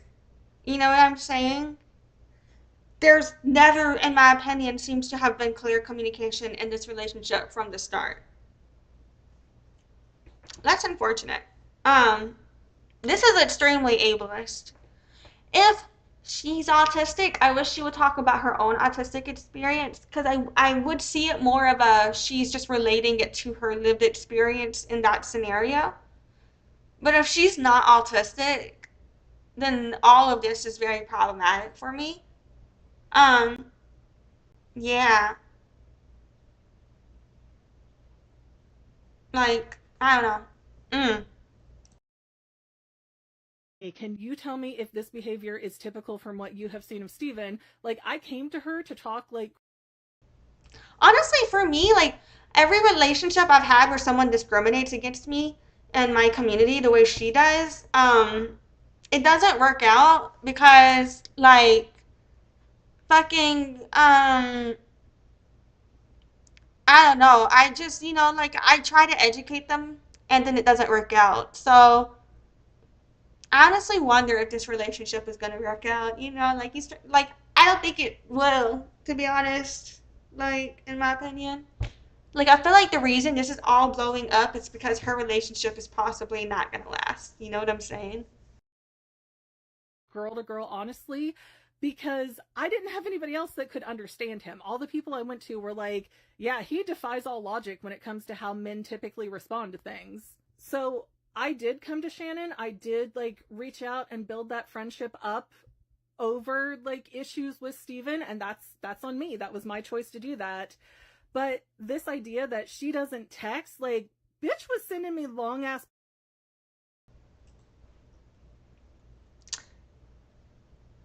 I think she's misconstruing the words and so she was taking, she's acting like, like, where I felt like that was put into the context of the situation discussed in the letter, she's taking it to, like, general, never texting. You know what I'm saying? And I don't feel like that's what the letter meant or said. You know what I mean? And here's where I feel like she's just arguing semantics, in my opinion, to degrade them. So yeah, and then where she said she admits she's like what was friends with them so that they thought that a friendship was established, I can understand how if you thought that y'all were friends, how it comes back on this. And here's another thing, she also admits to where like the sister-in-law peed in front of her. Girl, women do that in front of each other when we think that you're a friend. Like, to pee in front of you is to be vulnerable. Hello? We're vulnerable for attack. Like, what? I don't know. I don't know. Like, and the way she acted like it was so weird for a sister-in-law to pee in front of another sister-in-law, in my opinion. Like, bitch, you never go to a bathroom at the club together. Am I weird for this? Like, obviously, I don't think it's normal for human beings to just go pee in front of each other, like, randomly. Like I'm not gonna go pee in front of a stranger, right? Although, me when I'm drunk, that's why I don't drink anymore. I can't, but fucking, okay, so I'm not gonna go do that. All right, right? But on a certain level, like, to act like it's a big deal to have ever peed in front of a woman that's close to you when you're a woman, you know what I mean? Like, I'm like, am I weird? Am I weird for this? Am I the one who hasn't had healthy boundaries with people? Or is, what's normal? I don't know. Right, though? Blocks of text back. My texts tend to be short, sweet, and to the point because as far as communicating effectively, I prefer to do so in person. Which, again, you'd have to see somebody in person to be able to do that. So, again, doesn't make sense. Texts never come across the way we want them to. Not to mention technology doesn't always work the way we think, as is evidenced by many of our texts to each other being not received or kicking us out of text, especially in group texts. Okay, because one time there was a group text with me, Shannon, and Steven, and I had to send the message twice and basically say, I don't know what happened, the group text kicked me out, but here's what I just sent. She's acting like that is a common, frequent occurrence. And I'm so mad. Like, you can probably see the picture doesn't look good. I'm so... In my opinion, even if it happened once, it's still reason to say, like, stuff like this has happened. Like that. It could be more of like, there's these types of, and that is an example, and you're admitting it's an example.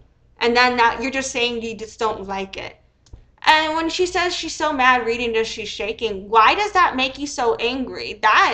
This shouldn't make you angry. She's trying to have conflict resolution. If something that you said where I say she shouldn't make her angry, she should feel however she feels, but I don't understand why someone having conflict resolution, trying to build a relationship with her husband makes her angry. For me, it just kind of seems like she wants to cut the husband off from those family attachments.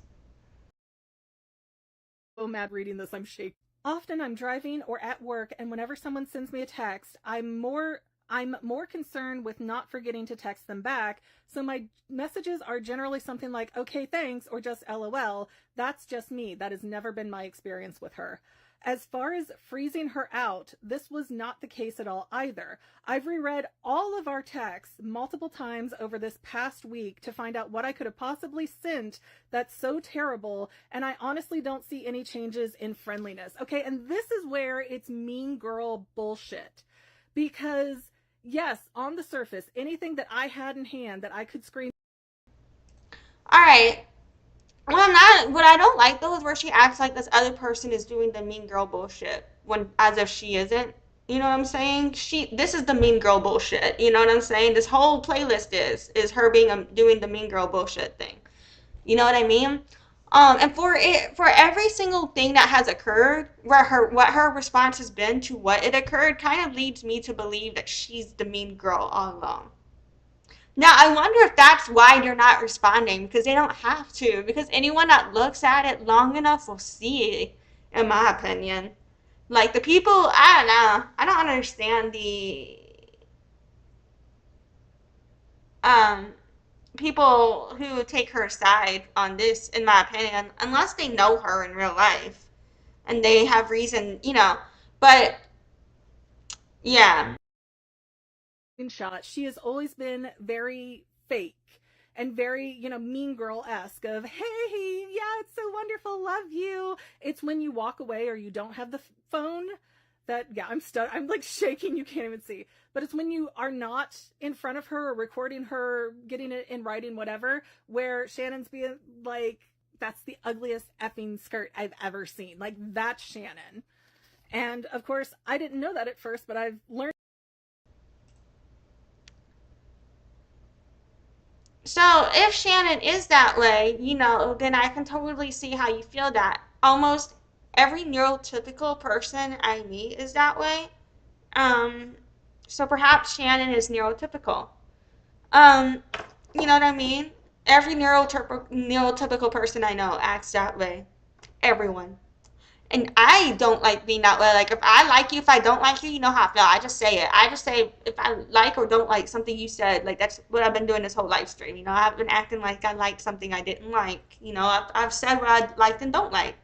Um, fucking, but yeah, every neurotypical person I know, that's what they do. They just act like.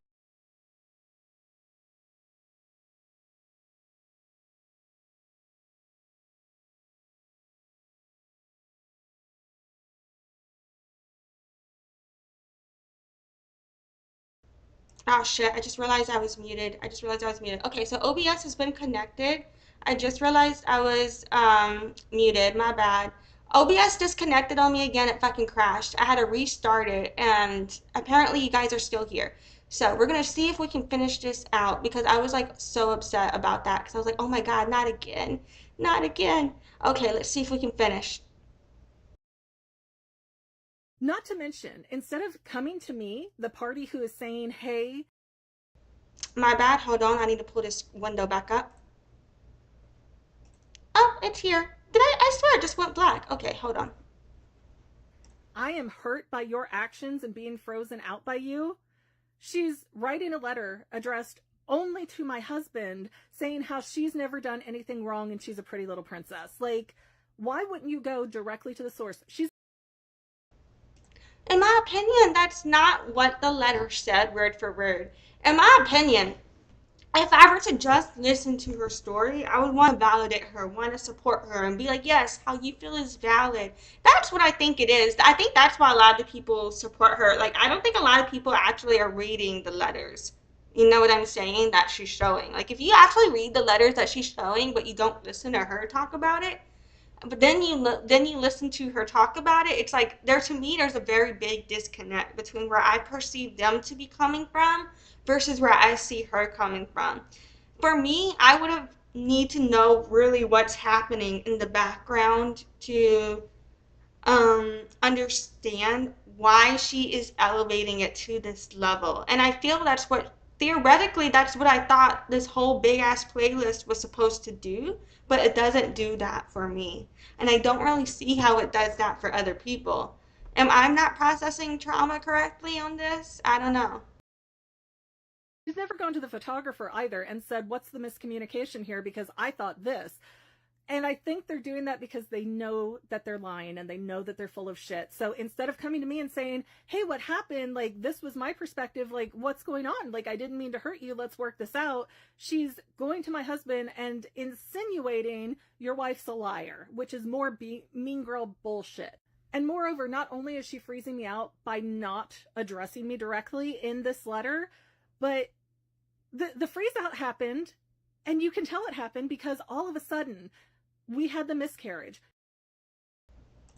In my opinion, you've already made content saying, you know, you hope this bitch goes die in agony.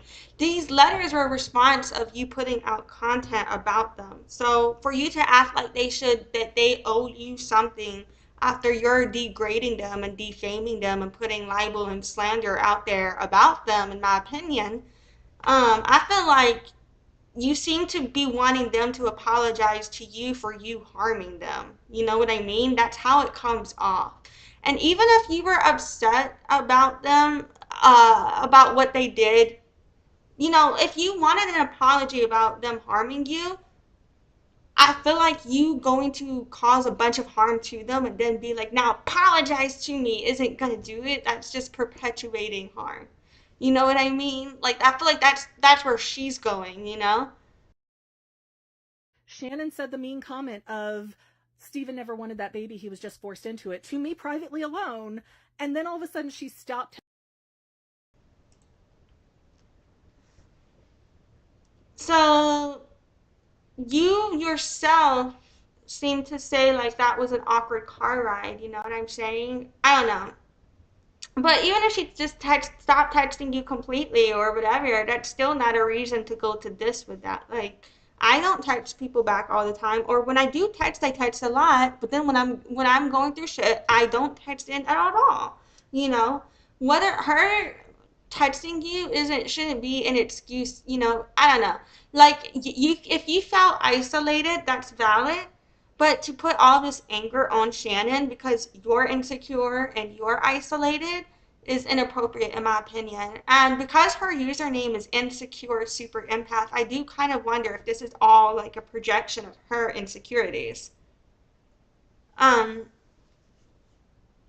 if the dude didn't want to be a dad, he didn't want to be a dad, okay? Like, it sucks for you, but you can't, if he did want to be a dad and this is just a misconception, that, I mean, even the words you used led me to believe that. Texting me completely when before she's sending me pictures of her going to see the Mothman statue with David, she's sending me, oh, hey, we're going to do this, we're doing that, do you guys want to come see this, would you like to do that? Like I said, I go through times in my life where I text people more or less. If someone were to be this angry at me just because I wasn't texting them, I wouldn't feel safe around them, in my opinion. Like the level of ownership or control she feels entitled to these people's space and time is a little disturbing to me, in my opinion. Like, she is constantly texting me because we were friends, I thought. And then the miscarriage conversation happens and she cannot be bothered to speak to me again. She is suddenly only texting Steven about plans, knowing that Steven has ADHD and he often forgets to respond, because that's why she and I started handling all the plans between ourselves, because Steven would forget to correspond between people. He would be like, oh, I got to check with McGann about if we're still doing this, and then just totally lose track of it. Like that's just him. And I would love to say it's not an excuse. Oops, I accidentally clicked the button. Um, Maybe she wanted to try and establish more of a relationship with her brother-in-law. Whether or not it had to do with you, like, for you to project your insecurities onto this instead of just, giving it space so she could have a relationship with her brother-in-law is odd to me. You know what I'm saying? Um, I don't know. I feel like there is just like a level of the sister-in-law that it doesn't owe you anything in my opinion, and you shouldn't feel so entitled to the sister-in-law's time, energy, and space, in my opinion. If you don't like her as a friend, that's fine, but to wish her to go die in fucking agony for that, But I have learned over the last few years that that is legitimately how he is. So Shannon and I always handled everything, and all of a sudden, now we don't. That's freezing me the fuck out, bitch. Before you shared with us about the miscarriage, McGann and I wonder if Shannon just felt this energy coming from her and decided to run to be safe. You know what I mean? Like, if she's making this content production, I don't believe she just went from 0 to 100 overnight. I believe there's been escalation all along. So I think this has just been building up and building up to where they've been having all like nothing but anger and anger coming at them without any clear communication as to why. So I could see her not, then going away from that. You know what I'm saying? did text a lot. She was going through some pretty serious things, including a new relationship with you, as well as the divorce. And I did talk with her a lot about this. So you're even admitting in your next section here, yes, we did talk back and forth a lot in text. There was a point in our text where she's venting about things going on between the two of you. Okay, you can low-key try to tell on me. I don't care. And I supported her throughout. Again, my husband has seen all these texts. I do not say things to people that I would not say to the party's face. So every complaint I had to Shannon, I said it to. So this also leads me to believe perhaps, the husband doesn't seem to care about the family relationship either, and that's totally cool. So then maybe she isn't isolating the husband then. Maybe the husband doesn't get along with the siblings in this case. If she said all this to him, and he's okay with her putting this on the internet, I might have that wrong interpretation of thinking like, oh, she's isolating him from his family. Like perhaps, it's more of like he's just letting her be the volcano so he doesn't have to. Um, oh,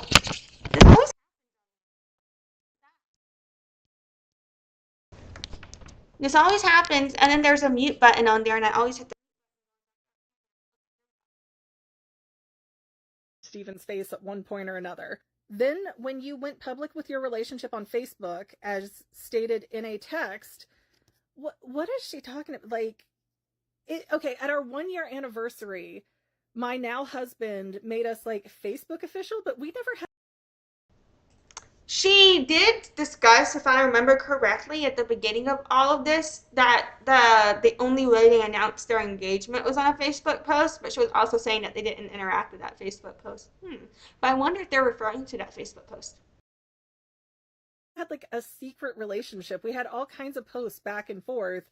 He just, I don't know, he wanted to save it as a celebration marker to put like in a relationship with McGann. Things seem to be better between the two of you, and that's why we weren't long texts, and that's why there weren't long texts anymore. There are plenty of random happy birthday texts, and then some, hey, I thought of you when I saw this at the store type texts. Oh, I can see that though. Like, if the sister-in-law only perceived this person to be coming to her to bitch about the brother-in-law and not to have an actual relationship, then that could have colored the everything about all of this if that had been their relationship at this point, and that she admitted it too. You know what I'm saying? Like, she literally said it. Yes, she'd been doing that, but she said that she was throwing it in her face. But in my head, that's not what was happening. In my head, she's explaining the context through the lens in which she viewed this altercation. And it's like, if you don't want to hear their side of it, then I guess, that's why you have to bring it up if you didn't care what their side was. But at the same time, you can't expect them to change their behavior regarding any issues you have with them if you're not communicating. You are welcome to take a look at my phone and see everything. I have never not replied or been cold in these texts. Absolutely has. She absolutely has. That's a goddamn lie. I know you mentioned that we had made plans to see the Barbie movie. I do not recall specifically making plans with the two of you. I intended to get a group together to dress up and go to the movies. There's a text string in April. So the Barbie movie is way old. So all of this content was just put out in July and August of this year. So now this is even more storyline. So for me, it's like, for this to all have to happen that long ago, and to now still speak with them with such anger and vitriol, and to go out of your way to degrade them in this way. I'm like, okay, so is it defamation? Like, is there actual truth to all of this? Like, or is it like, you know what I'm saying? Like, I don't know. I can't tell with this. I really can't. I could see it going either way. All I'm saying is, with the initial content, I just 100% believed this creator, the bride. But the further I go into it, the more I'm inclined to understand the sister-in-law and brother-in-law's perspective. Of last year, where I asked McGann what she thought of bringing the Barbie box to the movies and doing a video montage of everyone we bring who dresses up. I fully intended on inviting a whole group of folks, including you two, to participate in this. But she didn't, and she said she didn't know if she was going to follow through, so we invited her to the movies with us, with our discount on the app, and she said yes. That's the part she's skipping right over. So yes, she did talk about it at one time, and then she said, no, let's do it with you, and then she made the party go back on. But does that matter to the context? You know what I'm saying? She acts like, oh, well, she didn't add these details, so now she's wrong about the whole thing. But that doesn't negate shit. You know what I'm saying? I don't know.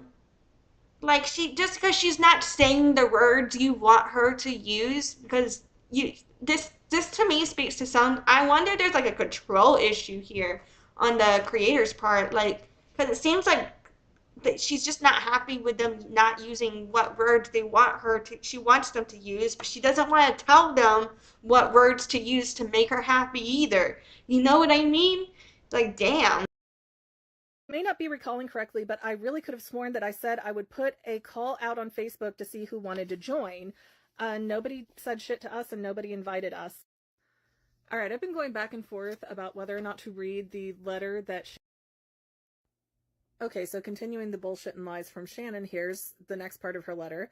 Since you didn't reply and went on your own, referring to the Barbie movie, I assume the two of you had tickets and wanted to go yourself. Again, did not do any effort to get a hold of us or ask or invite us. I promise you we did not mean to insult or screw up any plans that were apparently miscommunicated. There are so many long texts between us relating to cleaning and packing, etc. There are some texts that indicate that. And I'm going back to this whole thing. Like, for me, whenever she's reading the letters, I perceive it as people sharing their perspective, trying to pour their heart out, putting work in to articulate what went down on their side and where they can communicate. They've apologized. They've acknowledged why the brother-in-law might be, like, the brother-in-law and sister-in-law both acknowledge why Steven might be upset about things. They both apologized. They both took accountability. They both, in my opinion, are trying to do everything you're supposed to do to make things right in a situation and to make amends. And in my opinion, for whatever reason, the wife here is doing everything she can to keep the family apart. And if there was something that happened that I just don't know about, to where, the brother-in-law and the sister-in-law are these horrible people that are dangerous, I could see treating them that way. But if this is all that occurred and you're treating them with this level of inhumanity just because you don't like them, just because there are misunderstandings, just because you may have insulted each other, it's a reflection of the creator, in my opinion. And the way the society encourages the creator to keep degrading the brother-in-law and sister-in-law for their entertainment kind of bothers me. Because I'm like, are y'all really siding with her, or do you just like the drama? Or, what am I missing? You might not be able to lose a weekend day due to packing and cleaning close to the wedding around March of this year. The Barbie movie came out in July of 2023. What does packing and moving this year have to do with anything? There's a message where McGann is saying holiday season is going to be hard to plan things around due to all sorts of things. This was from September. Yes, this was when I'm telling her, hey, October books up quickly, so no, I don't have any weekdays or weekends in October left. We took this to mean that there might not be time for us in your schedule to hang out other than the one day at the zoo. We invited them to more things than just the zoo, but since that was the one my husband referred to in his text, she's going to pretend like that's the only one that ever happened. We even offered to help move, and since you didn't take us up on the offer, we just assumed you wanted it to be just the two of you. Who wants to move by themselves? They said something to the effect of, oh, what's your moving day? And I'm like, we don't have one. We're moving one carload at a time. That's all that was ever said. There was no, hey, we'll come help you on this day if you need help. Like, that was never explicitly offered. Maybe she thought she was implying. In my opinion, if someone said we don't have a moving day, we're going to do it one car at a time, it sounds like they have a plan. It sounds like you're not asking for help. It sounds like she checked in, but it's not on her to, in my opinion, like, make sure you have what it takes to move. I know so many people that are moving all the time. I don't go ask every single one of them if I can help. That's too much work for me to mentally do. If someone asks me to help them move, if I can, I will. But am I going to go offer to help people move? No, dude. I don't expect anybody to offer to help me to move. Like, what is this? Like, there's just something about, like, how is this even an issue? Like, it, but she never said, hey, we can come on the 25th of May and help you guys move. Like, that was never said. She said, when's your move out day? We don't have one. Asked and answered honestly. Jesus. There is nothing in our text to each other that supports me freezing her out and being an ice queen, except that you weren't texting me for weeks and weeks after the.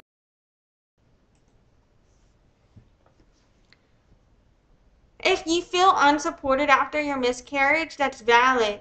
However, if there's nothing she said to you that was cold, that's also valid. You know what I'm saying? Like, her not staying in touch with you, like, from their perspective, if you and the husband, as from your own admission, have been having problems all along, you have a very rocky relationship, your husband didn't even want the kid, and so she probably isn't trying to invest that much energy into you because, like, honestly, like, at this point, you don't seem to want to be involved or around the family. You haven't put effort into the family. You know what I'm saying? By your own admission, in my opinion. The miscarriage and only texting my husband. As far as the Stranger Things watch party, again, a miscommunication. We did have it on the calendar. From what I remember, I followed up with you several times to ask if you were still coming and what time you plan to be there. Again, my husband doesn't respond. That's And I want everybody to remember that I don't believe the words are written in the angry tone that she's projecting onto the words. I think that's her emotions, not the brother-in-law or sister-in-law's, in my opinion. Perhaps she's imitating them, but even by her admission, she says that's not how her sister-in-law acts to people's faces. So, you know, I don't know.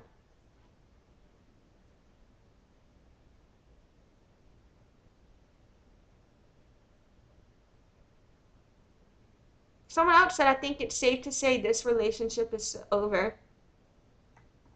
But the way that she's normalizing people using narcissism, this is ableism right here. Ugh.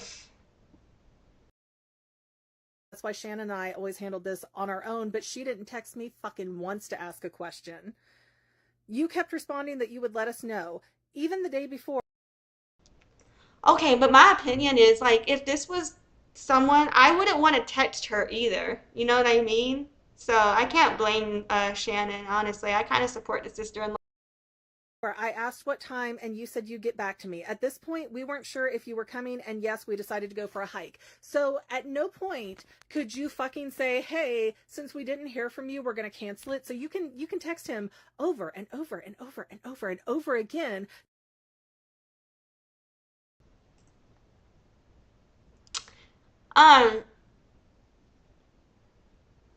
Yeah. Does anybody else feel like why would somebody be this angry that their husband might have a relationship with the sister-in-law and brother-in-law? Why would anyone be this angry that the sister-in-law and brother-in-law are trying to amend their relationship with the brother and make sure that they're taking accountability and that the brother knows that they're sorry and that the brother can process this on his own time? I just don't see her as a supportive person, because for me, if my siblings were to write me letters and my partner were to go make content about it this way without my consent, that would be the end of our relationship. To me, this is like a huge violation. So for me, it's like, okay, so then I have to believe that the husband is on board with this. Hopefully the husband is on board with this. If the husband is not on board with this, I see this relationship crashing. Like, we all know what happened with J-Lo and Ben's marriage when J-Lo put their private shit out there. To try and get a response, which I don't even think she did it that frequently, probably once, maybe twice. But you can do that, but you can't say, okay, well, we're going to cancel because we haven't heard from you. And again, the only reason she didn't hear from us is because she stopped talking to me. Also, if you have... For you to be like the only reason she didn't hear from us because she didn't stop talking to me, it looks like you didn't reach out to her either, though. So, you know what I mean? Like, if someone goes through trauma and shit, sometimes I give them space, man. I would want space. If it seems like they need space, I give them space. You yourself seem to say, like, that y'all weren't having a cohesive time when she tried to show up for you. So perhaps she was giving you space if she thought you needed that. You know what I'm saying? This level of anger and resentment you have towards her is very unhealthy, in my opinion. If you feel this way about the actions, that's fine, that's valid, but I feel like she needs to learn how to express this shit in a better way, because what the fuck is this, man? Like, degrading your family for no fucking reason, in my opinion, unless they are a danger to others, a danger to society, or a danger to others. To get on an app to degrade someone just because you're insecure is just really more of a projection of you than them, in my opinion. That's how I take this. Plans on the calendar for 2 fucking months and you cancel them without telling that you're canceling them, you're just a fucking bitch. And why would I want to schedule anything else with you? Thanksgiving 2020. That's this other thing where it's like, how she talks about her sister-in-law is like a reflection of herself right there, where she says she's just a fucking bitch, so why would I want to talk to you? That's when you see the way she speaks and the way she talks about all of this versus when you look at the way the sister-in-law is speaking about all of this, I take the sister-in-law's side. 3. As far as leaving town without telling you because you were expecting that we were going to have it at our house again, we did not mean to exclude or not inform you. This was an oversight if we didn't mention anything. They didn't. Just as info, this was my first Thanksgiving I can ever remember spending with my dad. Since my folks have been divorced since I was 6 years old, I can't even remember. So I guess if you felt mocked about your miscarriage, maybe you would think it's okay to go mock someone's childhood trauma because you thought they mocked your miscarriage. So maybe that's where her mind is and how she is stooping that low. But because I only am saying that because she claims her miscarriage was mocked. I never, from any of the evidence shown, perceived the miscarriage to be mocked from what she said. You know what I'm saying? So if that happened and she just didn't talk about it here, then I get where she went there. But if what she is talked about is what she's claiming was mocking her miscarriage, that's not what happened. So there's a big disconnect in that reality from what occurred. And then to go from that to degrading someone on childhood trauma, it's like, dude. So either way, it's either just her being abusive or it's reactive abuse. If they were actually abusing them, then I can say it's reactive abuse. But in my opinion, it kind of looks like she's the abuser in this whole scenario for me. Any Thanksgivings that we spent together. So the first Thanksgiving I spent with my father in over 35 years. I'm sorry that we messed up your plans for that holiday. Bitch! Nobody said don't go see your dad. We said, hey, can you let us know what the fucking holiday plans are? Because my husband's family... I can understand if she's discussing this because of the conversation that was occurring back then, you know, in reference to what occurred back then. But because she's bringing it back up now, I can see why the sister-in-law was saying, well, this is what I thought then. For me, like, for her to go back is just like a spiral. She's not trying, that's why I'm saying she's not de-escalating, she's only escalating, because she's spiraling on the facts rather than trying to understand why someone else would think the way they think or have a different experience than her. You know what I'm saying? She's more concerned with you just agreeing that her side is the only truth there could be than saying, oh, okay, you have your experience, I have my experience. Here is where the misunderstanding occurred, you know, in my opinion. And in my opinion, it's one thing whenever you have a lived experience on an issue and someone else doesn't, to hold your ground on your reality on that because they have no lived experience on it, right? But when it's another, when there's two people that were there, you have person A, person B that were there, and person A is trying to tell person B's experience doesn't matter. You know what I mean? When both are equally impacted, right? Now, when it comes to the specific concept of the miscarriage issue, of course, no one else is impacted by the miscarriage other than the parents in that scenario, of course. So I do see that. But in my opinion, her discussing how the husband never wanted a kid isn't the same as mocking a miscarriage, in my opinion. That's very different. I don't understand how you equate that. Always does everything together. Oh my god, this woman's so manipulative. Cookies for Christmas? So if you know, she's just putting this all out there because of all of their issues in the past, and I would see, like, okay, for me it looks like the manipulative person would be insecure super empath who has basically twisted the wedding situation to get everybody to laugh at this woman's childhood trauma. You know what I'm saying? Um, in my opinion. Like, fucking versus, but that's how it comes off to me from what I see. If there was a situation where something so bad happened that I don't know about that made her act this way, then I could see why she's saying that the other person's manipulative. If the other person was able to be so manipulative that they make her act this way, and now we think she's the mean one because the other person manipulated it to be so. But how it looks for me right now is that this is the manipulative one. You know, that's why I keep saying she's self-projecting. Everything she talks about Shannon seems to be what she's doing to Shannon. No, we didn't change the location to make your lives miserable. Who said that? We said you didn't tell us anything about when they were happening.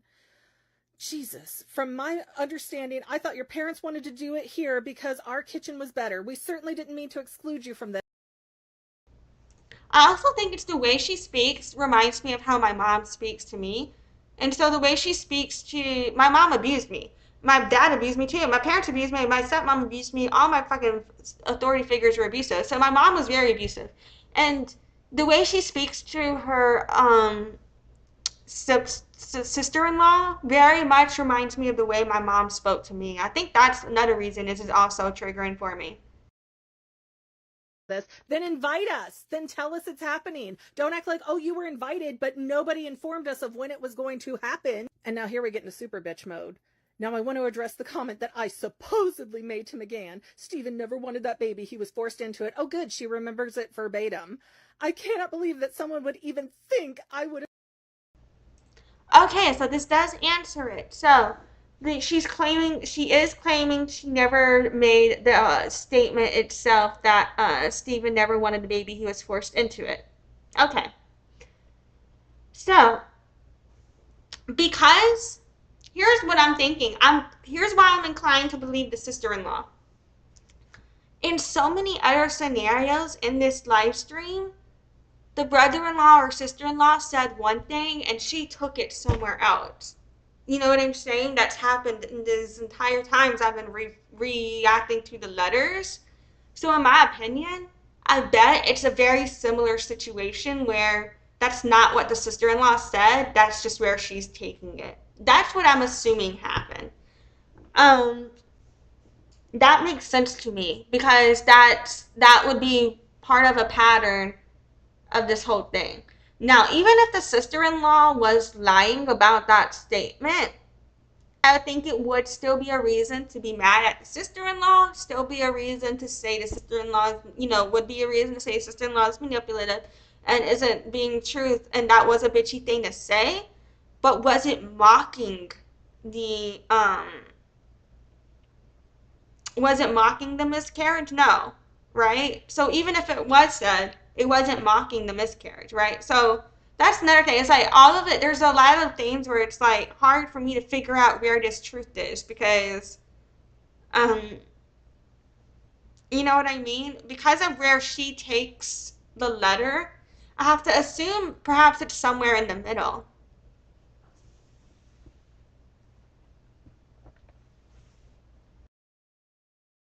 Have said something like this because you said it.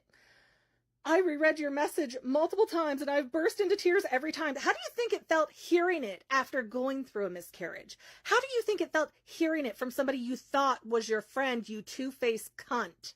First of all, when the two of you came over here to share the news. So this is what I'm saying, where she speaks on her with hatred and calls her two-faced. Yeah, look at her. You know what I'm saying? Like, it's kind of like pot calling kettle black again, right? News about the miscarriage. We consoled you the entire time you were here. Absolute lies. Shannon just kept tweaking and twitching and going. Because in my opinion, like, I understand why people will be nice to someone face and then say how they really feel when they're not there in some ways because of how we can be socially conditioned to not rock the boat or stir the pot, so to speak, right? But where it comes to how, like, you've been nice to these people's faces all along and never told them you had a problem with them all along, and then you wait until you're getting views off of exploiting the concept of these people to then unload every single issue you ever had with them. I do find that suspicious. It just doesn't sit right with me. You know what I'm saying? Don't listen to your doctor. Don't listen to your OBGYN. They just want your money. I'm the parent's favorite. I'm the parent's favorite. She kept finding.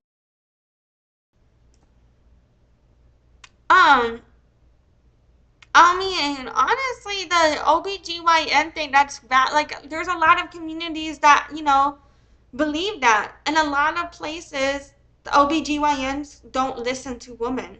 So it causes harm. You know what I'm saying? Like, that is like a valid, I'm not saying, whether or not it's helpful or harmful to you, I'm not trying to invalidate you, but we've already discussed how you haven't been communicating in the moment. Like, you know what I'm saying? So that's where I'm saying it's like, well, I don't know why I taught to use a you as if I'm talking to these people, but whatever. Fucking pronouns can be difficult for me sometimes. However, um yeah, there's just something here to me that I'm not like fully processing, but that's just like not adding up. Finding a way to say that like every 10 minutes. And it's also one of those things where I'm like, that's pretty unnatural. If that were to happen, then yeah, that's a real bitch, and I totally understand why you don't like her. But it does come back to where it's like one of those things for me. I'm like, I wonder if that happened, or if that's just how she's interpreting what is said and taking it based on projecting her insecurity to it. You know what I mean? That's how I feel it probably more of that, the projection of an insecurity than the reality. Because that's what it's, in my opinion, been all along, in my opinion. At one point, I looked up from the hug your brother and I had you in and saw McGann sitting there by herself on a separated stool, thinking, OMG, she's the one who actually had to deal with the physical and mental trauma from having to carry this baby that didn't survive. She needs some love too. Like, really? You didn't think that 1 second at all prior to that moment? Because that's kind of weird that you can't piece anything together. But okay, tell us that you're dumb without telling us that you're dumb. Right, she's trying to degrade based on intelligence or whatever. For me, shows more ableism. It's very concerning when she talks about having, mental disabilities within her own home. And yeah, I don't know, that's concerning to me. She talks about her child being mentally disabled. She talks about her husband having mental disabilities, but then she's going to continue to perpetuate ableism. That doesn't sit right with me. And it's like another thing where it's like, she's your sister-in-law. She was trying to establish or thought y'all had a friendship, but you've also made it well known that y'all didn't know each other that well. So how is she supposed to know like what you need for support or whatever? Now, does this letter come off as condescending? Of course, for sure, right? And I think there's some valid points to be made about like how that last paragraph reading there, that's where I see some condescending for sure, from the sister-in-law, right?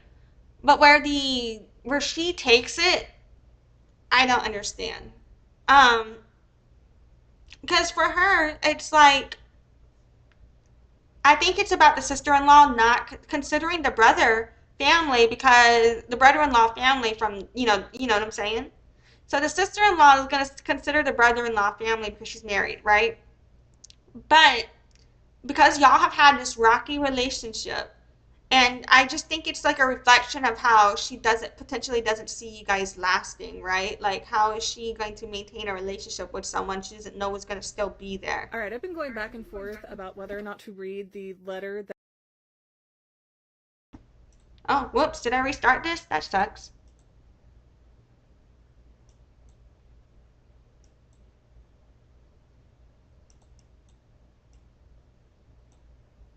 Okay, so continuing the bullshit and what she must be going through, but that I was there for her if she needed to talk or vent or cry or whatever. I never in this life or any other would tell a woman grieving her miscarried baby that her partner didn't want that child, and I sure as hell wouldn't tell her I thought she forced you into it. I've replayed that day so many times since reading your text, and I didn't say anything that could have been misconstrued into that quote.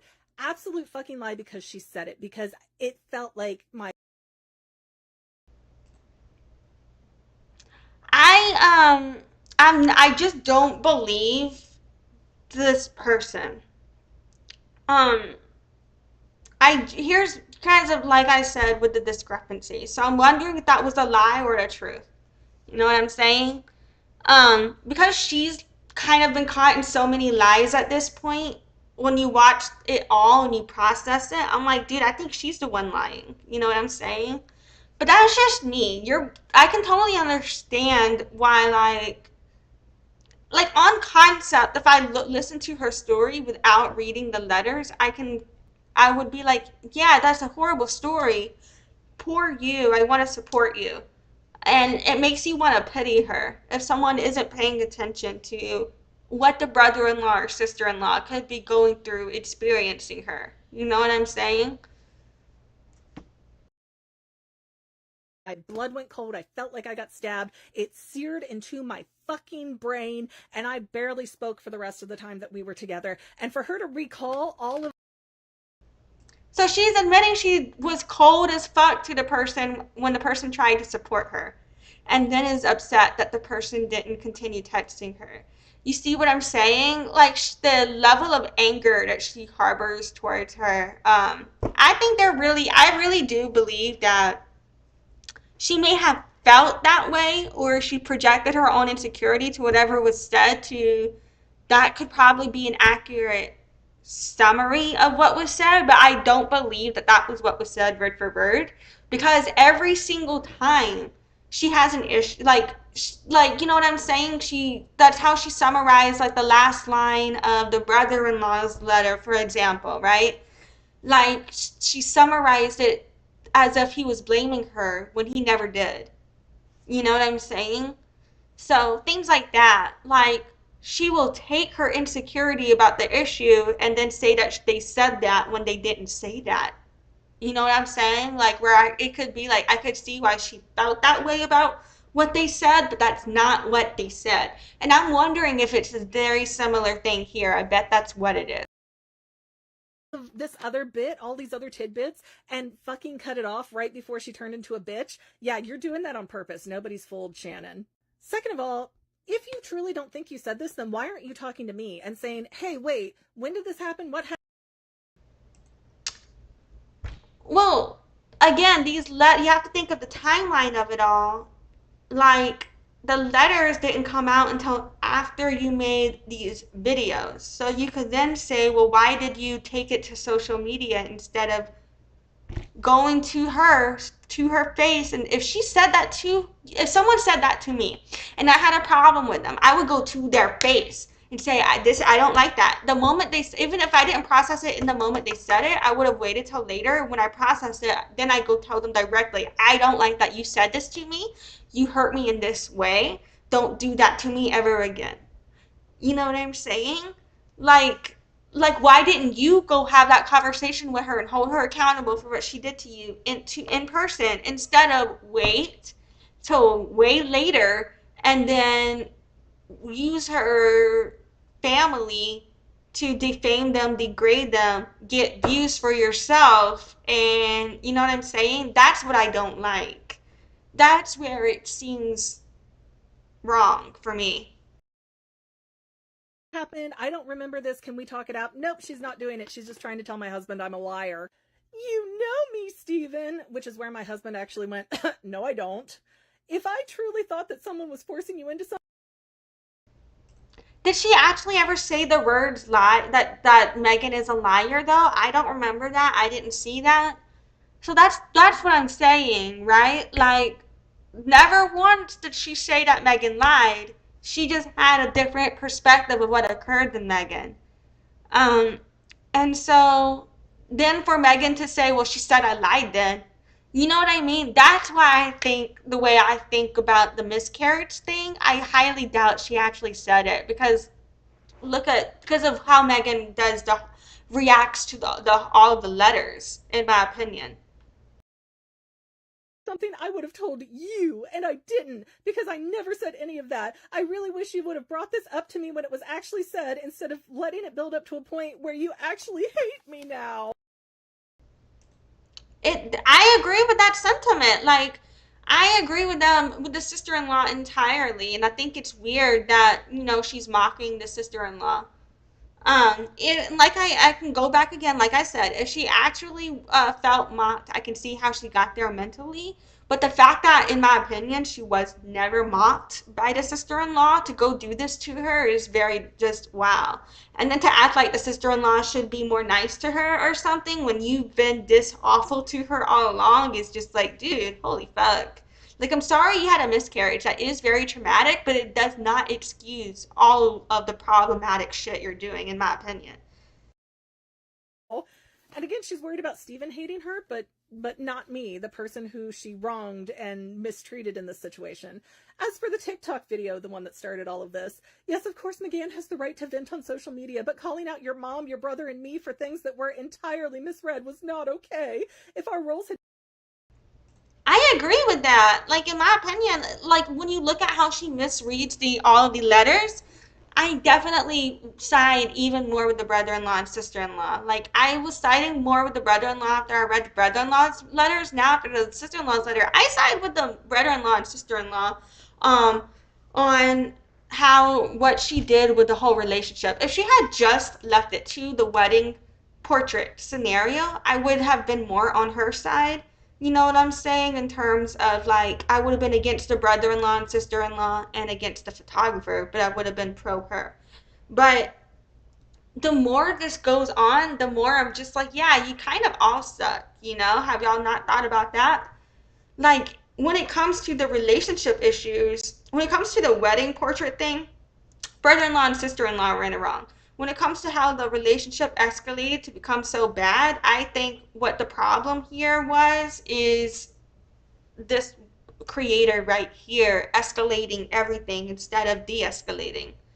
You know what I'm saying? been reversed and I blasted the two of you for coming late for pictures and being in some without us at both our reception and wedding, wouldn't you have wanted to defend the two of you? Not if it was indefensible, because again, they didn't just go in the corner of the reception hall to get pictures with the photographer. They took the photographer out of the reception, lied to her and said that they had our permission to do this, and then took personal, private family photos, all while missing the photos that they were supposed to be in. Because if that had happened, you know that all of it was a misunderstood. That doesn't even make sense. We didn't get upset that you were late.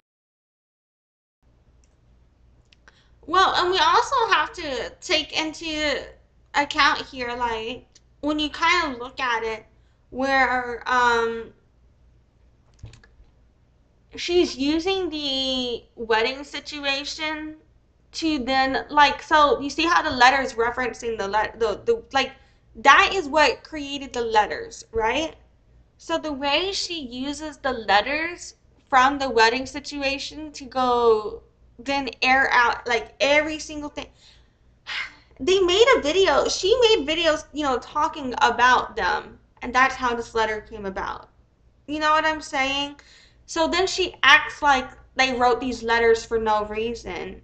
It kind of, that bugs me. Like, there's this disconnect here between how she's not understanding where her actions impact reality, and she's not understanding, like, she takes what people says and she doesn't quote them word for word. She's like, well, they said something else, but that's not what they said.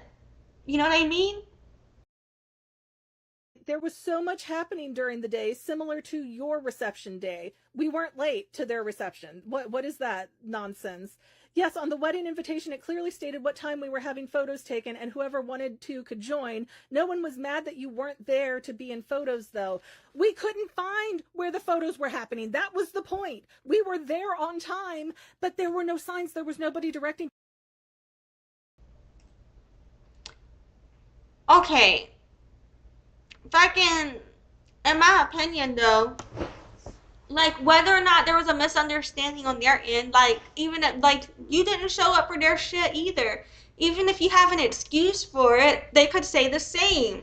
You know what I'm saying? Like, for her to act so mad at them for not being in her wedding photos, or for them using that to be part of why she was so angry about them using her wedding photographer that she's not angry at for taking their photos. I don't know. That's where it kind of leads me to believe it's not about the wedding photos. It's just about these relationships were not working out situation. What I don't like though is like, because we've already discussed how they're on a rocky relationship between her and her husband. So the fact that she's isolating him from his family does concern me, because if some that would make it so, it makes me feel like, like when you isolate someone from their family, they're more likely to stay with you. And I kind of feel like that's what she's doing. People nothing. In fact, most of the family didn't come out to take photos who were there because they couldn't find you. I didn't get offended when I saw photos of you two without me. Okay, so you're better than us, huh? That's what that's supposed to read like? Because that's... In my opinion, it speaks to her basically saying what I just said. Like she didn't take it. That's not something she would take personally, is what she is saying. She's not offended by that. You know what I'm saying? When you take something personally, it means you're offended or not offended. It doesn't necessarily mean you have animosity towards someone. You know what I'm saying? But with the way you approach her and the way you mock her for expressing where her mind was at, in my opinion, is inhumane. That's all it does read like. I'm better than you. I mailed copies of them to you in a thank you card for helping us celebrate our special day, bitch. Okay, so continuing the bullshit. All right, sorry, this was a 4-page letter. It's taking me a long time to get through. I think part 3 will be the last that I need, though, to get through Shannon's bullshit, this master class in gaslighting and manipulation. I wouldn't have even... Calling it a masterclass in manipulation and gaslighting is just an insult, in my opinion. You know what I'm saying? Like, if she were to actually explain why it's manipulation or gaslighting and be able to explain, like, or show evidence, or be able to quote, like, accurately quote, you know what I'm saying, to where the harm was, I would agree with her. But yeah, I'm still like on to where spiraling about how, like, because of her inconsistencies, the way her story keeps changing, the way she's not able to accurately quote the letter whenever she claims that they said something they didn't say. Um, it does, like, the more that it goes on, the more I have a hard time believing her, and the more I don't understand. And I'm repeating myself again. The more I don't understand why all of the society is on her side. And I, like, whenever I just listen to her story without reading the letter, I get it. I get it. But when I read the letter, I'm like, no, dude, what the fuck? Thought for a moment to have been upset at anything like that, referring to how we're upset that they stole our photographer out of our reception during our wedding reception. But she's not upset that we had photos done together at her wedding and reception, even though we did them at the photo booth at her wedding and when the photographer was specifically doing couple photos with the bride and groom. Like, we never went and made a secret plan to go have private photos done while the photographer was working. That's what they did to us, but they don't want to acknowledge it. And as far as telling you we couldn't do pictures, I'm sure I didn't tell you that we couldn't get pictures on the grounds and that you could only do pictures in front of the rainbow curtain, which is referring to her reception where my husband said, hey, we got here on time. We couldn't find where the pictures were. Whenever you have a free minute, could we take a few with you on the grounds? And his brother David said yes. And Shannon walked up with her bitchy Shannon face and sneered and went, no, they can take pictures at the rainbow backdrop. And yes, it happened. It was said to my husband, but I was standing right there. I am a witness. It absolutely happened. It's possible that in the moment of everything going on, guests arriving, DJs, and catering asking questions, all that was long since gone. Like, the reception had already started at this point.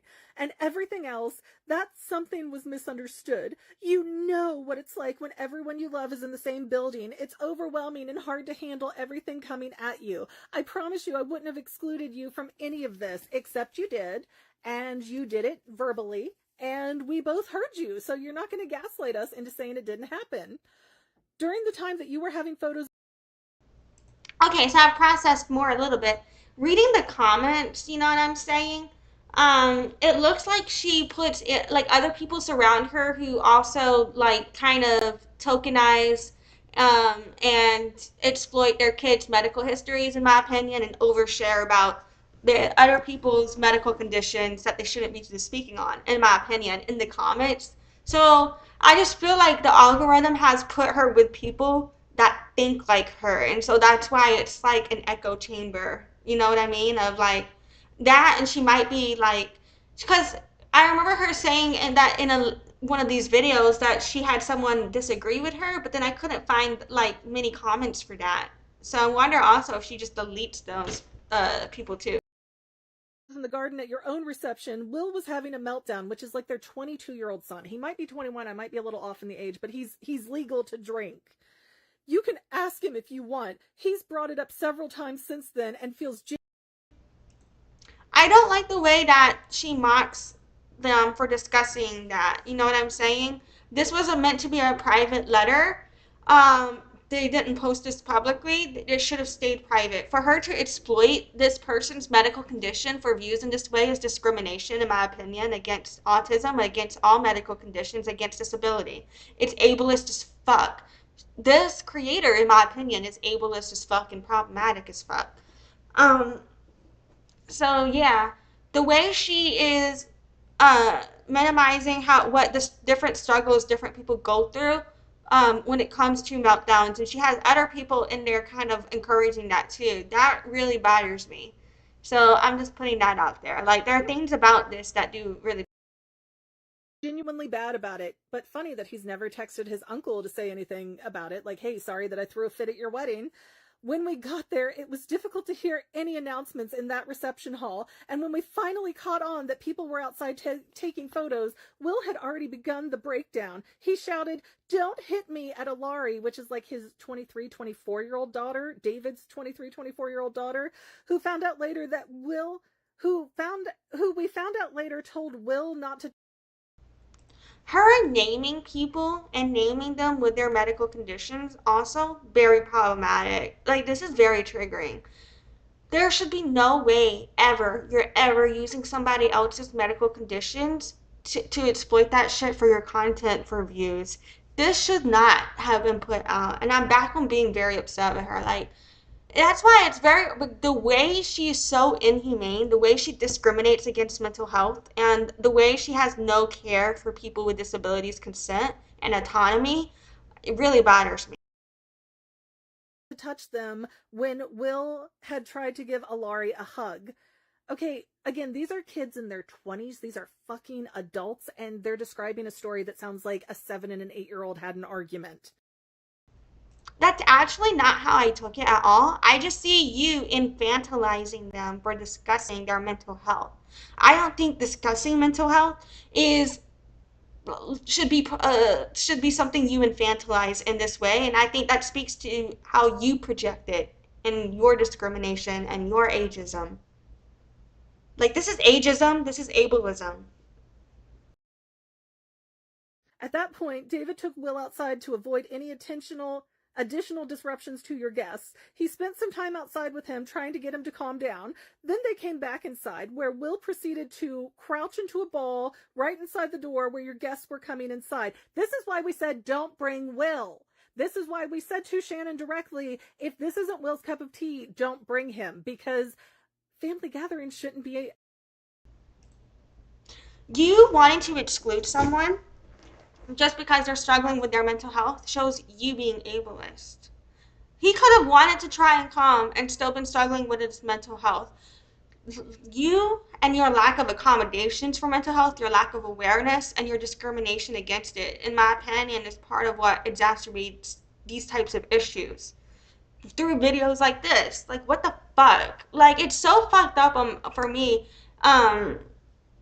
Yeah, like this is the type of shit where it makes you feel like you don't belong anywhere when you struggle with mental health because of how people like her will treat you. A punishment for an autistic person. It's just, they caused this problem, and now they're acting like it's Will's fault. There was no way people were. Not what my perspective is. She's exploiting his condition. for views. Even if the parents are being ableist, perhaps that's its own issue. But if you want to advocate for Will, it shouldn't be through using Will's trauma for clout. You know what I'm saying? This is very problematic. This should never, ever, ever have hit the internet. And the fact that it has, and the fact that the husband may have co-signed on this, is so fucked up. Weren't looking at him. Again, that's your fault for bringing him. I saw that he was just going to stay there, and so I took him outside and sat with him on the bench. We talked and he ended up literally crying in my lap. I was out on that bench consoling him until you all returned. How is that our fault? And how is it that you couldn't communicate any of that or take 5 minutes to show up for pictures? You know, Will having a meltdown, people are looking at him regardless. And you didn't have a problem coming inside later, so fuck you, you're lying. At which point I asked Will if he was ready to come back in. He said he was.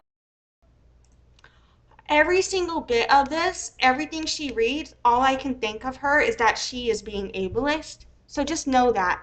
I haven't fully processed how ableist this is. I'm gonna have to might do a whole nother live stream just on her ableism about this. Like, this is fucked up as shit. It's really fucked up. And the fact that she's making any excuse whatsoever to do this is, wow. I feel so bad for Will for having to deal with insecure super empath. It sucks if his parents aren't accommodating his needs, for sure. But neither is she, and her exploiting him for clout is so fucking problematic. And discriminating against him and vandalizing him, problematic. Hell no. Wasn't. So I asked if he would be okay if I went back inside, as we were there to help the two of you celebrate. I told him this. Again, shouldn't have been there. He said okay, and I moved him to a bench that wasn't directly in the sun because he's an animal in a cage that can't move himself. Again, 20-something-year-old, he is perfectly capable of cleaning himself. He can move benches if he wants to. So this is what was happening while you and McGann thought we were refusing to take photos with you. Yeah, a bullshit story. Again, Steven, you know me. Where she's telling them everything they have to say is bullshit, but she's saying they're the ones gaslighting her. But they're the ones who said, anything that you feel is valid, but here is why we feel how we feel. That again leads me to be more on their side, because what she's saying is more like how my mom treats me. My mom, she's very like ignorant. Like, she told my twin sister that she doesn't want a relationship with her anymore. Things like that. And my twin sister did nothing to her. And that's just how much of a bitch my mom is, right? And so, you know, there are these things that, like, insecure super empath, the way she talks about the sister-in-law and the way she's treating them, that just remind me of my mother. And so my mom, she will like, you can't tell her anything. It's her way or no way. There's no like convincing her of any other situation to exist. You know what I'm saying? My mom doesn't have the ability to recognize another person's perspective. You can either agree with her or you can choose not to have her in your life, and that is it. And it feels like that's how insecure super empath is. Whereas I will be the type of person where I'm like, okay, if I do something to you, I understand why you feel the way you feel about what I did. If you want to discuss where I was coming from, would love to discuss that, you know.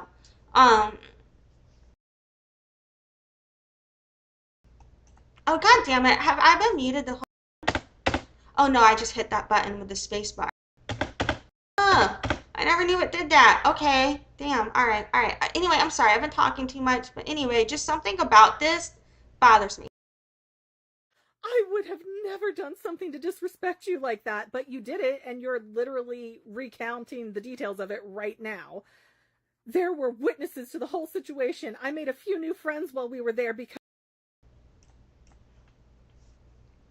I need to go do something real quick, so I'm gonna let the rest of this video play out real quick while I go do something, and then I'm going to comment on it. But I am paying attention to the video while I do it.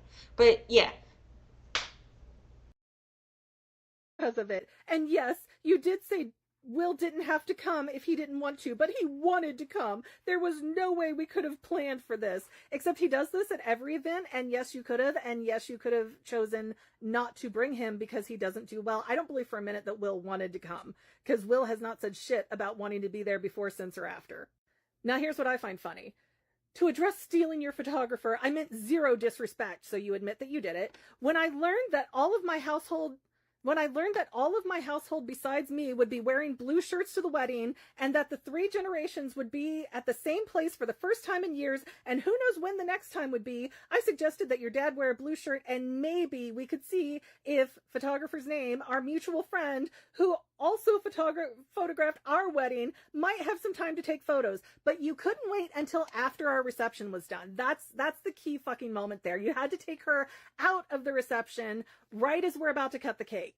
And again, she's not your friend. She was your employee for your wedding and reception. And she doesn't even like you guys. Like, it's so funny that they keep wanting to dance on this. Well, she was a mutual friend. No, she wasn't. No, she wasn't. That was it. I legit thought our mutual friend might have a chance to take a photo. Also, can we go back and say how she's saying, oh, 3 generations are going to be here for one photo, but you don't want the only other member of that direct family, which would be my husband or his new wife or their children? Like, really? But okay, yeah, let's play that game. Oh, never in a million years would I have purposefully disrespected the 2 of you for any reason if I thought that there was even a remote chance that I would have offended anyone. I would never have suggested it, but you did, and you suggested it, and you went through with it, and you didn't check with us. Just because it may not have bothered you, if we did it, which again, we didn't, it was a totally different context where we were taking pictures at your reception, not taking the photographer out of your reception. But even if it would have been okay with you, that doesn't mean it would have been okay with us. We had people there from all over the country, not just you and your out of town stepdaughter. I don't know what went down as far as continuously asking Sage, but I would imagine maybe one person asked, then another, not knowing she had already been asked. I'm sure no one meant to steal her away, but you did it. And again, she said she felt pretty much harassed into doing it, that you guys wouldn't stop asking her. And it was completely inappropriate to start asking her in the first place. At one point, one of your aunts said she would take the photo with our phone, and I suggested we do that, but someone said the photographer already said she would do it. But then go take it with the family. It's funny how they made all these friends at our reception, and they had all these relatives there and all these people that were willing to help them out, but none of them could be used because they wanted to wait for my photographer. As for not engaging with Archer, which is my 8-year-old autistic son, okay, this is really pulling at straws here. They exclude him all the time. They don't want to invite him to things. They don't want him around. But we're supposed to want 21-year-old autistic Will around. Unless you had your eyes on us the entire time, there's no way you could have seen any interactions with us. When Archer got there, I did engage with him. I told him I liked his outfit and asked how he was before realizing that maybe he didn't remember who I was because you don't interact with him. So I asked him if he remembered coming to my house and eating Oreos. He said he did, and then went about playing his game. I certainly didn't want to make him uncomfortable, so I didn't try to force him into any more communication. No, I didn't sit at the seat the whole time. You didn't sit at the seat at all. From what I saw, y'all ditched to a middle table where I couldn't come to you with my poofy dress.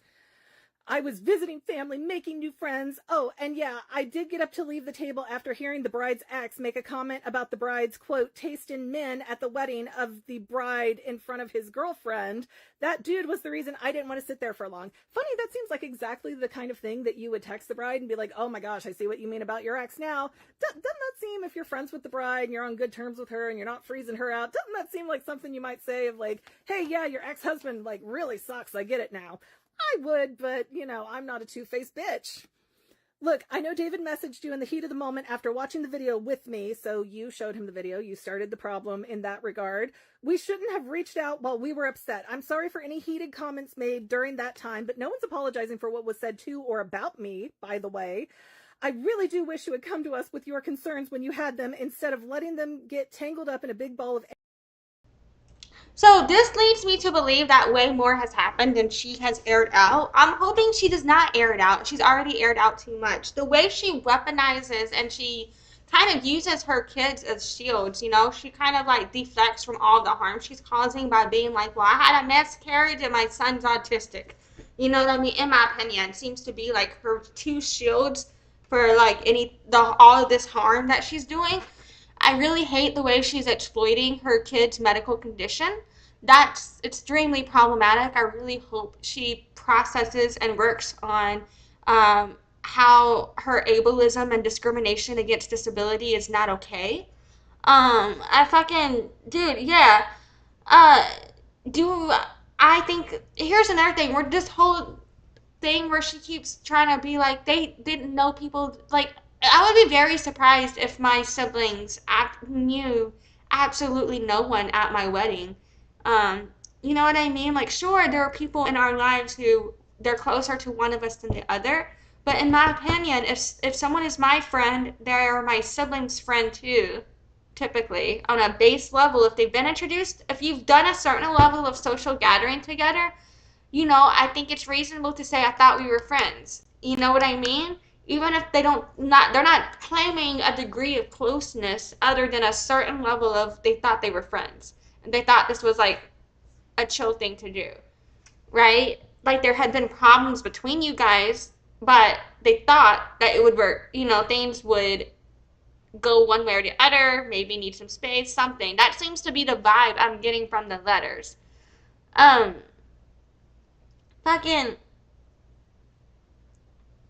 what I don't like is, I'd have to look at the receipts she showed to better understand how I feel specifically about the situation, Like, yeah, I do think it's wrong for them to,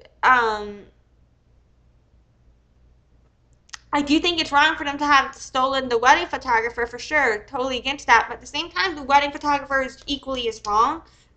They're not more or less wrong than the wedding photographer on that. I don't believe that technically the definition of harassment is any form of unwanted contact. So the minute someone decides they don't want to talk to you, and the minute they communicate that, then you're harassing.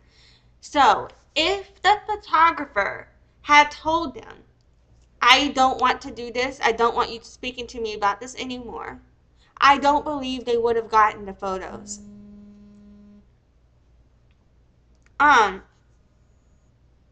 Shit. I need to take a quick break. I apologize. I'll be right back. Hey. I am live streaming on YouTube right now, but I just did a break. Yes. Well, I have 15, I just did a break, so I can talk for 15 minutes for this until my break buffer ends, and then I will need to hang up on you. And then finish the live stream with it.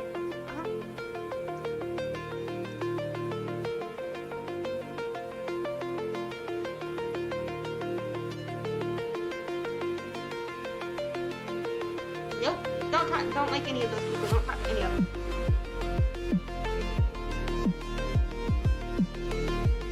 I can get you mom's info. Mom stayed in touch with those people apparently. Well, I can't. I don't have no. No, I don't like this.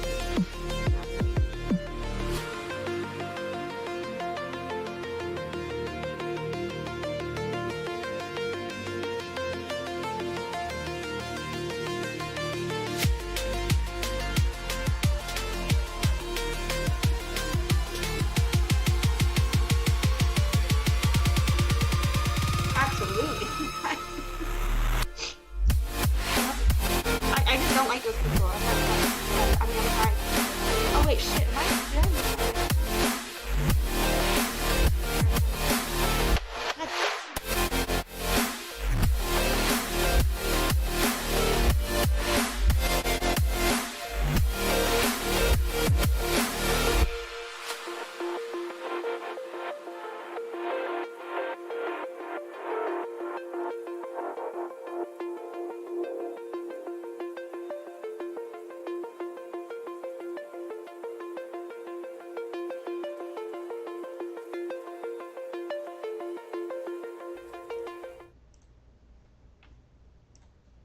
Yeah, that really sucks for me because my bad. Hold up. That really, shit. I didn't hit start captioning. That really sucks for me because fucking, yeah, dude, I got a phone call and then I forgot to mute my microphone. So that really sucks. And so, whatever. Fucking life is hard. I'm overstimulated. I'm trying to do this thing. I'm just trying to finish this fucking thing. Um, I don't remember what I was saying when I got the phone call, and I just refreshed my captioner. So, oops. So we're just gonna hit play now, and I'm just gonna continue reacting. My bad. Anger and resentment. I understand that you were upset about some things that you think happened, but I hope that you're able to understand our side of things and that we would never mean to do anything to hurt you or your relationship with McGann. So much manipulation, so much gaslighting, so much fucking bullshit. Like you can probably still see, I'm still shaking.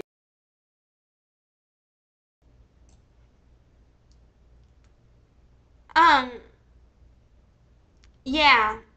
I feel like if you are upset, that's fine, but that kind of shows to me, you shouldn't be making this video if that's how you feel about it. You should never make content coming from a place of that way. Or if you do, it needs to be something that you have lived experience on, that you have been educated on and prepared on so well that what comes out of you is undisputable.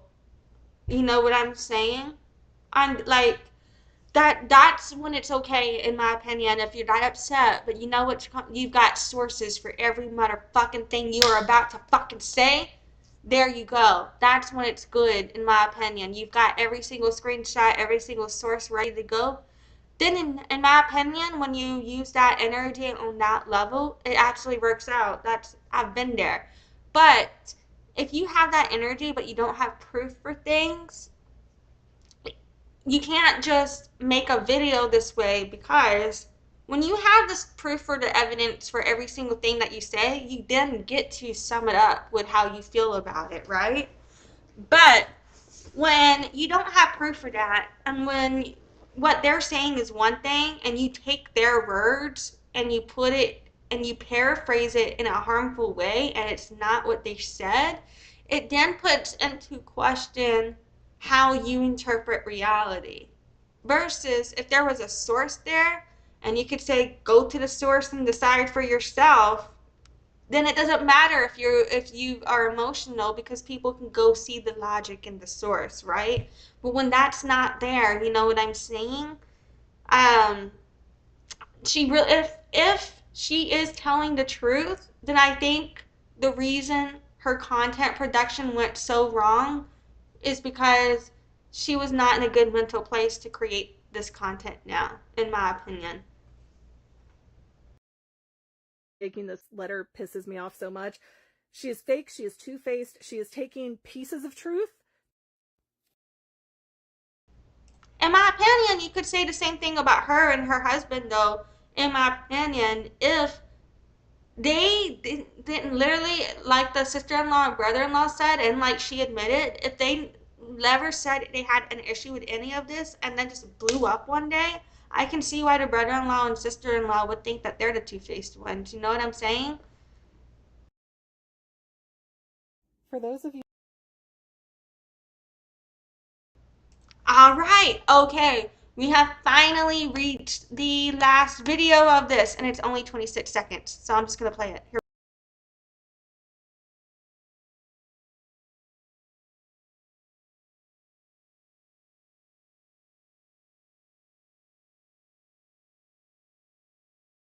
Be petty enough to follow through? Bet. I not only photoshopped David and Shannon out, but I photoshopped my parents in. Look, I have 3 of them ordered, and then I had 1 sent to the daughter who lives in a different state. Don't fuck with me, that's the moral of the story. And it hangs up beautifully. I don't think anybody's realized that David and Shannon have been cut out. Okay, actually, I thought it was the first video that I had seen. It was this video that I had seen to get me on this playlist. And now I feel differently about it. Yeah. So when I first saw this, I was like, oh no, this is so funny to me. I can't wait to see it. And I thought this whole playlist was just going to be some lighthearted, like, joke or something. Or if not a joke, even if it was a petty thing, I didn't think it would be about all of this other shit. You know what I'm saying? I didn't think we were going to get to here. So yeah, this is the my understanding from the playlist. Yep, that's the whole playlist. That's the 13 playlist. So yeah, fucking, oh shit, we finally finished. This is officially my second longest live stream ever at the time of making it. Yay! Um, it's either yay or harmful. I don't know. Like, it's crazy how long this. Oh goddamn, I'm being ableish. See, shit. I told you guys. Everybody slips up. We all slip up. It's normalized. See how the normalization happens? Like, it's just wild to me though how long this live stream was. I did not mean for it to go this hard or long. Um, but basically, fucking so at this point, we're just going to conclude and recap and wrap up. Um, basically, this live stream is a bit more of a shitstorm than my normal live streams. So at the very beginning of it, I didn't realize I was muted, and so that sucked for me. And then I went into like my intro here, and I was discussing how I tried to stream this last night, but it didn't work out for me, so I had to go again today. Um, and even during today's live stream, OBS crashed on me again, which really fucking sucked. And so I don't know what that did to the live stream, so we're gonna find out as when we end. Um, but yeah, so we'll see what happened there. Or if maybe it won't notice, because one time it crashed on me, but it was actually seamless. When you watch the live stream, you wouldn't even know if I hadn't said anything, but I don't know if that makes sense. But yeah, fucking. So we did the follow up on Case Z's work being stolen. We covered all of the new material that came out since my last video, and we did a combination of rewatching what I previously streamed that crashed on me versus covering new material. And then we continued watching the rest of what I tried to stream last night with the this swimmer tried to dare a woman who can't swim to jump in the lake and then fled, um and that would be Natalie Reynolds. um and then fucking we also looked at just like, well, we reflected on how people can become desensitized to humanity, and then we did the reaction to the whole wedding playlist for the brother-in-law stole our wedding photographer playlist. And I really think that that was inaccurately named, because only two of those videos were full to like arguably stuck to just about that. The rest was about the entire family drama, and there was a lot of problematic things I found in there. I thought a lot of the language was extremely ableist. I thought a lot of it exploited uh, medical conditions of other people that shouldn't be put online for views in this way. I really had a lot of problems with the way disability was discussed in these live streams. I had a problem with a lot of triggers with the way abuse was discussed and used. I saw a lot of problematic issues with inconsistencies in the storyline. And in my opinion, I don't know, I just see a bunch of red flags there. The way she was telling her sister-in-law, I hope you die in agony. What'd she say? I hope you die in agony, bitch. um, that line really stood out for me. Like, she really does seem to harbor a lot of anger, resentment. She seems to really fucking hate uh, her husband's family. I hope that her husband's family makes it out of this whole situation safely. I hope her husband makes it out safely. I hope her kid makes it out safely. Um, so yeah, fucking, there's just a lot there.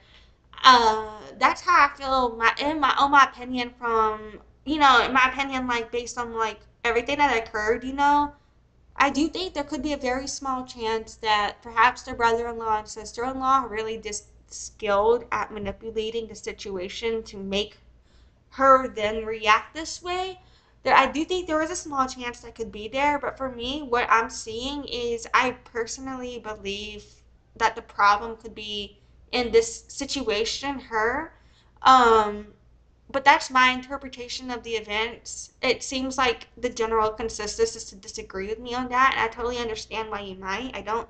Oh, I mean, I understand why people have a different opinion than me. I actually don't understand the logic behind I don't understand her side of it. I understand like why you might want to support her based on the way she spun her narrative without the sources and the screenshots. But when I look at the screenshots of the letters and then I hear her, to me there's a big disconnect somewhere. So maybe it's because I don't know enough. But I honestly hope she does not put any more information out there. Unless something comes out that I really think is worth covering about this situation that proves me wrong entirely, or if there is something that comes out about this situation where I feel like, oh crap, dude, I do have that concern where I could see her harming somebody and that coming out in the news one day. Um, fucking like, if one of those things happen, I might cover the situation again. But other than that, I'm gonna try not to cover it again. Maybe I will. Maybe I shouldn't speak too soon because I was like, part of me does it. I can't decide if I will or will not be recovering more of this if it any more comes out because part of me is like it's too close to my own triggers for me to talk about it. It hits too home on me. I shouldn't talk about it. But part of me is kind of like fascinated with why I don't understand her side of it now, even though I started there. So anyway, all of it, in my opinion, I think is a good reflection of how what you put out into the world comes back on you. I think, and I said world, WORLD, yeah. And it's a good reflection on value alignment and content, in my opinion. It's a good reflection on what can go wrong in content production and how what we produce impacts other human beings and how we do need to remember to put the humanity back in our content production. Like these are people we are talking about with lives. You know what I'm saying? On all levels, right? So yeah, this is long enough. I'm crashing, so I'm gonna end here. I appreciate you. Thank you for being here. I hope you have a great night. And apologies for all the difficulties in this live stream. Hopefully, we'll figure out the technical issues, and in future live streams, they'll be more smooth. But yeah, thanks for sticking with me. I appreciate you. Thanks for watching. Join the loyalty program at noladeafchild.com/loyalty and check in during live streams to get points for rewards.